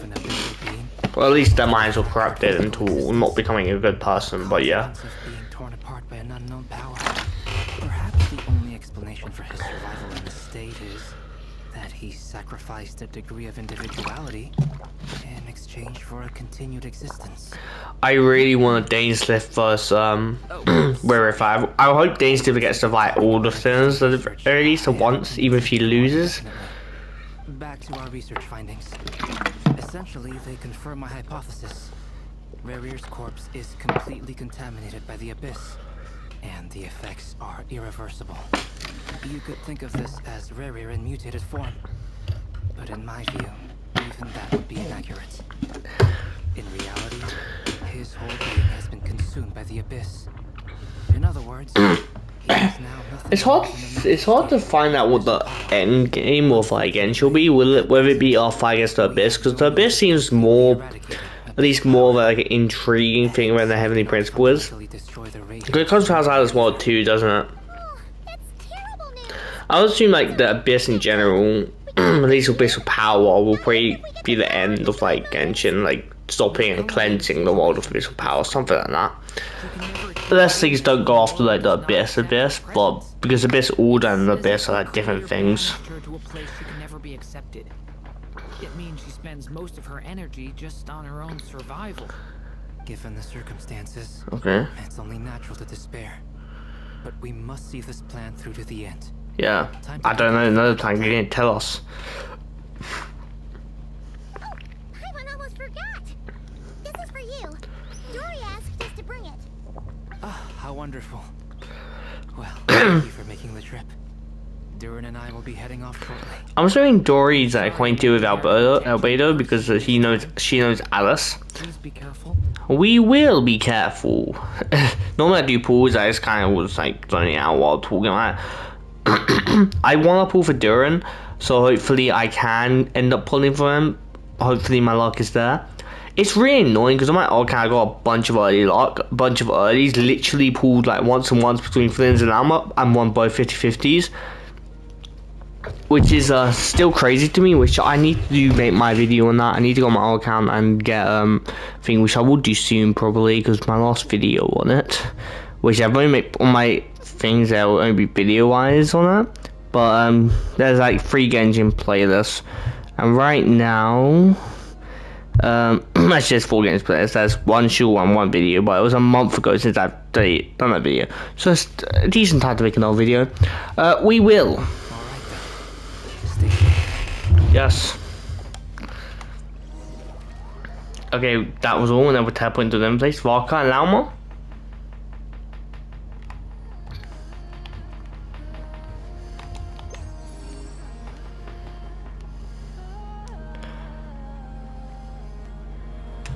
I don't. Varka's been rumored to go to that. To be fair, if I didn't know the history of Varka, he does look like a standard kind of character. Like, if you don't. It's not the character on the standby, you know what I mean, but he looks like a standard character.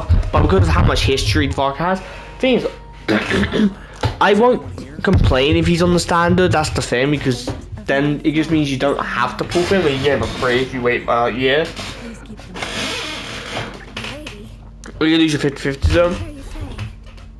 Within the next 24 hours, we will face the biggest crisis the world has ever seen. I don't think that. I would think the biggest crisis the world has ever seen was when the Heavenly Prince, or when the wars were raised. Like, you're kind of. I think Tibet has seen a bit more crises there, lady.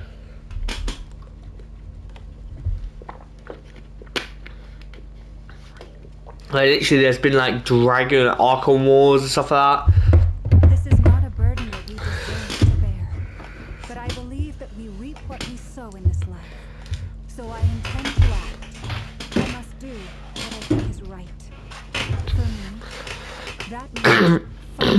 For the future of Nod-Krai. Yeah! This gentleman is the Grand Master of the Knights of Favonius, Varka, Knight of Boreas. In my Boreas. Please follow his lead. Hey everyone. Doesn't he move his mouth? That's so delayed. Guess I should introduce myself. Well, to start with, know my way around a battlefield. The biggest strengths are honesty and hard workingness. Anyway, point is, I don't intend to let Lauma down. I'm gonna do everything in my power to keep every last one of you safe and sound. Yeah, rock on. Oh, rock is off point now. Dainsleif. So are they gonna be alone? I wonder what they talk about while being alone. I just want to suggest I'll take that. Thank you for me here. The world wishes you well. The world wishes me well? Man, I mean wished well by the world itself. The heck I'm gonna take it.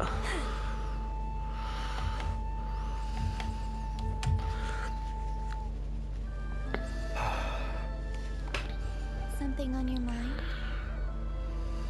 Miss Columbina. This could be also the end long, unless I goes that finished yesterday. It'd be pretty funny. Or annoying. Names are funny things. Have you always been called Dainsleif? Yes. I take it your own name has a more complicated history. I have a different relationship with names than other people. To be honest, I'm not even sure that Columbina is my name. At least, not in the same way that Dainsleif is yours. But it's what everyone calls me, and I go along with it. A lot of my life has been that way. I get so used to things that I forget to question why they are so. I never used to think much about where names come from, or what they mean to people. I'm pretty sure names come from their parents for sure. Something's wrong with me. You're different from other people. I sensed it the first time we met. You're more perceptive than most. I'm sure your long life and rich range of experience explains that. Do you ever find yourself missing Conria, Mr. Dainsleif? Difficult to answer. I have dreamed of it many times. Yeah. Sometimes I'm fighting tooth and nail. Other times I'm lying on the ground, defeated. Thing is, I feel like he misses Conria people, not so the like order of Conria, because like you gotta remember the king and that one there, right? Like you probably won't want it to go exactly back how it used to be. Like if you could have Conria back without the Tyrant King, she would have been way better. Also, just judging by how we know of Conria, it doesn't seem like the king was even all that. Probably someone who was born in power, I think. At least from what I can know, understand. Been too long. Is that because hatred survives longer than love and affection? Yeah, I guess. That would not be for me to say. I make no excuses for the grudges I bear. But whatever the reason, I remember little that was beautiful or sentimental. Thank you for your help with the Rerir situation. Without your efforts, I never could have learned the hidden truth of his story. You're welcome. I know he's your friend. Friend? He betrayed me. And I never really understood what he was going through in life. Some friendship, that is. I mean, if he doesn't really say, you can't really expect to know it. So, do you plan to fight him with it? You see, you're torn. Now you know what really happened. You see the things he's done in a new light. I need some time. I feel like Dane's gonna fight. Come on, I need to see Dane's lift to fight. Anyone else in your position would feel conflicted too. Not me. Actually, I went through something similar myself recently. Something happened that changed my perspective on a situation. A situation I took for granted at the time. What, your friendships? Now I feel very grateful for it. You mean the Harbingers who still support you, even though you've left the Fatui? Yes. I always thought they were only helping me because Harbingers are forced to work together. But then I abandoned them. A warrant was even put out for my arrest. And even now, they still support me. Which means I was wrong about them all along. Clearly, they view you as a friend. I feel a little guilty now. I regret not seeing her help for what it was, and not treasuring it. I see the guilt that you're feeling now, because I feel it too. I mean, the guilt's are probably a bit more like, thingy, because like, Conrio, your whole nation was destroyed, but sure. I mean, there is that drift and power over that, I think. Hey! Shall we say hello? Yeah, we just eavesdropping.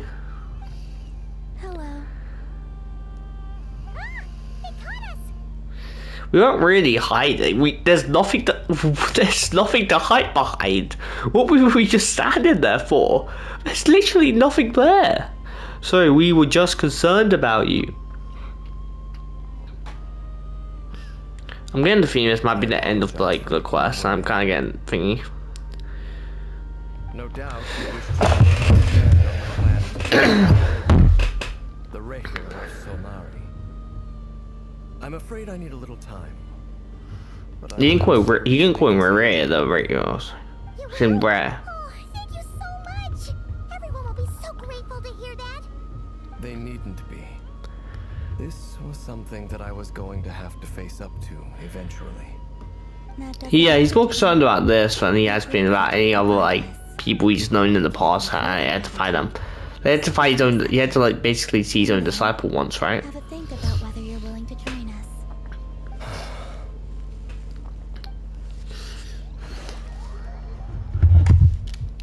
Man, I'm. So now we got enough for Flynn's and Alma. Let's go rendezvous with the others. You know the place. I'm really hoping this doesn't just end the arc quest. We have to wait to Act 5. I just don't know why I have a feeling it will, and I will really hate it if we don't get a fight right away in this arc act. I doubt it, right? We're going to a great location. Doesn't feel like an end of arc quest time. You're earlier than I expected. Yeah. Been waiting here long? Not too long. I came a little early so I'd have some time to think. Are you nervous about the battle? Quite the opposite. I'm reminiscing on my past battles. When I was awakened by the Radniki, I had not touched a weapon in many years. I felt like the battlefield was not where I belonged. But after waging war against the Wild Hunt for so long, I came to realize something. A life of absolute peace is simply not a possibility for me. I feel like it will be at the end of the day, when like everything's all said and done, not just Nod-Krai, but like. Yearning to root out the evil in the world. That doesn't sound like such a bad thing. I agree. Well, in the past, when I was a Fae whose primary concern was hibernation, it was hardly ideal. But it certainly serves me well here in the. Speaking of what, no, I went. To be able to join forces with you in this endeavor. Speaking of which, for a bunch of world quests I've done in the past, like I've had to do a bunch of world quests because I've been doing a bunch of Nod-Krai. I'm pretty sure they call Paimon a Fae, or at least mistaken her for a Fae. So I don't know if that's like interesting or if that's just a one throwaway gag or something. Because Flynn's obviously is a Fae, but they obviously call Paimon a Fae, so maybe she looks like a Fae, or like what people think Faes look like. I don't know. I just remember that in my head. Looks like I'm not the first to arrive. If that ends up becoming like detailed or information for saying, I don't know. But surely Flynn's would have realized if she was a Fae, so. Because of the nerves. But don't worry. I got enough sleep in the end. I'll be just fine. Thanks for everything. Please. I'm just doing my part. Never! Over here! The good has been delivered and the backup plan is underway. Nino asked me to relay a message. She said Inepha will be on high alert and keep a close watch over all secondary districts where defense is required, providing support as necessary. Meanwhile, Ino herself will provide range support directly, using her latest invention. Excellent. My thanks to all involved. Oh, Reverend's still trapped in. He's about to break free. It won't hold him much longer. We should be prepared to engage. I'm surprised it's holding him this long.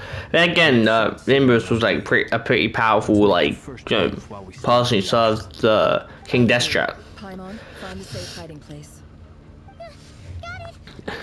I like how she said, Paimon, go! Oh, we're talking.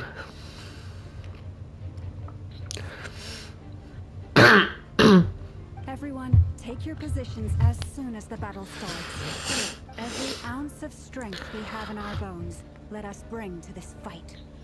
Ready? Let's go. I've seen all your futile ploys before. You have become the authors of your own demise. Oh, come on, Riri. Wouldn't be so sure about Dainsleif, I need you to show up.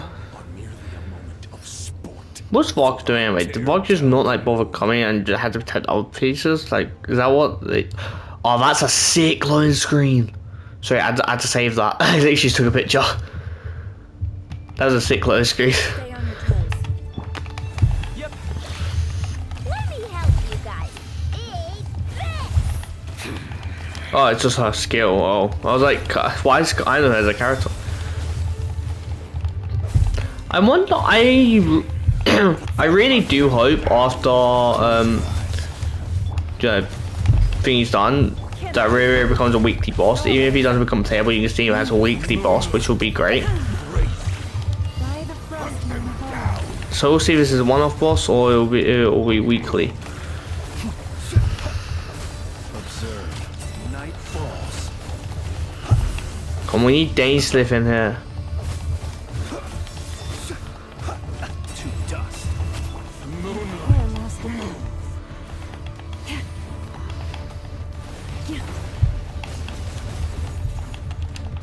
Be silent. Close your eyes. Raise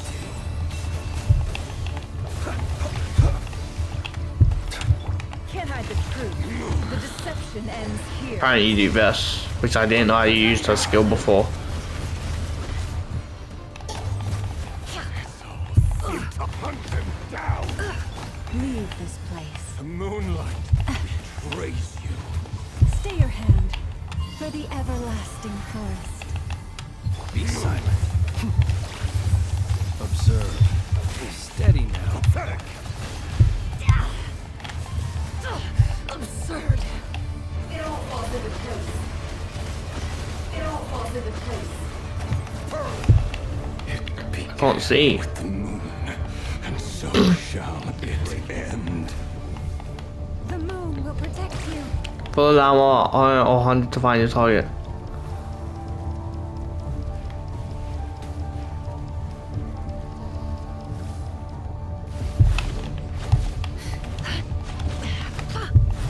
This is a sick fight, to be honest. So I'm not talking about this one.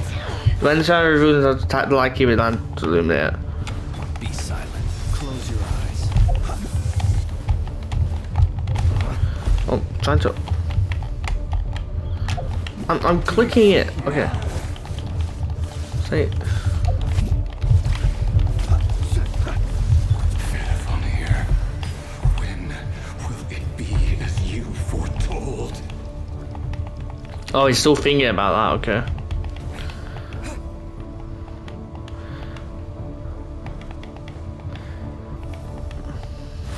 Water jet.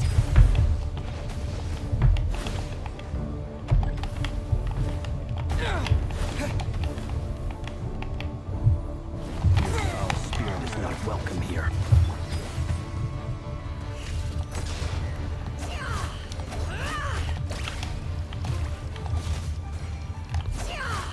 I can't go around spin Close your eyes. for some reason. I couldn't go around like thinking it didn't work. Oh, it's become water. Did I have it for Hydro? I don't think I changed it to Hydro. Might have actually. If I realising it. Night falls. Forest, protect us. No more lies. Time to come clean.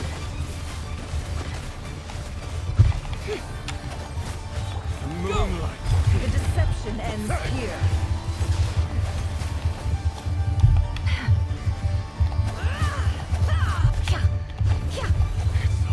Futile hunting down. It all adds up. So that's how you use a skill and do that. Okay. At first I had all the things to do that.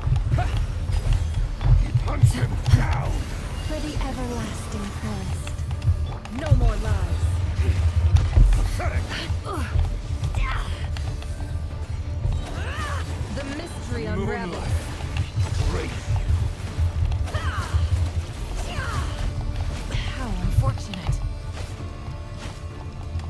Seems to heal her attack, which is good. Go! Futile. It all adds up. No more love. Shameless. Moonlight. A brave transgression. By the frost moon. Come on. Your little game of heroics is over. Who wants to go first? Hold up. He's just healed. Get out of my sight! Come on, Dainsleif. Oh wait. No. That's not. Where are the others? Stuck outside the barrier. I guess he really doesn't like us. I told you before, knowing too much is always a death I guess he. Be careful what you wish for. I really want like someone to bring up like his wife. Mama, can you hear me? Hold on, drink. Silence. The voices are gone, but at least I know they're still there. I need to focus. Stick to the plan. Remember my Oh, yeah, we have a plan that I don't have a clue about. If I can stall him for long enough, the moment will come.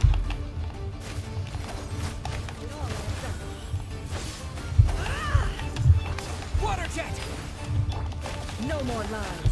The reaction. That's why my Harry got traced to Hydra, because the reaction there. It all adds up.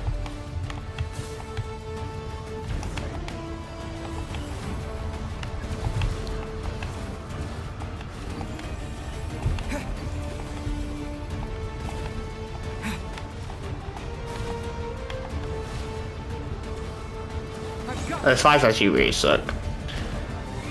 I'm just trying not to die though. I don't know if I die, I'm gonna have to restart this thing. I do hope they do it's a weekly also, because it'll be really nice if they do. I can't keep this up. Don't push your luck. Do like no damage. Oh my god.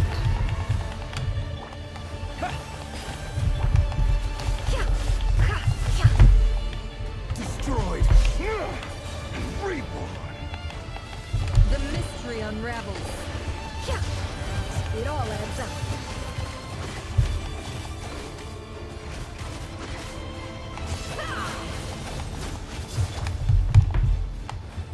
Water jet! Can't hide the truth.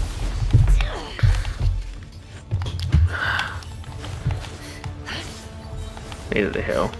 The deception ends here. No more lies.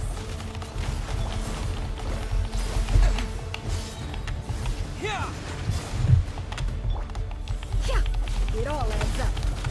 It all falls into place. Destroyed. Reborn. Let's see what you're made of. Good.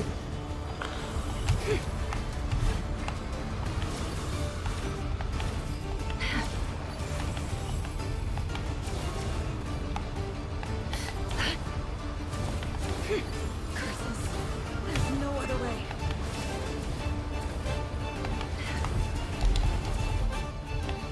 Oh yeah. Sick. I don't know what I've done, but yeah, yeah, the Illuminati man. just a pyramid. I don't know what it's used for thumbnail wise, but it's like everything here looks sick.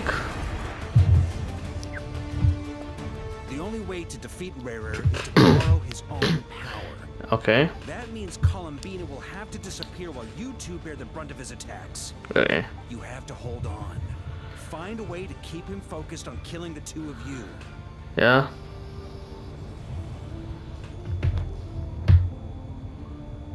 Are we bleeding? Oh yeah, she is. Soon you will be powerless to resist. And then I will reduce you to dust. But that dust will plague your memories. Come on. Keep holding on. Any other tricks up your sleeve? Let's see them. as entertaining as they are, you've backed yourself into a corner. You don't fool me. I see your fear clear as day. I have to stoke his rage. Make him unleash everything.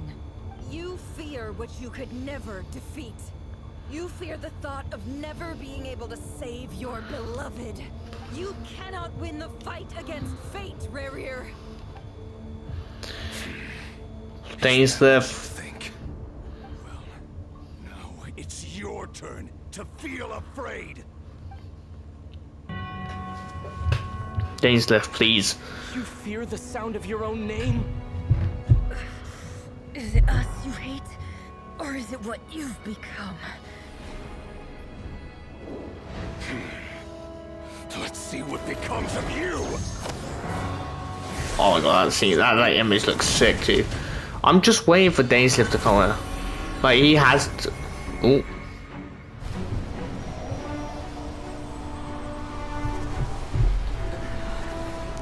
So Colabino?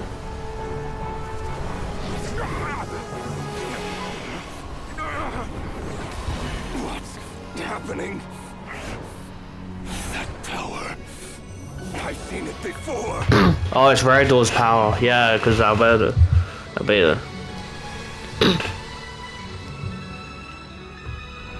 His power is on another level. We'll need to use an alchemical array to convert his power into a usable form.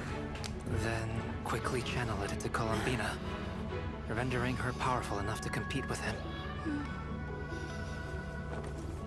I'll join you. I can help. If I release enough abyssal energy into a confined space, it'll create a potential difference. This is like a cutscene. A huge amount of elemental energy. Next, I'll synchronize with everyone's minds using pyro. Then Okay. give temporary access to their abilities and fields of view. Oh, I'm It on won't fire. last long. Can you see? Well enough. So, we have a student of Gold Rhine-Daughter in our midst. How about that?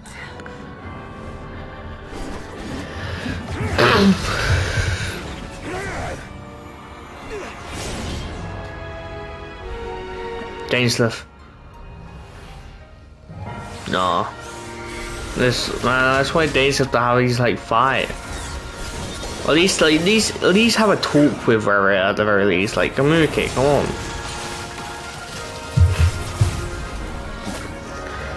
I heard the whole talk. He has to have at least has to intervene here somehow. You use my own power against me? Just like how you stole Kuvaki. Look familiar?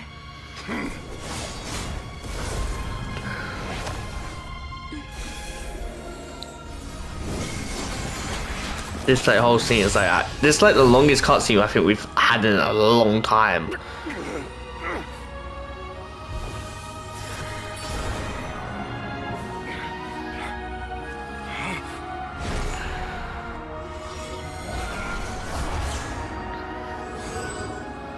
Don't you realize? You don't have the power to hold that gate open. I don't, but someone else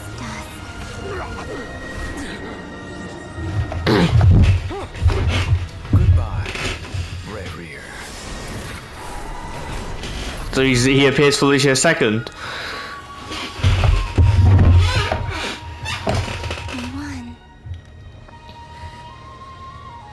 Oh come on. Regiary just breaks open the gate.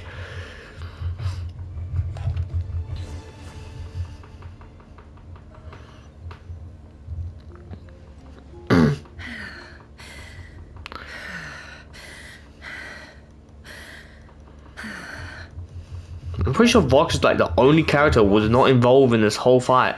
They're fine. Apart from the blindness, of course. It's not too late. Let me handle it. Oh, if actually you say, oh, you're blind forever. Oh yeah, she has to do that to heal people. People actually have to do that in anime stuff. It's like for my anime and a lot of like other stuff. Like you have to basically injure yourself to heal. I've seen it like many times, but You to lose your composure. That was the most reckless thing I've ever seen you do. Reckless how? The situation was critical. Our lives were at stake. We had to do something. Even so. Okay. I guess you're right. Under the circumstances, it was a wise decision.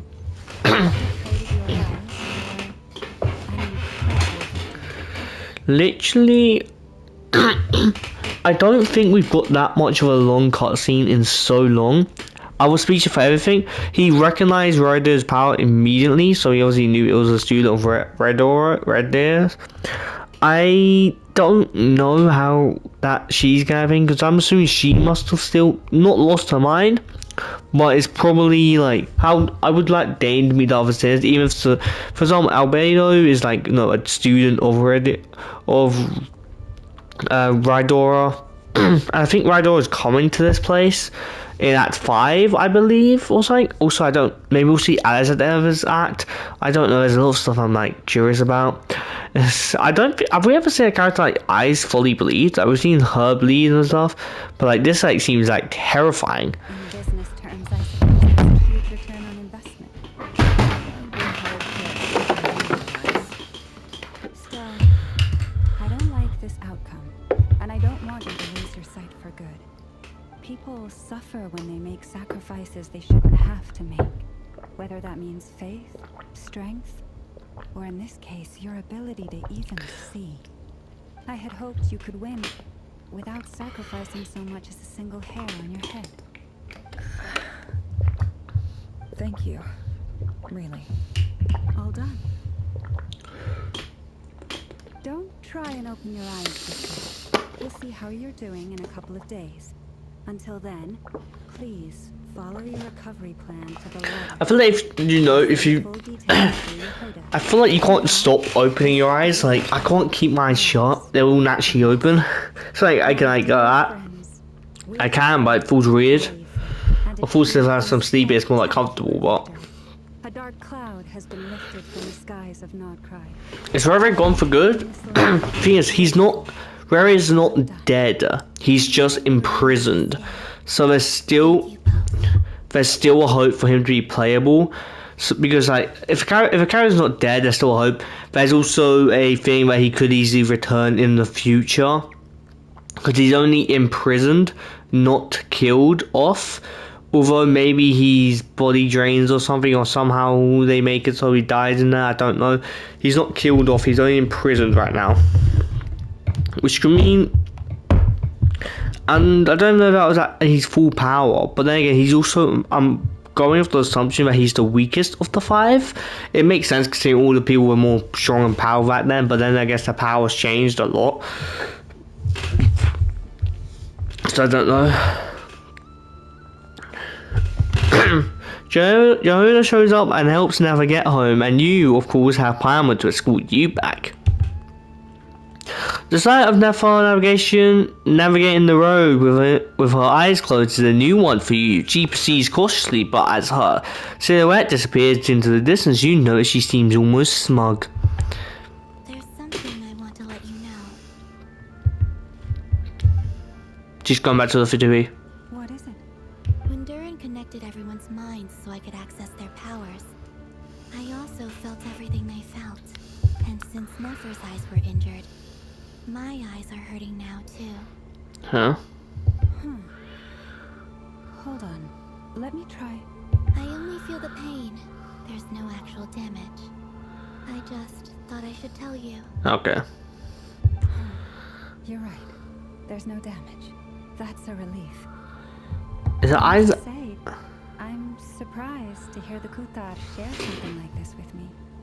In the past, you never used to open up about yourself. But like, I swear she's never opened her eyes. I don't know if she's blind or something, or like if her eyes are injured, but she never opens them. Things are a little... So she opens, like, if her eyes are like, you know, if her eyes are there, why not open them? Why shut them? Oh. You have no idea how glad I am to hear that. You can't help but break into a smile at the word friends, as a warm and fuzzy feeling fills your chest. One by one, your fellow teammates report in to inform you that everything is under control at Lauma's instances. You lie down, you fought on the front lines against Riri, and now you need rest. Vision? Ah. When you go to sleep, you can't, like, you always have to be on, like, things to put you in some vision or something. Okay, we're sleeping calmly. Vision? Oh, no. Like, we've had so many, like, visions when we're sleeping. Any aches and pains? Did you sleep well? I'm doing all right, Paimon. Oh, we're talking. No need to worry about me. Phew. Well, that's good. Paimon's been sitting on the edge of the bed worrying about you for ages. You slept a whole day and night. Poor Paimon had to eat all by her lonesome. Glad to hear you didn't starve. How was the food? That was alright. It wasn't the same without you there to share it. Honestly, Paimon just can't relax when you're not your usual self. Just enjoy the food and settle down to sleep. Well, I'm back to normal. We're talking a lot of them, jeez. Oh, yeah. And Albedo swung by earlier. He said to tell you to head to the tavern when you woke up. Barker and the others are organizing a victory feast and they want to celebrate with you. He also dropped off some medical supplies, but you seem fit as a fiddle, so guess you won't be needing those. If you're feeling up to it, let's head over now. Wouldn't want to keep them waiting. Okay. Victory feast. I would partake in this victory feast. I would love to partake in this victory feast, please.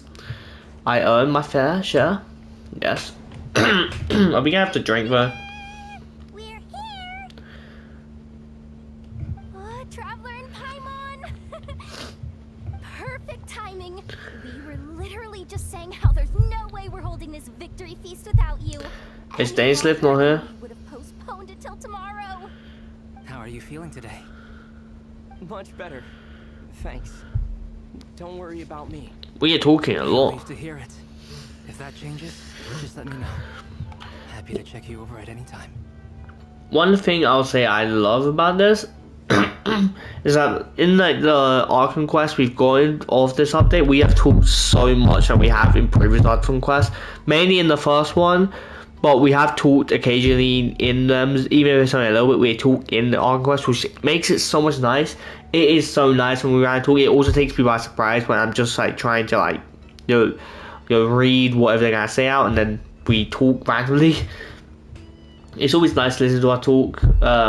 So yeah, it's always nice that. Also, I love Durian's design. Like, I really want to get hopefully pull them. Praise can be pretty good too. Anything you need, just let us know. Where's Nipper? How are her eyes doing? We're talking still. I'm sure she'd love to catch up with you. Fuck off. Talk to Nefer. What's that? I thought of 1,000 ways to congratulate you, but now you're here, words are failing me. The honorary knight stuns some speeches. doing the Favonius Knight pose. Well said. The honorary knight showed us all how it's done. The other knights told me that Mondstadt was the first stop on your journey. All of us are truly delighted to count you as our friend. Yeah, it is our first stop, so it's always nice when we get monster like quests or monster like go back to like certain locations. For example, Samaria, we're going back to this thing with our event quest. It's always really nice when we do get to do that stuff. One thing I will say, what was I gonna say? I do love how sometimes they bring up like the tiles that we've acquired in other nations, because we have acquired for example in Natland we're the hero of Natland, right? And obviously I think in Leeway and that we have tiles too, but I can't remember. And in the Mondstadt we are the honorary knight. It's always nice to have like different tiles for the boss. That's like, you know, it's just for nice to people know thing. I feel like at the end of that will probably be like the savior or something like that. I don't know. I'd like to thank you for supporting the Knights of Favonius, and also for helping us save Nod-Krai. Don't mention it, Grandmaster. Now we stop talking. Nonsense. Of course I'm gonna mention it. This is more than just business. It's a relationship. And there can be no relationship without showing gratitude where it's due. Yeah, fair.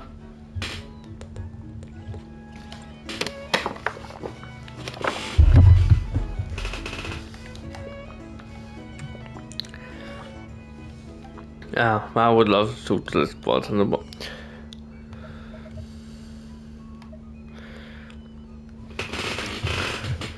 alright, so each of 5 characters, okay.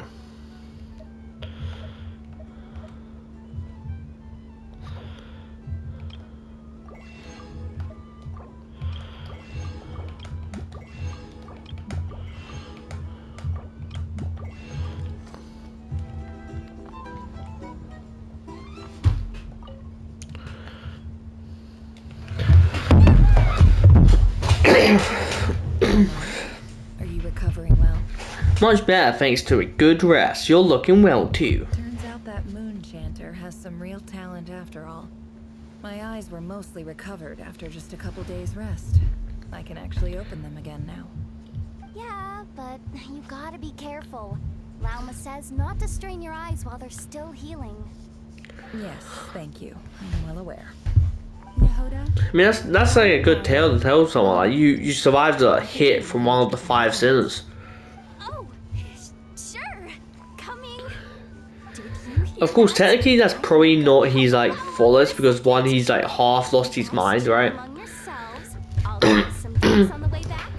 Even if you're strong without mind, you're basically some mindless beast. Like he has some sense of like you know, mind and conscience, but like most of it was lost or something like that. From my understanding, anyway. What's on your mind, Nefa? Nefa? The Raker of Solnari. I mean, Nefa, not Nefa. Kind of a snake, don't you think? More of a wolf in my mind. No, definitely a snake. A poisonous one who spewed his venomous hatred everywhere. Does that mean the wild hunt's no longer a thing? But I'm assuming we'll find more of them after thing. I guess he didn't like seeing people go down the path of vengeance. Perhaps. I'm sure it sounds like a very wise and open-hearted perspective to your ears. But me? I think hatred is a perfectly justifiable emotion. I feel like hatred is a justifiable emotion.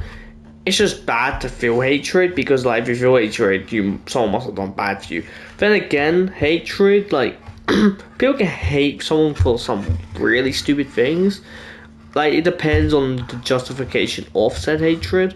For example, someone can hate someone like, you know, for anything, some like stupid thing they probably have no control over either. As an emotion, yeah, I would possibly hate to feel hatred, you know. So I guess it is. I wouldn't really like to feel hatred, in my opinion, just because if you feel hatred, someone's probably done something to you that made you want to feel it that way. What else is left when everything you depended on in life gets stripped away? Yeah. Something's gotta fuel that drive to keep on living. Yeah, hatred's a good like drive to push yourself, I guess. When I look at your life, I see a lot of things that you can depend on. If you're worried about me, you can nip that in the bud. I'm not someone who gets stuck in the past. It's just, I suddenly feel like I was wrong to call my father a liar. He was just a fool. Yeah. That's why the academia turned their back on him, and why the other tribes ganged up on him. Oh, Father. How much better things could have been if you were a skilled liar. Look at the Ibis King. Thoth is a fiendishly cunning liar. And yet, strangely, he feels more like a father to me than my real dad ever was. He's never brought it up, but I'd bet he feels the same way. Why else would he give me the power to perceive the truth, while at the same time training me in the art of deception? Sadly, I've never heard the Ibis's voice. What is he actually like? Well, King Deshret banished him to Aru, which is essentially a prison, and posed 3 questions to him. He promised that he'd have his freedom if he could find the answers. His response was to take on a physical form and approach me, hoping that I could become his envoy and search for one of the answers on his behalf. Did he really think I'd fall for that? He's stuck there. He can't make me return what he gave to me. Sounds like he was nice enough to you. You definitely sound like a father and daughter. Did he fall back? The response. Did he really think I fall for that? He's stuck there. He can't make me return what he gave to me. I have no idea. So that's enough for you to decide he's nice, is it? He's a prisoner, and he was scared. So he decided to perform some good deeds to win people's approval. He lives in fear because he's a deceiver. How is Rerir any different? You can't work as a spy your whole life and expect a happy ending. It's preposterous. Yet I can't say I don't understand it. Liars live in the darkness of their own making. But it's still human nature to want to keep living. He said that a liar's soul is the most worthless thing in the world. There's a reason some people call stuff like white lies, because like sometimes lying can actually help someone more than hurt someone. So it really depends on what lie you're telling. Like, for example, if you're trying to surprise someone, you might have to lie to them to get them out of the house so you can give them a surprise. You ain't being bad, you're just telling a little white lie, hurting no one. But yeah, I agree with that. I have saying that lying is the most worthless thing in the world. What do you think? I have to disagree with that. Oh, really? Well, it takes a very kind person to find compassion even for liars. Oh. If you ask me, the soul of a liar really is worth nothing. Because all they care about is themselves. For example, when something good falls into my lap, I don't go sharing the news around. Stops other people trying to steal it from me.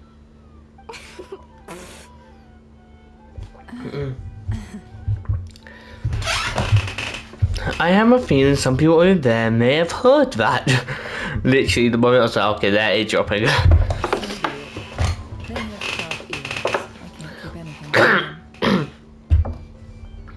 Is that your way of saying you warmed up to them now? Isn't it? Nefa and Nefa have so much similar names that sometimes called Nefa in. I say in and then Nefa at the same time. Nefa, like they basically have the same name, just put in at the front of Nefa's name. I don't know why. I don't know if created after Nefa's name. It said in Nefa. I have no idea. Is that your way of saying you're warmed up to them now? Oh, is that what it looks like? What it looks like is you're starting to see us as your friends. Maybe we'll get that. Why is Vodka staring at us? Well, you all know my past now, and I can't simply eliminate everyone who knows too much. So I guess I just have to put up with you, for the foreseeable future at least. When you find yourself in a situation you can't control, the safest play is to keep calm and start monitoring everyone involved like a hawk. In the intelligence world, you need to have a sense of perspective and play your hand accordingly. If you understand what's at stake, please ensure my secret is safe with you. I trust you'll respect my wishes as a friend. But don't forget, I will also be watching you like a hawk. So what you're saying is you're stalking me. You're going to stalk me. Is that what you're saying, Nefa? I mean, Nefa. Sure thing, Nefa. Very good. Oh wait! Now that the panic's over and we've all calmed down, Paimon suddenly remembered something. What is it? We're gonna see Dainsleif? After all that build-up, our mystery ally never showed up even once. I'm pretty sure the mystery ally is Alice. Oh, you're so annoying. Am I imagining things? That. I know Alice is. That close colleague Ooh. stayed behind with you. What's he been up to recently? You. Don't know, don't care. I get more normal human interaction from hanging out with Bosco too than him. Although, now you mention it, he hasn't bothered me in a while. I wonder if... If he's disappeared without a trace, it's the biggest gift he ever gave to the world. But I somehow doubt that's what's going on. Huh? What's going on? He won't lie low forever. So we'd better stay on guard. Who are they talking about? Who are they talking about? You can't just do that to me.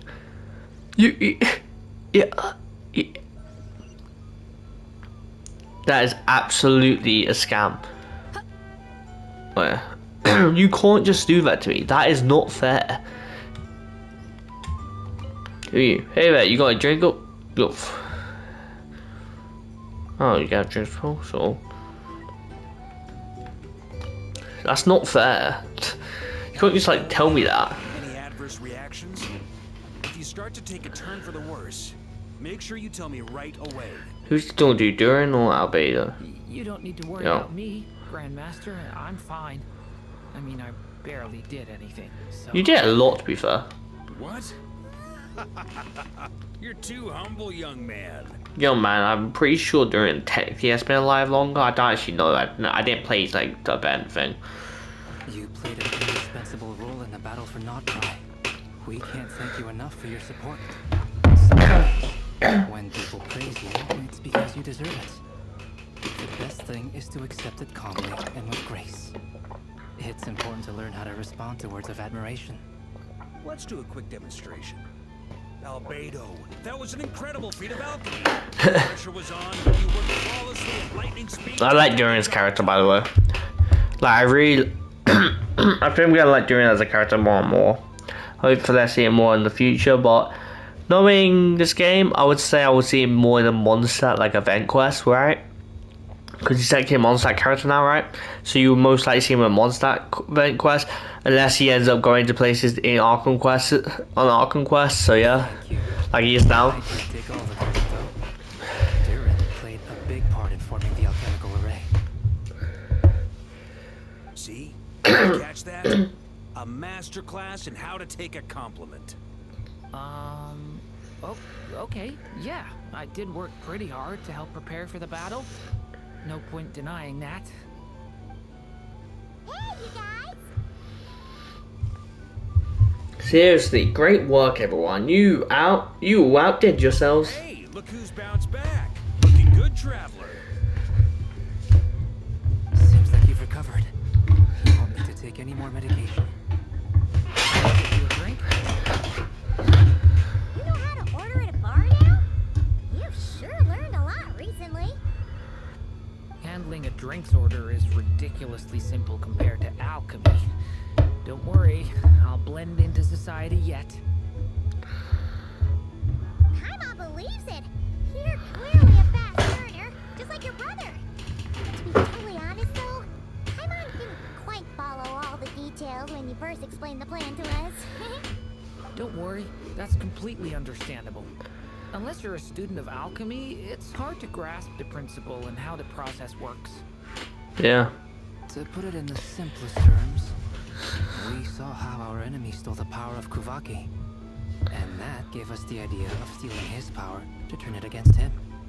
When facing an enemy you have no hope of defeating, it's best not to engage them in battle. So, instead of looking for a way to overpower him, we decided to help Columbina get strong enough to at least stand up to him in a fight. For this to work, we had to analyze his modes of attack, confirm who his main target was, and make sure that he wouldn't go beyond the range of the alchemical array. For added security, we prepared a total of 4 arrays. But to mitigate the impact of the battle, I still have no idea what's going on, but I kinda get it. Where the confrontation took place, the alchemical array absorbed his abyssal power. Then Durin processed it to render it usable by Columbina. Let me know in the comments whether you guys, what's your favorite character in this arc? Like who was the best character during this act, during these 2 arcs, or just act in general? I like Durin, he just didn't get like much thing, and I guess he's kind of shy, right? I do hope like we see Durin and Albedo more that is together, because they kind of have a nice little bond going for them. Fuck is good. It's just a shame we didn't really get to see him fight, but I guess they don't want to make him fight until he's like, you know, going on a banner where to be playable, which I think is in another like 2-3 months. So yeah. At 5, we will be seeing Alice, I believe, which they left us on a cliffhanger with who they were talking about. I'm so confused what colleague they were talking about. I'll probably watch a video like maybe going over it, and I feel like it may be obvious, but as of right now, I'm so confused who the heck they're talking about.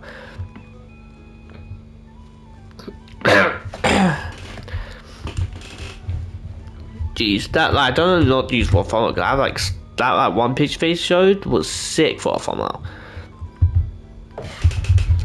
Yeah. Okay, 1 second. That power enabled her to do what would otherwise have been nigh on impossible. Okay, let's put on. What surprised me was that Dainsleif actually agreed to join us.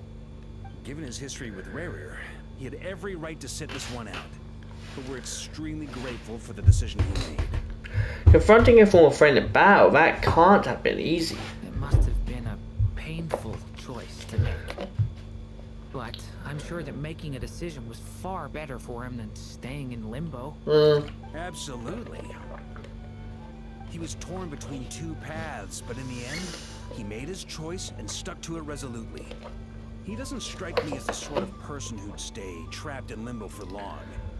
Anyway, however you cut it, everyone gave a stellar performance. And now, it's time to kick back and celebrate.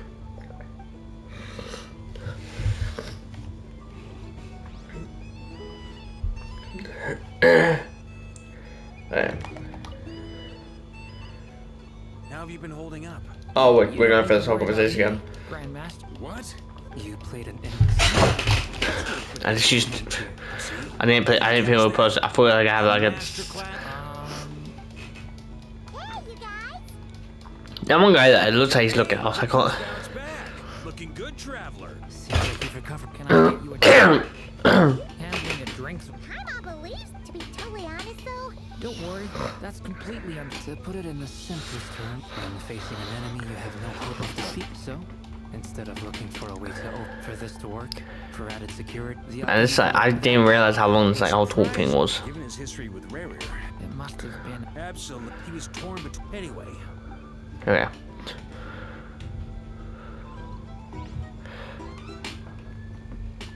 We're not gonna do that again. Okay. Now enough of that. I'm sure this won't be a long conversation, like as that was. Oh, Dory. Or Dora. I don't find it. Lovely to see you.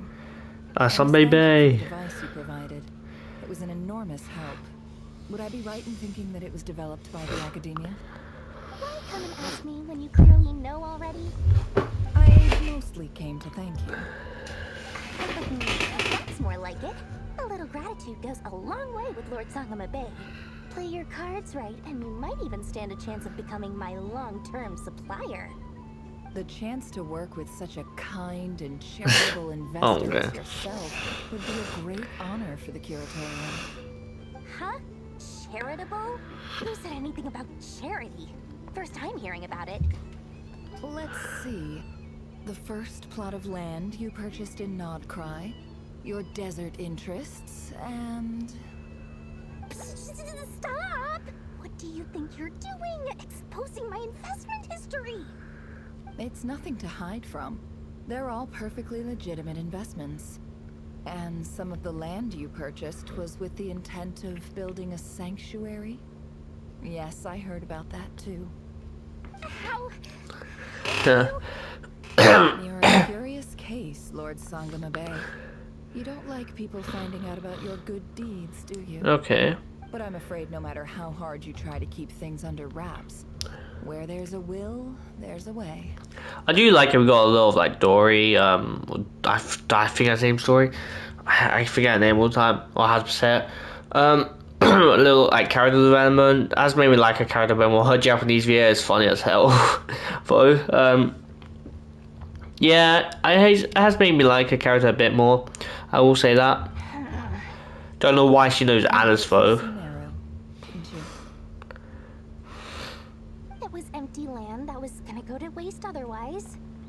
figured if I built something there, it might at least get some use in an emergency. Disasters are capricious things. They strike without any warning. I've lost family to a disaster before, and I don't want to lose any friends or business partners if I can help it. My elder sister used to dream of finding a sanctuary. Somewhere with plenty of food, water, and medicine. Where everyone could live happy lives. Is she it was dead? something I looked into, but after discussing things with the Dendro Archon, I decided on a more effective strategy. The tech people handled the tech, and Moneybags provided the power. It just made the most sense. It's a pity that so few people know the truth about you. Everyone says that you view everything in terms of Mora, and all you care about is growing your own wealth. Yeah, I said that. So, what's the problem with that? Everyone wants to be rich. It's human nature. So yes, I love Mora, and it's nothing to be ashamed of. But surely you have dreams of your own, beyond just making money. You don't get it, do you? My dream is to invest in other people's dreams. And, you know, make a nice little slice for myself along the way. Just thinking about it makes me happy. That sweet, sweet sound of Mora. Thank you. For the device? And the pendant. Oh, that. I was just returning a favor. Don't worry about it. Seems like we've both been away from home for a very long time. Yeah. So long that I barely remember what my family even looked like. Miss is putting a time into the event quest, I would assume. Just them talking here is like, you know, get time to kind of the event quest, right? Just judging by the fact that they're going, like, I know Nefer's going to Sumeru. I don't know if Dory's going to go there, or Dory's gonna go there. That would be your mother, father, and sister? Yeah, though it's been years since my sister passed. Yeah, I thought so. It's not like I want to forget them, obviously, but memory can be even more ruthless than the most calculating business person. Beyond a certain point, if something isn't helping you, it just gets rid of it. My sister can't help me now. Slowly but surely, her face is fading from my mind's eye. It's become a vague impression. That's just sad, man. Not everything will fade. When loved ones pass away, the beautiful memories are the ones that last the longest. Yeah, that's true. If you ask me, that's the one silver lining in all of it. Well, that, plus, I'm sure that life is much better now than it was back then. Oh, absolutely. I have tons of Mora, a big beautiful house, business is booming, and I'm as happy as can be. You've got a lot going for you too. Also the Curatorium of Secrets? I'm sure there's plenty of Mora to be made in that line of work. I appreciate the vote of confidence. Oh, we weren't even involved in that.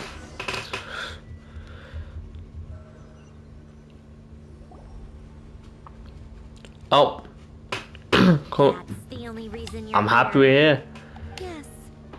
I've thought a lot about it. And I've realized that you, me, and Arlecchino should be friends. I think this is very important. So I felt I had to come and tell you. Well, this is a new one. I'm so moved. I can't even hold my teacup. If that's all, you can leave now. Do you not want to be friends with me?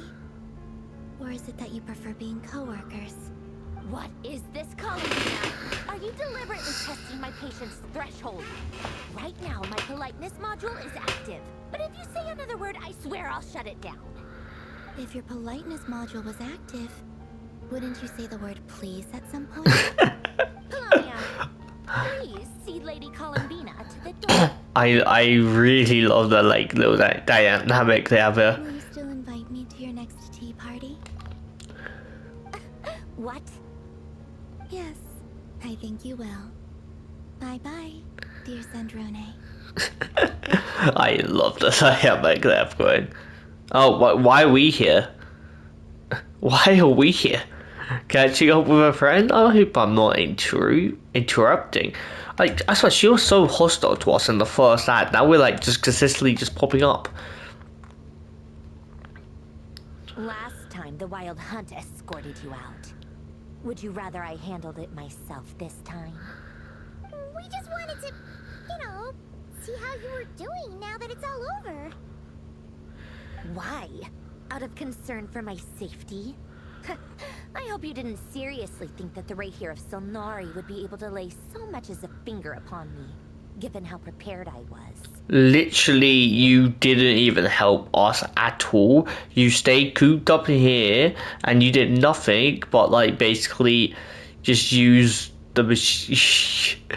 Your machines didn't even do anything. Mostly because you kind of helped us out, so we just wanted to check you were okay. She didn't really help.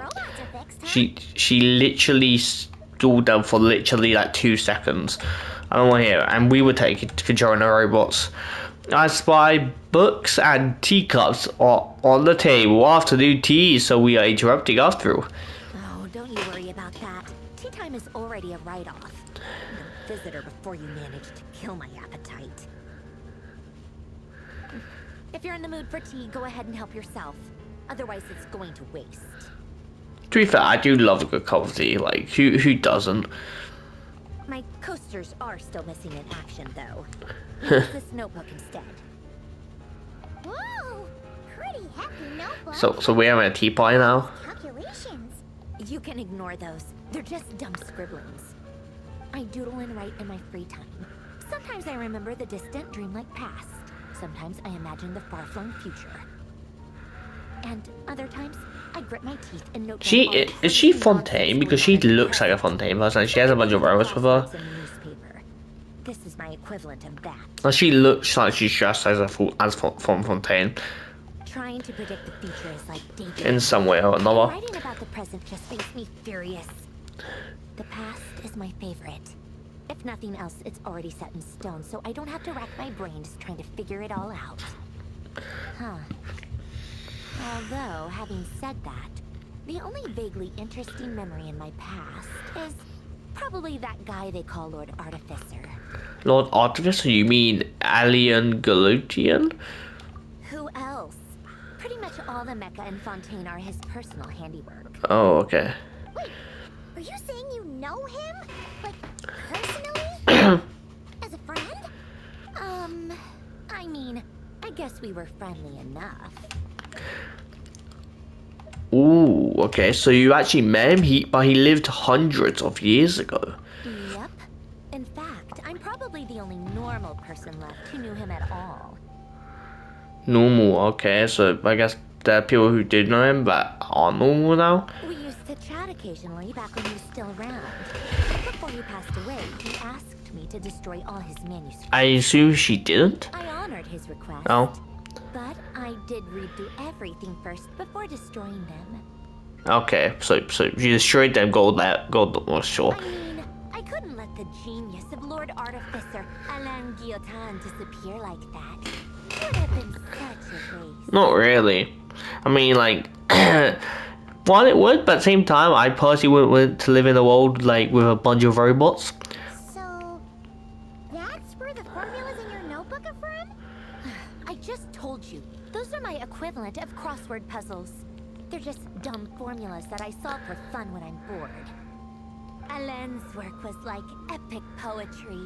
The formulas in my notebook are just silly little riddles in comparison. Not that there's anything bad about them. I mean, at least, solving those riddles isn't going to hurt anyone. Except me, because I lose a few brain cells in the process. Okay. Anyway, while we're on the topic, I might as well tell you about what happened to him and his friends. Oh, okay. Is this gonna be important? I would assume so. Alain Guillotin had two close buddies, Renee and Jacob. They spent their childhood in the Narcissan court. That kid looks like Thingy, so I don't know if she remodeled herself after a thing and made herself a robot. There's also that thing in the past background. Yeah, okay. They were all quite competitive, so there was some rivalry between them. But it was a friendly rivalry. But beneath the friendship and the rivalry, those two on the side are like siblings, so that might be useful. Unfortunately, childhood would end. The prophecy would come true. It's a normal person, so these people might still be alive. Never be. A mad dream that would normally only capture the minds of lunatics begin to take root in their hearts. a dream of saving the world. And if Renee and Alain had been people of lesser wits, that dream would probably have ended up as something for them to joke about in their older years. Okay. But alas, they were some of the sharpest minds around.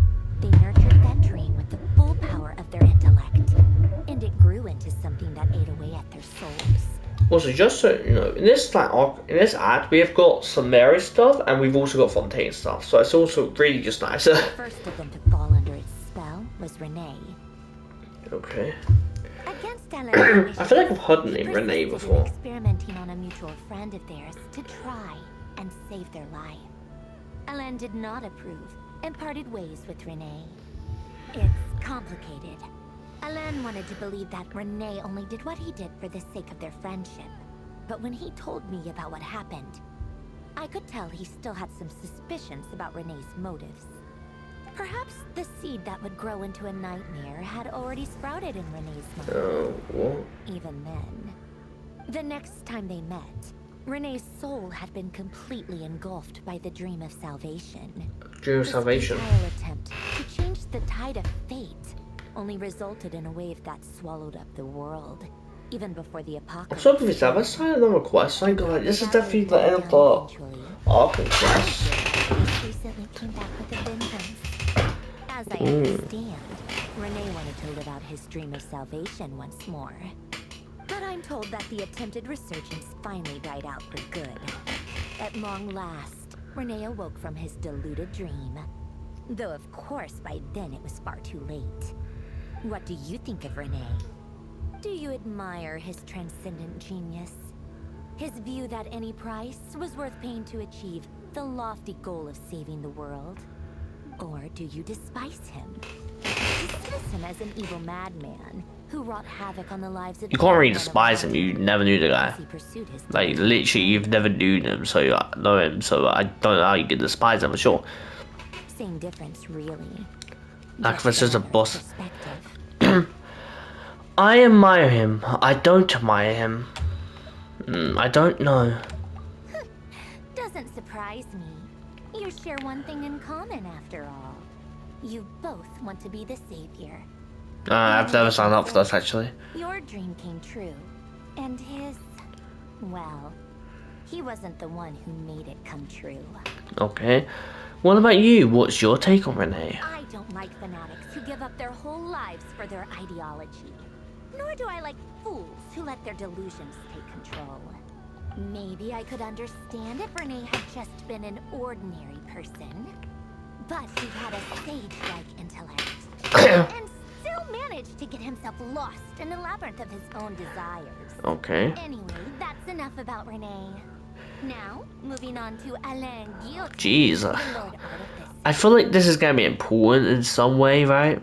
He managed to put a stop to the first storm whipped up by Renee. But after that, Alain lost his friends and family. To his credit, I suppose, the loss of his family and friends was purely a tragic accident. It's not like Alain sacrificed them for his cause or anything. After that, the only thing supporting his work was the same dream that had dragged his closest friend down to the abyss. But although the desire to save Fontaine drove him to found the Fontaine Research Institute, Alain continued to reject any form of transcendental knowledge or power.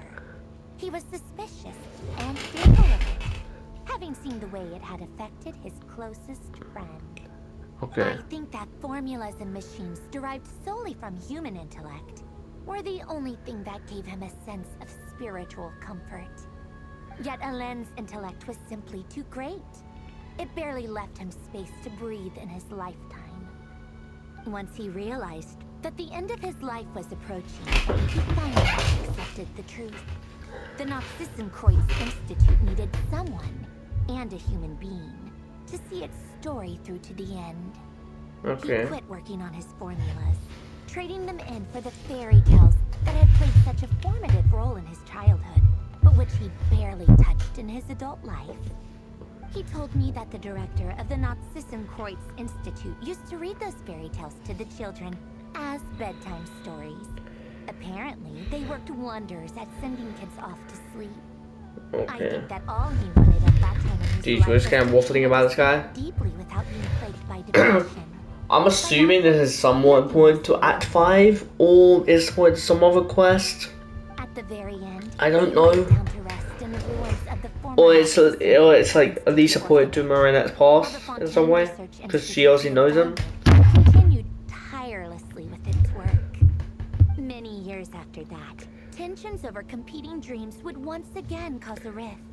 This time between members of the Fontaine Research Institute. But the actions of those fools had nothing at all to do with Alain. And that is the story of two people from the Nod-Krai Institute who both wanted to save the world. One went all in on his fantasy of salvation without ever looking back, and ended up calmly sinking to the bottom of the deepest sea. The other sought desperately to burn bright in his life, even though he wasn't sure where he was going. I do sometimes wonder, why is it that people like them have such grand hopes of saving the world? Even the grandest tree starts as a tiny seed. So perhaps, for each of them, their mission to save the world began with a very simple desire. To save themselves. They were young children with It's funny seeing her talk about it. The two we have also dabbled in some kind of forbidden power, like delusions are forbidden kind of knowledge power, right? And they did that in Inazuma, so like, or maybe they just wanted to find something. and they also killed like Tepe with the delusions. To stop them getting quietly swept away by the storms of life. But instead, the search for their own salvation took them down the rocky road laid out by fate. Do you think the desire to save oneself is enough of a justification to try and save the world? Yes, it is. Yes, it's enough. The way you said that sounded just like Alain. I asked him the same question back when he was in his prime, putting all of his energy into his work. He gave the exact same answer as you did. Is this gonna be different if I was differently? No elaboration.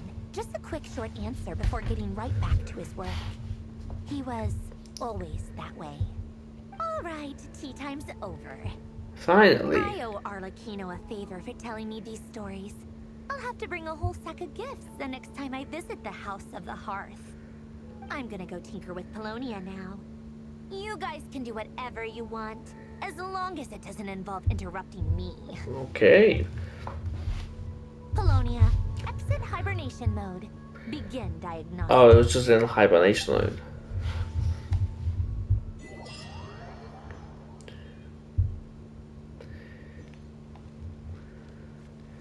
I finally completed it. I don't know why I had to like go sit through all of that. At least she said you're gonna listen to a host. I'm assuming that's gonna be some kind of important, but I have no idea how it's going to be important.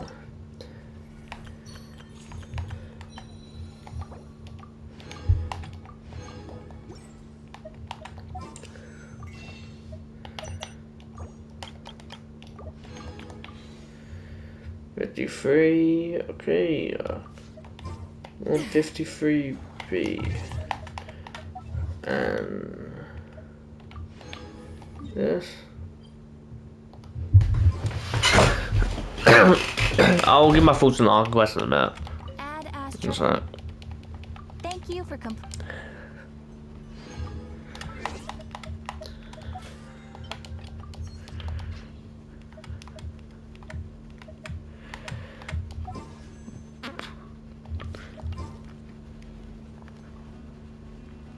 My thoughts on the Arc Quest are a bunch of things. I actually quite enjoyed it. It was a good Arc Quest. I wouldn't really say there's anything bad about the Arc Quest. It was a relatively fun one, a good one. I had fun with it. Enjoyed it quite a bit.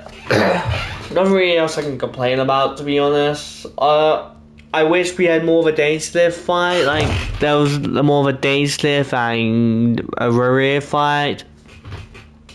I also wish Vodka kind of fighted in it. I understand he looks like he's fine, but he's kind of staying about it. I get it, he was injured. I hope we see him fight in the future, or at least like next act. Yeah. I'm really hyped. I think Says 9 is after this, after Nod-Krai. I could be wrong. I think Says 9 is after Nod-Krai. But all things said and done, this Iron Quest was quite good. Now I have to wait for another month probably till Act 5, which I don't even know what Act 5 is going to entail. Whether it be outside of like Nod-Krai, or whether we're going to go to like one of the things. It's going to be an Iron Quest which doesn't take place in Nod-Krai. I don't really know. But yeah, at least the rarest. I'm kind of annoyed the rare is over because rare is such a cool thing, but overall it was. Rari's not dead, so he's still gonna be a playable. He still could be a playable character and all that, or at least could return in a future, Arkham Quest or something. Maybe not soon, maybe not at 5, but he can return. If he does return, great. I'm going with the assumption that he's the weakest of the 5 sins, and I don't know if that's been confirmed or not. I'm just going with the assumption he's one of the weakest members of the 5 sins. That's all I have to go off.